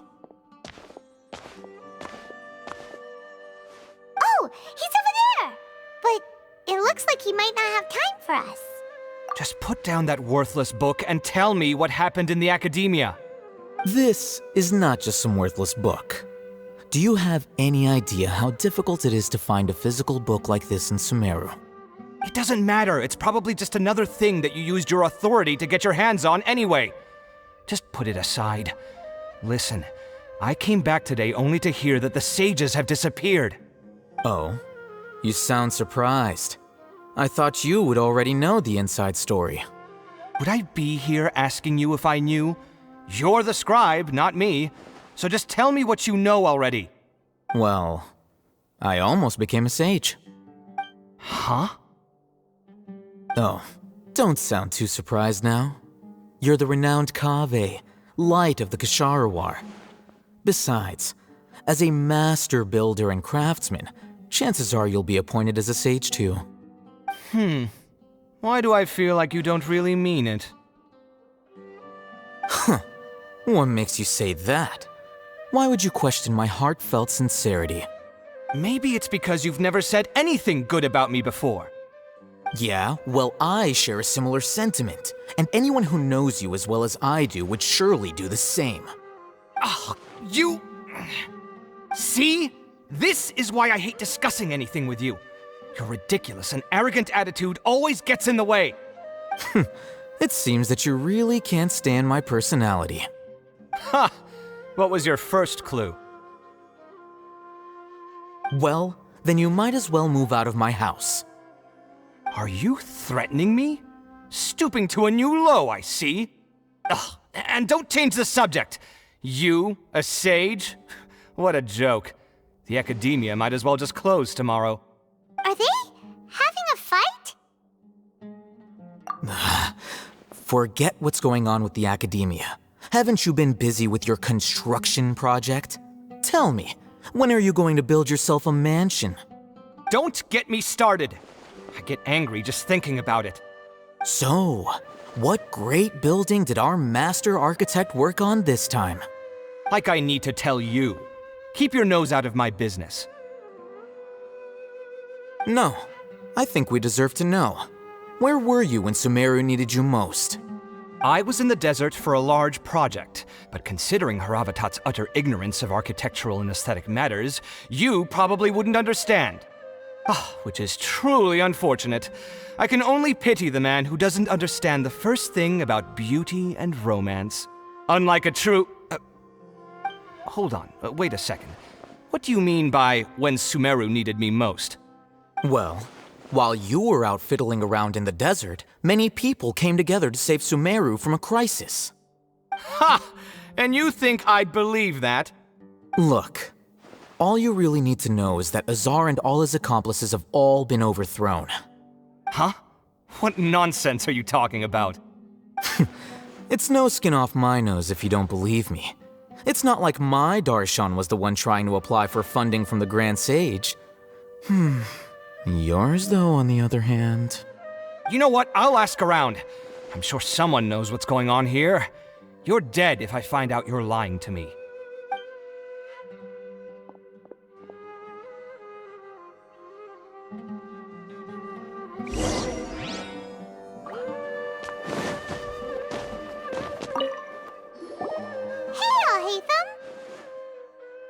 Oh, it's you two.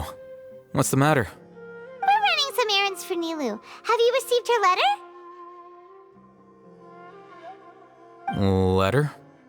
Nilu said she sent out a letter inviting everyone to a celebration feast in 2 days at the Grand Bazaar. We'll also be celebrating Sino's reinstatement as General Mahamatra. If she addressed the letter to all Hatham of the Academia, then the letter should have gone to my office. I've been busy these days, so I haven't had time to check for any new mail at my office. I only now have some free time to attend to personal matters. Have you always been so busy with your work? Of course not. I'm only busy these days because several sages have been dismissed recently and the whole academia was practically turned upside down. Tainari told us they all went to train in the Avidia Forest. Apparently they will spend the rest of their lives there. That is already the best possible ending for the likes of them. 4 of the 6 great sages were possessed by their desire for power and attempted to create a new god. In order to pull it off, they even imprisoned the other 2 rational sages. To imagine such things could take place in the academia. I don't know where to begin. Yeah, you're right. Feels kind of strange to hear them called that after all this time. But then again, the 6 great schools sounded pretty impressive too. Yes, at least that's how they're supposed to sound. It's said that when the Academia was first founded, the Dendro Archon herself established the 6 great schools, each representing one of the 6 different types of wisdom. Numerous Darshans have sprung up and faded. Only the 6 Darshans attaching themselves to the 6 great schools have stood the test of time and obtained permanent seats in the Academia. Now, the 6 Darshans are nearly synonymous with the 6 great schools, and the leaders selected for the schools are the 6 great sages. Among the 6 great sages, there is one central leader, the Grand Sage. Unfortunately, only the sages from Vahumana and Amorta remain now. They were imprisoned for opposing Azar, and were only rescued after Azar's downfall. So who's managing things in the other 4 schools now? Do they need to find someone new? Yes. Normally, new sages are selected based on a strict set of criteria. Oh, didn't you just say something about becoming a sage? If they pick you, then we'd have a huge connection in Sumeru. Yes, about that. You didn't let me finish my sentence. The person in charge of personnel affairs nominated me to be the Grand Sage in place of Azar and help Lesser Lord Kusanali manage the Academia. But I refused. Huh? But why? Can't you be a little more ambitious? I'm not even interested in being one of the 6 great sages. Like I said before, I don't like being a leader. Oh, all right. So are you busy these days trying to find others to take the job? That's not my job either. I'm only responsible for handling important affairs within the Academia before the new sages take office. And the first thing I'll do is reject Kasharawar's application for funding. By the way, who was that other person just now? Is he your friend? Do we look like friends? Paimon doesn't know. That's why Paimon's asking. His name is Kaveh, my roommate. You could say he's the representative for Ksharawar scholars. Which is exactly why he always has so many problems. So everything that's happened recently must be a huge change for the people of Sumeru. Such is the work of the Academia Scribe. Well, anyway, no matter how busy you you are. Since you are our planner, remember to attend the celebration feast in 2 days. All right. I'll see you there.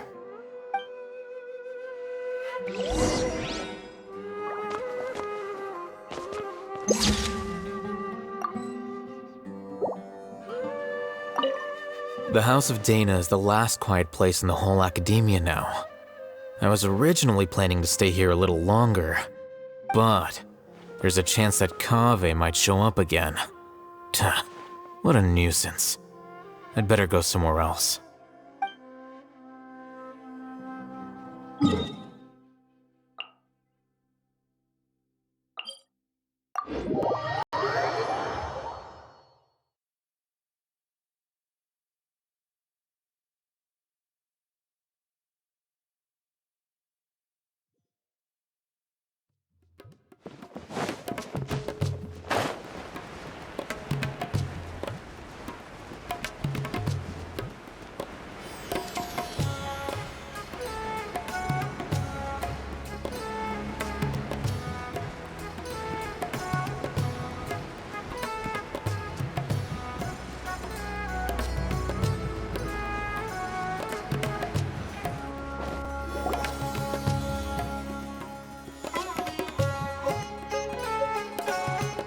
This is Port Ormos. Now where could... Is that Paimon I hear? Huh? Oh, it's been a while. How are you doing? Dinyarzad! It's been so long since we've seen you! I'm doing well. I can go as far as saying I have never been happier in my entire life. I don't know if you've heard, but Elazar has completely disappeared, and all the patients have recovered. Are you kidding? Knowing them and the connections they've got, I'm sure they've heard about it. Yeah!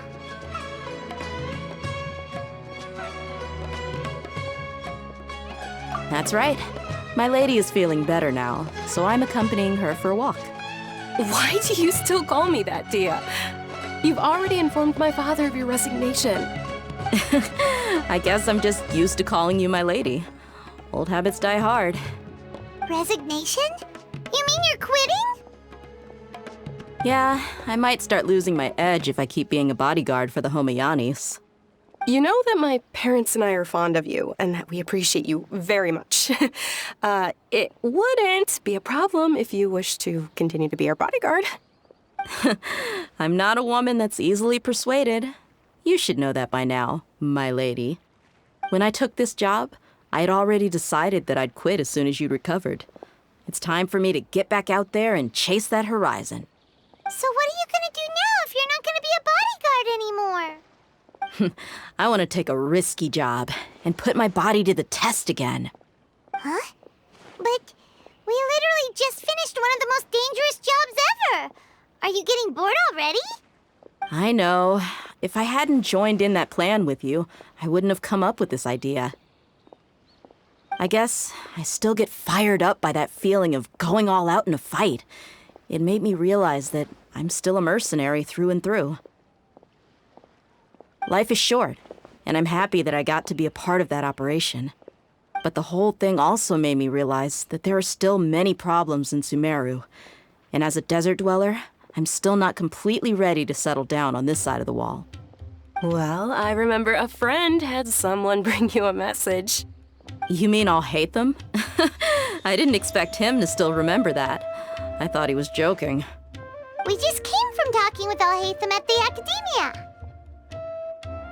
Did he tell you that he suggested that I come work at the Academia? What? I heard that Azar and his cronies fell from power, and Alhaitham told me that now was a good time to find a job in the Academia, but only if I wanted to. Whoa. Paimon can't see you being anything other than a mercenary. Me neither. But I think Dia would look great dressed up as a scholar. Ugh, forget about it. I wouldn't last 10 seconds in there. Alhaitham probably just liked the way I worked and knew I'm good in a fight.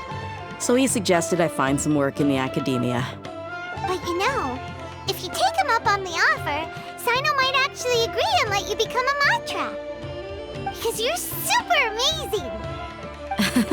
The Matra have all the talent they need as long as they have Sino.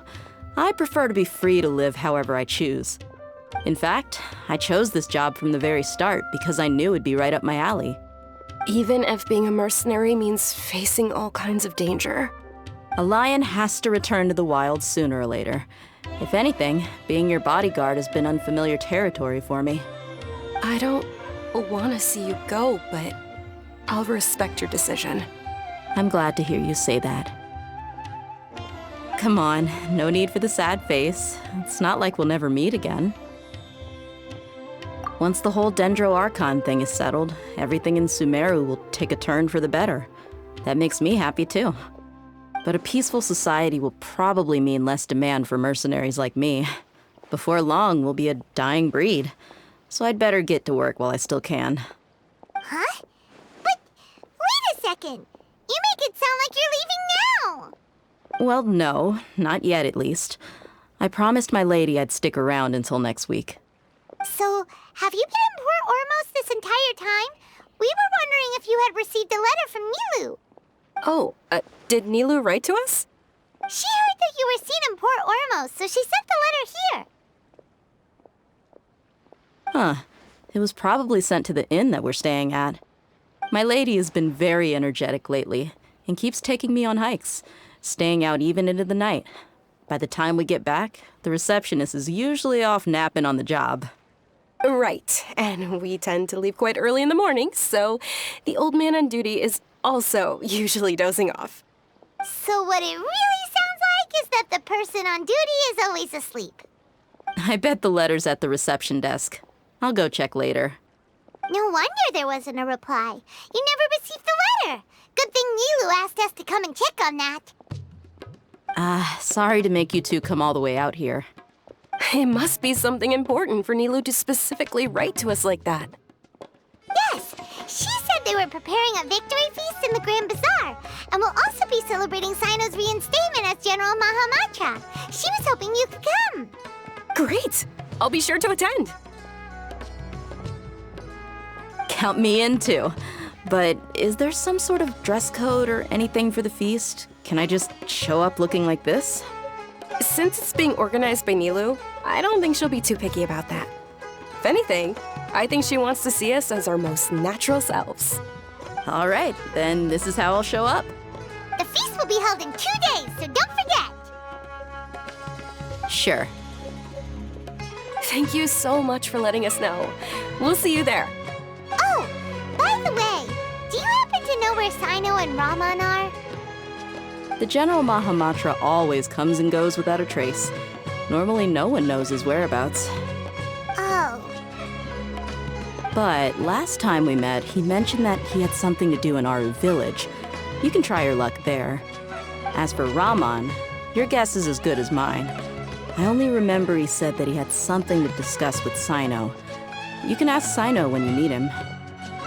Don't mention it. You better get going. All right, on to our next stop.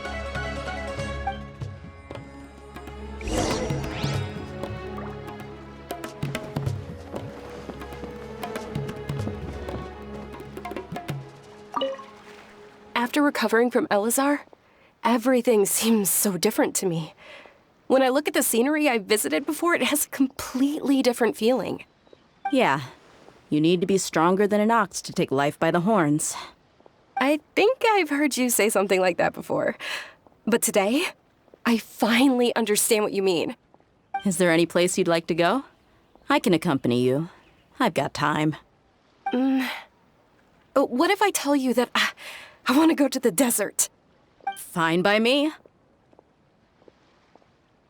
If we go to the desert, I can introduce you to my friends there.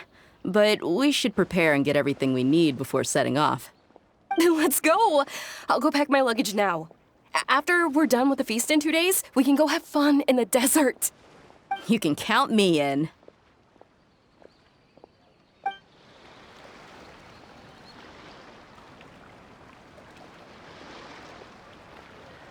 If you want to eat like a king, you've got to work like a mule.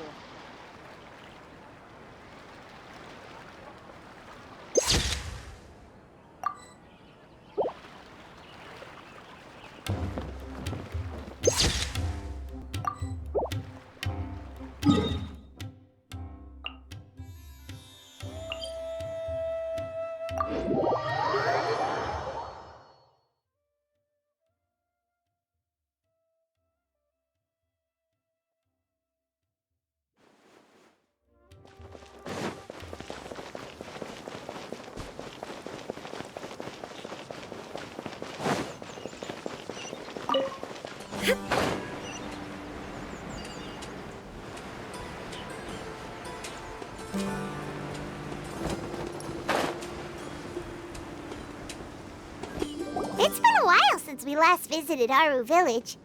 Ah, there's Sino!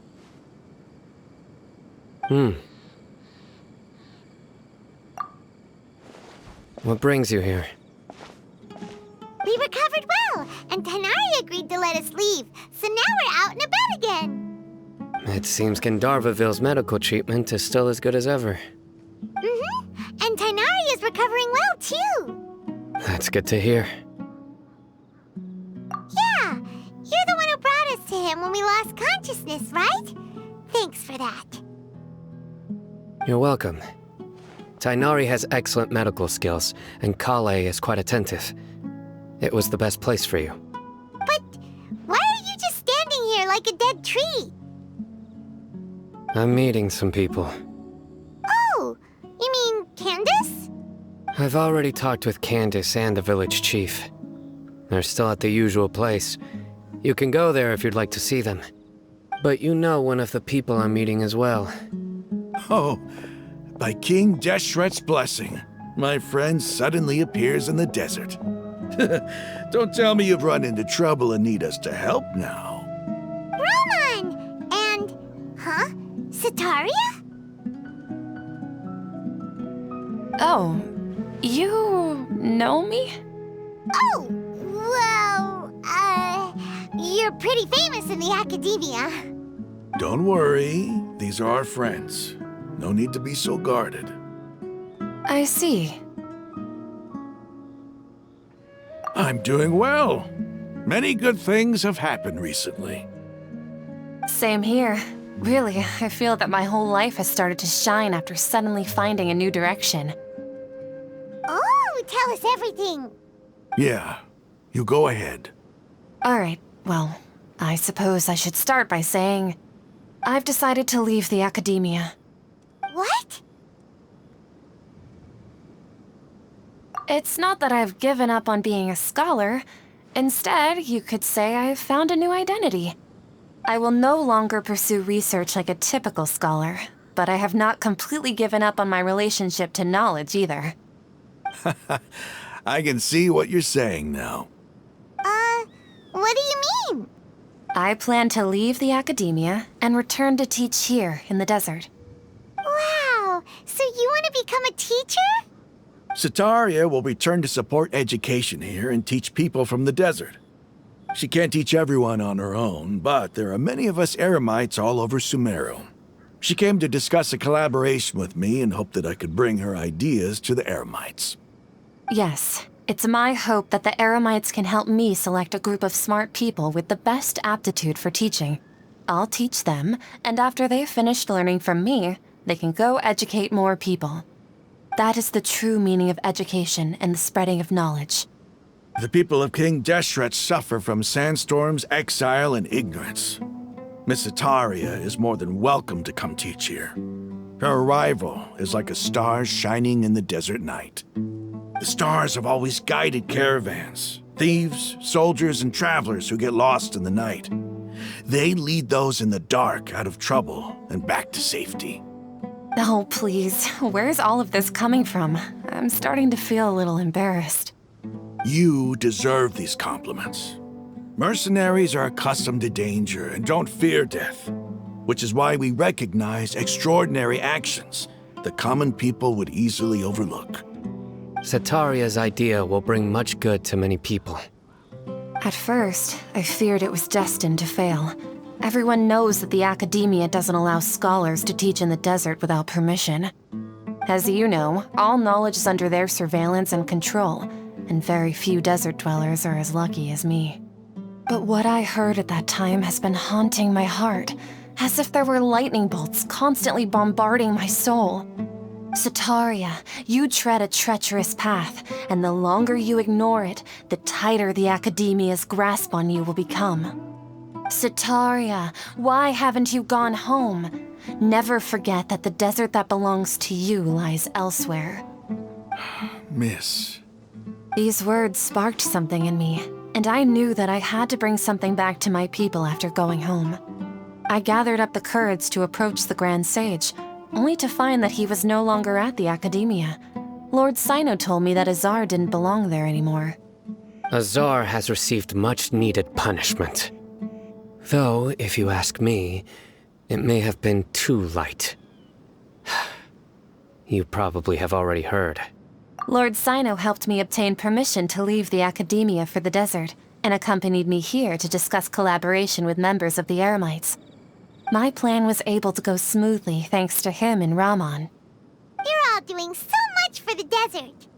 Aside from that, I also have some other business to discuss with Sino. Lesser Lord Kusanali has allocated many resources to support and develop the desert. I've done some business for her, and part of it required the assistance of the Eremites.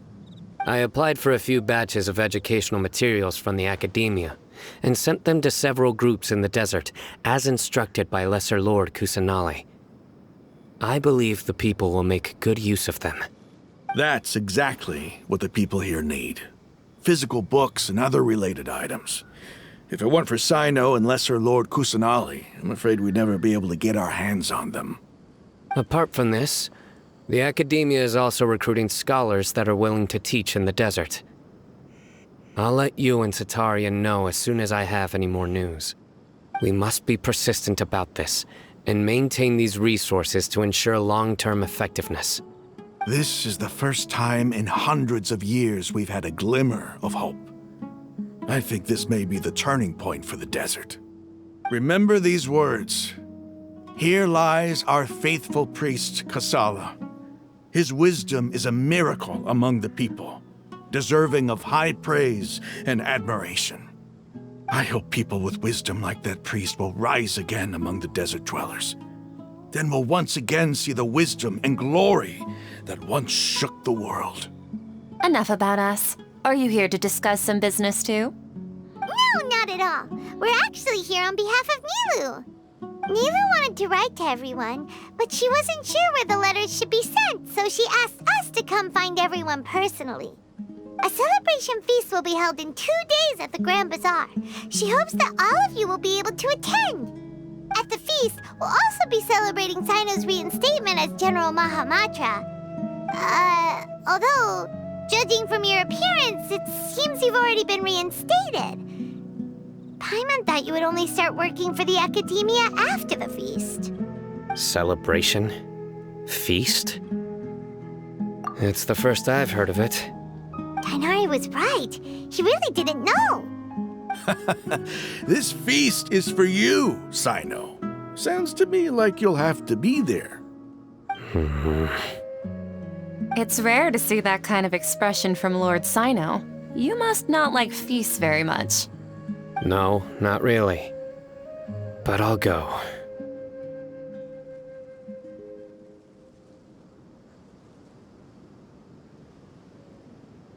Well, I still have a lot to handle here. Besides, I need to look after Miss Sataria in the desert, so I'll have to pass.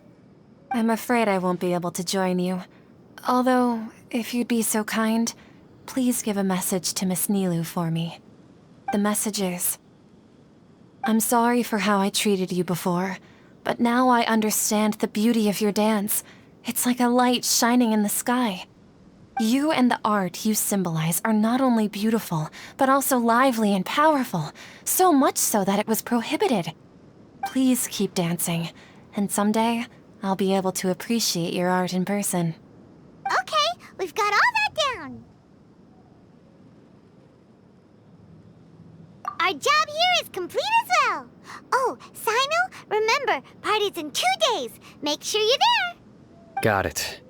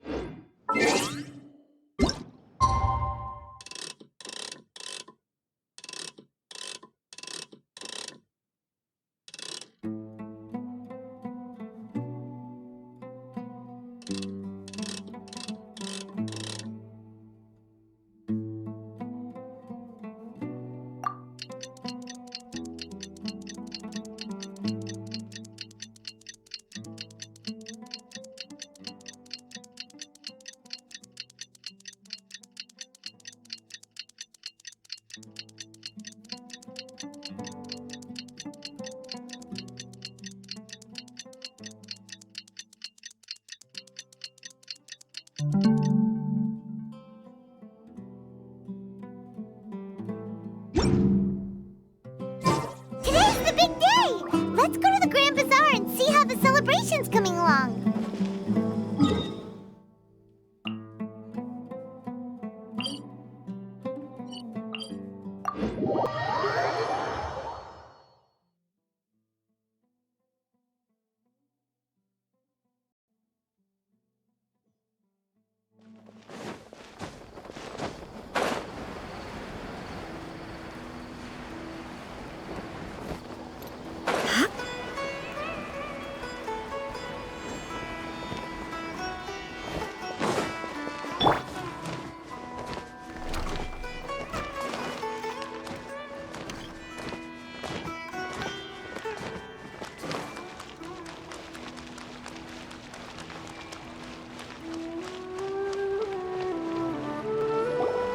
Everybody's already here.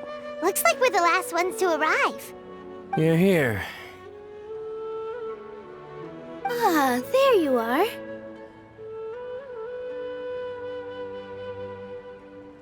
Well, look who finally decided to show up. You look like you came here immediately after finishing up some work. I'm very happy to see you here. But we're not late, are we? It's just that everyone else arrived ahead of time. I propose that the last one who arrived be put in charge of today's speeches. Nah, there won't be any speeches today. Oh, really? Well, even better. Come join us over here. Let's share some great food and drinks, and chat about all sorts of fun things. Everything looks quite good. Wow! Paimon can't wait! Traveler, just look at all the delicious food here!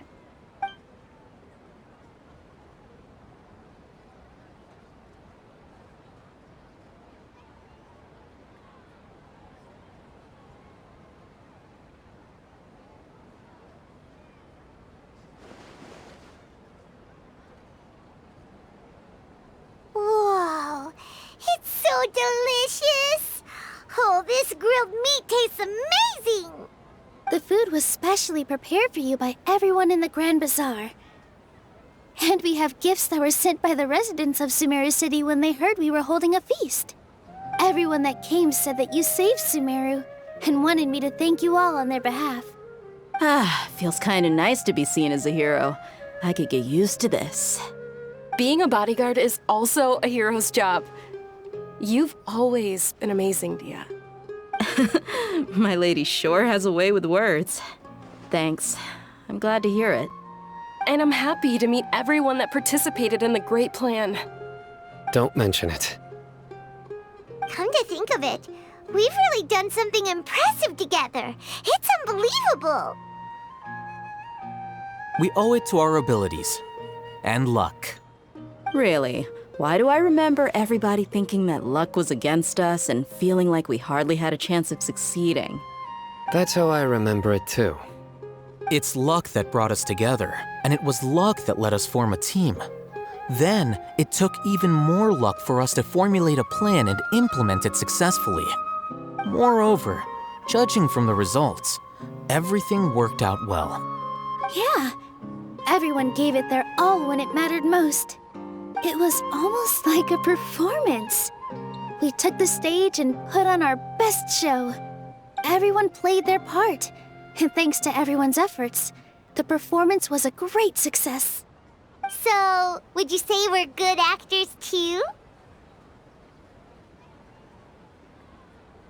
It's such a blessing that Lesser Lord Kusanali was able to return to power at the Academia. Yes! Even after being abandoned and neglected so many times, she's finally returned.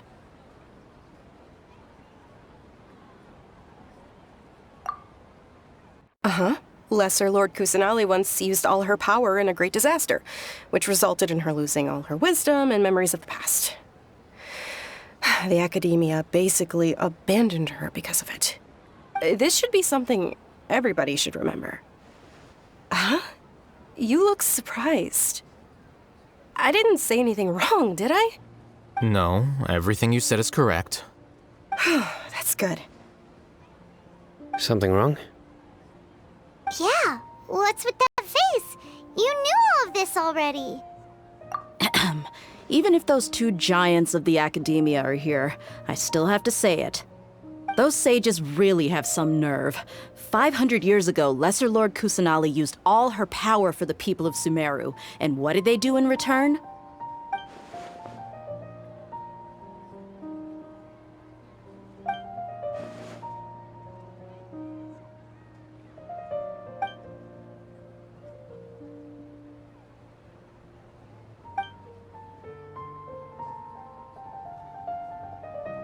If you bite the hand that feeds you, don't act surprised when it turns into a knuckle sandwich, right, Sino? Perhaps I shouldn't say this, but their treatment of Lesser Lord Kusanali calls for a more severe punishment. You could simply tell Lesser Lord Kusanali that you wish to have Azar and his accomplices severely punished. I respect our deity's decision, and won't interfere in any way. While we're on this topic, why didn't you accept the Academia's invitation to become the Grand Sage? Are you trying to say that I'm fit to be a sage? Not at all. But every person handling the selection process has said that you are the most suitable candidate to lead the Academia right now. Why? Because he dethroned Azar from power? Could you try to put it another way? This is a good thing, yet you're making it sound like I overthrew Azar for my own personal gain. But seriously, though, I always wondered if you had some personal motives behind it. I did have my own motive, but it had nothing to do with being a sage. If the rules of our nation were suddenly cast by the wayside, then it wouldn't be long until chaos ensued. I had no intention of letting their dreams disrupt my life. By that, you mean your life working as the Academia's scribe? Precisely. Wait, is that all?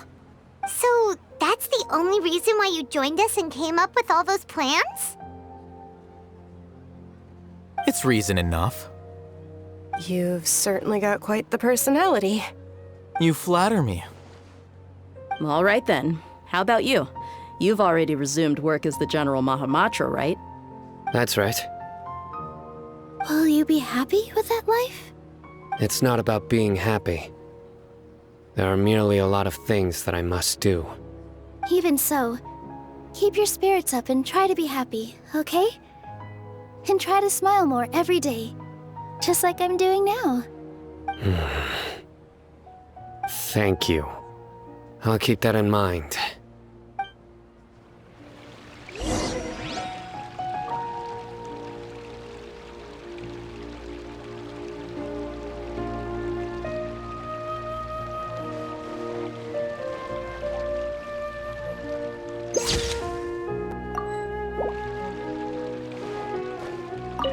There you are, traveler.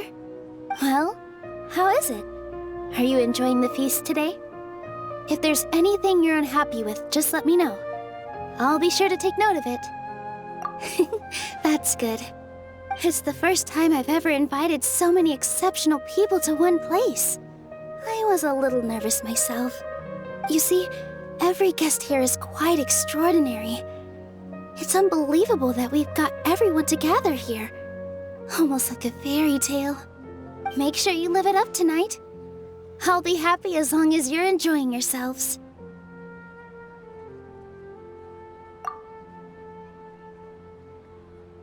I'm honored to have her think of me this way.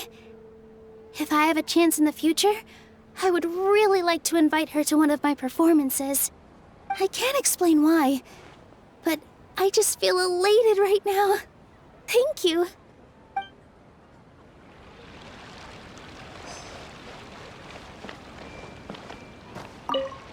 The atmosphere here is good, and everything is delicious. Yeah. I don't often come to such places, but it feels quite good. I have a lot to handle these days. Otherwise, I could show you around. There's always next time. We're friends after all. This feast is pretty good. I like it.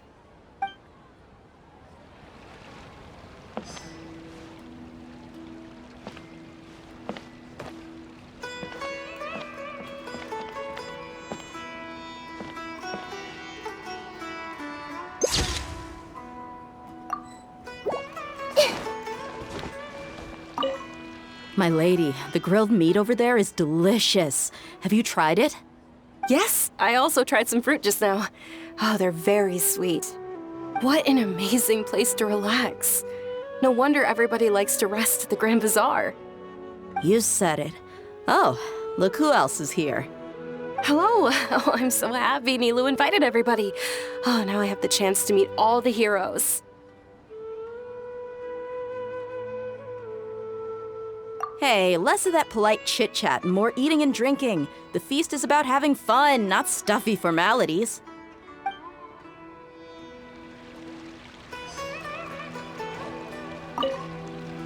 I seldom participate in such lively gatherings, but the atmosphere here is quite good.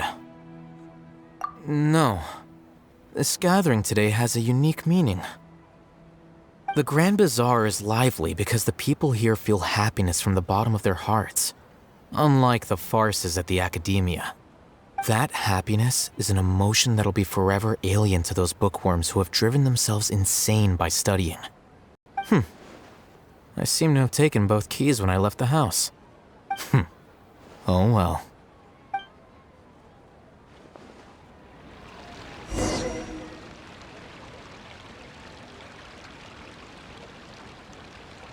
Hey, what's wrong? Your head is starting to droop. Hey, you can't just fall asleep here. Paimon will go find something delicious for you to eat. You'll wake up once you've put something yummy in your tummy. Of course, just wait here for Paimon.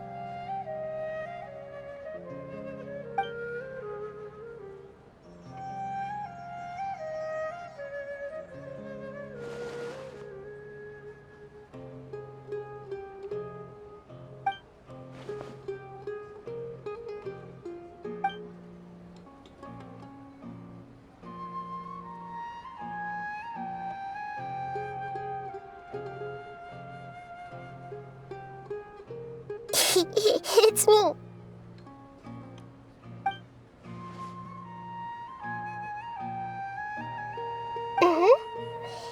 You may blame me for being a bit too self-indulgent. I was thinking about talking with you, and the next thing I knew, I had made a connection with you. The connection between us is amazing. It's like flora and the fence it grows upon.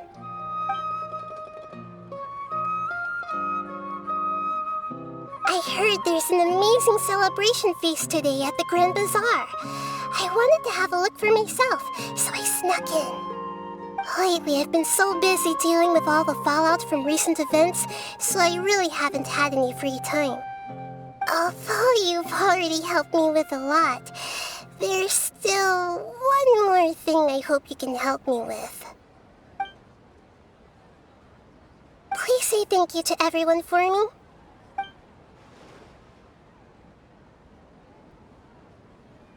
Oh, is it not convenient for you to do that for me?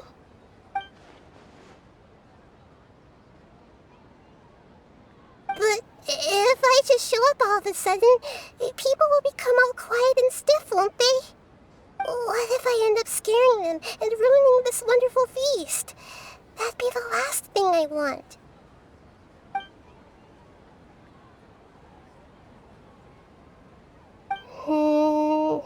Let me think about it. Okay. Yes, I have.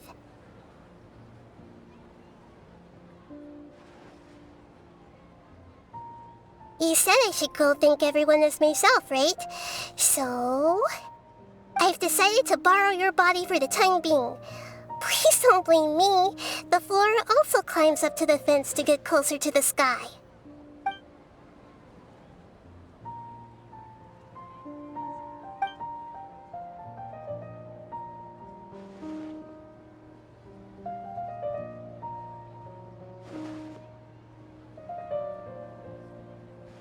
Everyone! Are you awake now? Paimon was just about to bring you the food. It's me. Huh? That voice. Nahida? Hold up, what's going on? I didn't expect to have a conversation with the consciousness of Lesser Lord Kusanali in the Grand Bazaar. Interesting. Is this also a part of the feast? No, of course not. Are you Lesser Lord Kusanali? Oh, Nilu. You know who I am? Yes, I already know every one of you. Nilu, Alhaitham, Sino, Dia, Paimon, and Dunyarzad.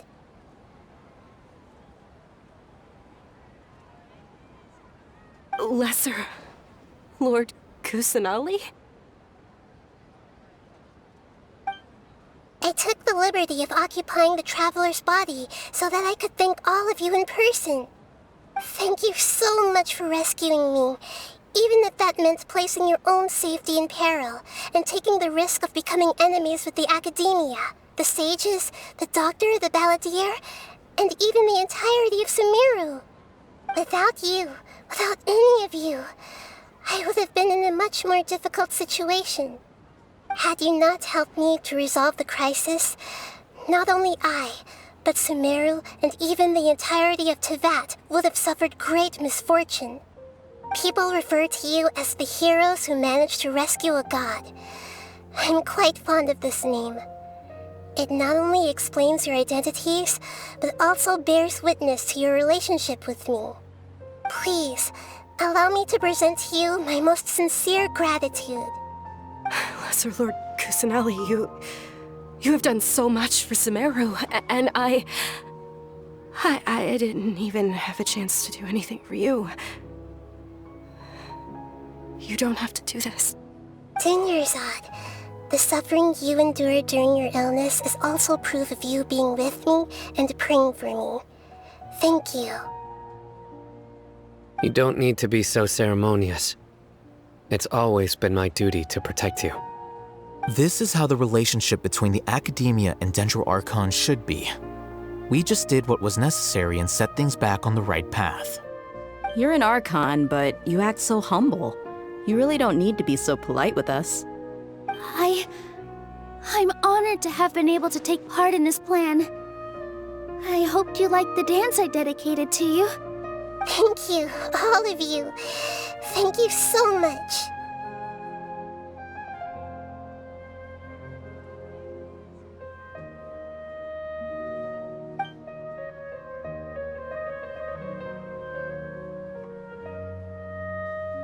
Yeah.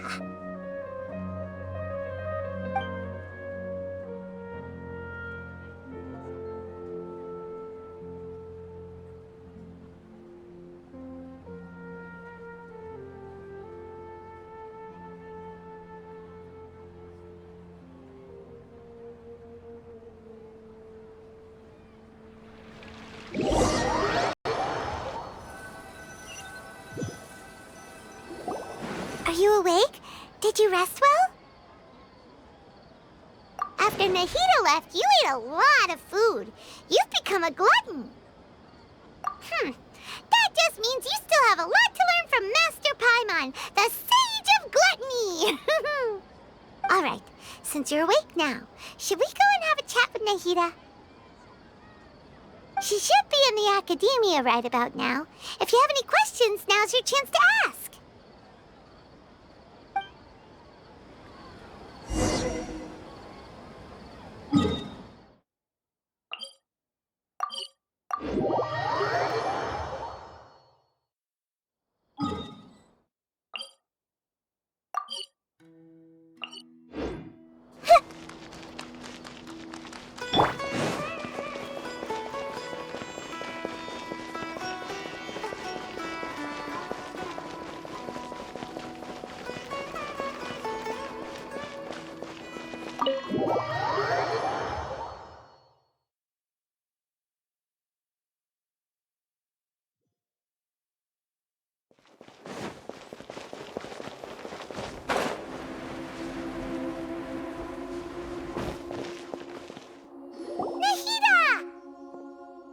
Hello, Traveler and Paimon.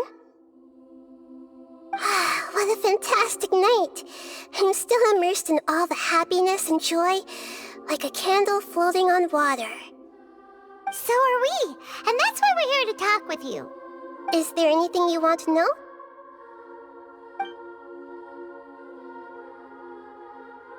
After recent events, the Akasha can no longer function as it used to. I've given it some thought, and have decided to shut it down permanently. But this is definitely not a bad thing. Even from the beginning, I've been planning to shut it down. The Akasha's centralized administration of knowledge has always restrained people's curiosity and curtailed the number of paths available to them. I don't think this is good for Sumeru. Although people may initially feel a little uncomfortable with the loss of the Akasha, they will soon understand that this life is more suitable for them. And as for the future of Sumeru, I'm preparing to regain control of the academia. The former sages have received their punishment, but the new sages have yet to be selected. I will oversee the process personally. I hope that the new 6th grade sages will be more focused on academics. Sumeru needs such leaders more than ever. The other big issue is the people of King Deshret. All the residents of the desert, in fact. They have been mistreated for far too long. I've already taken some measures to address this.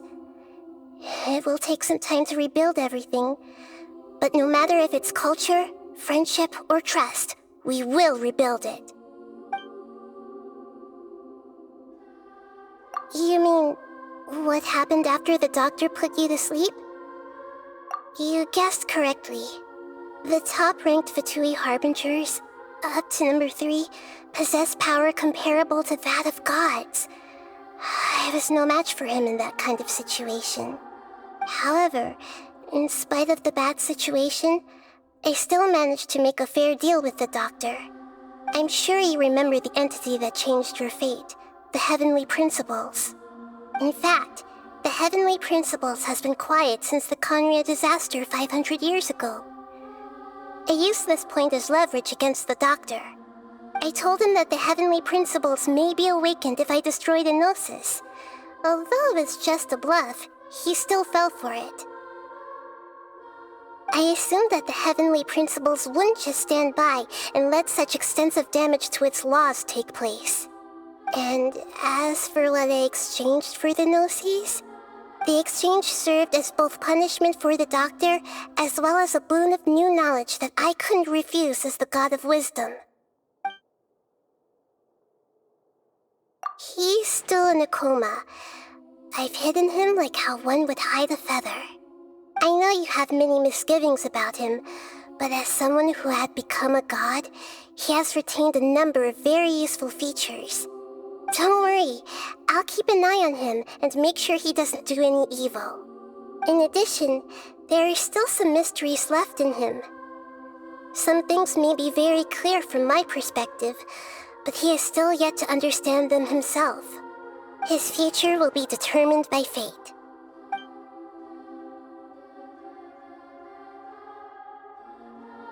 Is that where you're headed next? Fontaine, the Nation of Justice?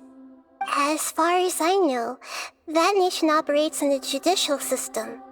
Does their Archon personally judge people? No, there's a Chief Justice in Fontaine. Generally speaking, the Hydra Archon, Focalor, won't preside over individual trials. However, even then, Focalor will still make herself present at just about every trial. It seems that she just likes to immerse herself in that sort of atmosphere. As Archon, she still reserves the right to influence the final verdict. Anyway, let's just say she's got, a very unique personality.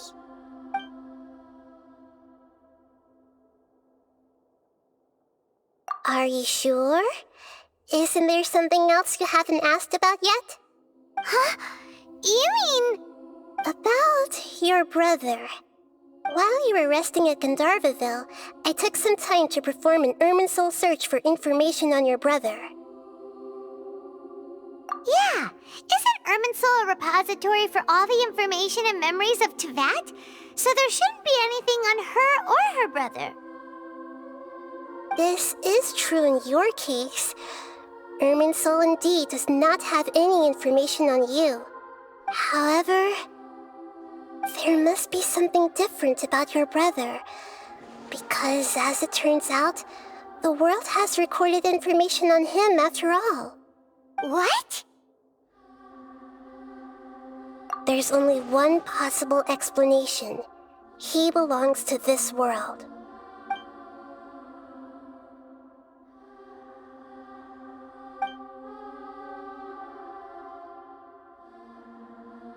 But nothing about this makes any sense! Wasn't this your first trip to Teyvat? According to the records I was able to access, your sibling suddenly appeared in Conria. After the Conria disaster, he began his journey through the 7 nations of Teyvat. But just as his journey was about to reach its conclusion, the Irminsul records on him suddenly become fuzzy. What do you mean, fuzzy? Did something happen to him? All I know for sure is that somebody, for reasons only they can know, is deliberately obfuscating his fate. And whoever it is, if they can do that, who knows what else they're capable of.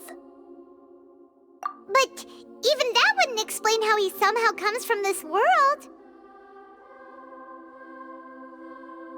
Something else I noticed was that according to these records, the Fatui have not classified your sibling as one of the Descenders. What's a Descender? Paimon's never heard of it. Look, I'm sure you must be curious about the information I received from the Fatui in return for my gnosis, right? A very important part of the intel was about this world's Descenders. External beings, ones that don't belong to this world. Traveler, you are Teyvat's 4th Descender. Huh?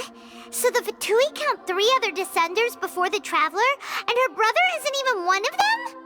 That's right. My current hypothesis is that the first Descender was likely what we now call the Heavenly Principles.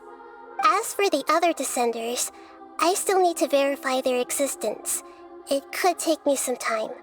Paimon's head's about to burst from all this crazy new information. And yet, even knowing all this, I'm sure you must still have a lot of unanswered questions. I must say, I truly regret that I can't help you more as the God of Wisdom. There are many questions in my heart as well. I will need some time to go through each one of them. And soon, you'll also begin your journey anew and depart from Sumeru. I'm very interested in your future. It's a journey that can't be observed or recorded by this world. If fate is the ultimate knowledge, then your future will be the ultimate fate. Paimon's sure glad we got to meet you, Nahida. The pleasure is all mine. I can't thank you enough. Alright, that's enough talk for today. If you ever miss me, just close your eyes, and maybe I'll appear in your dreams.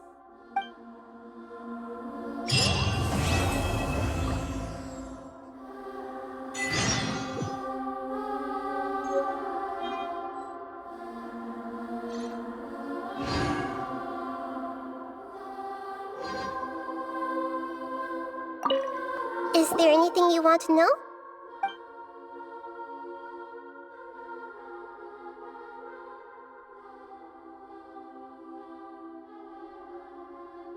And soon, you'll also begin your journey anew. I'm very interested in your future.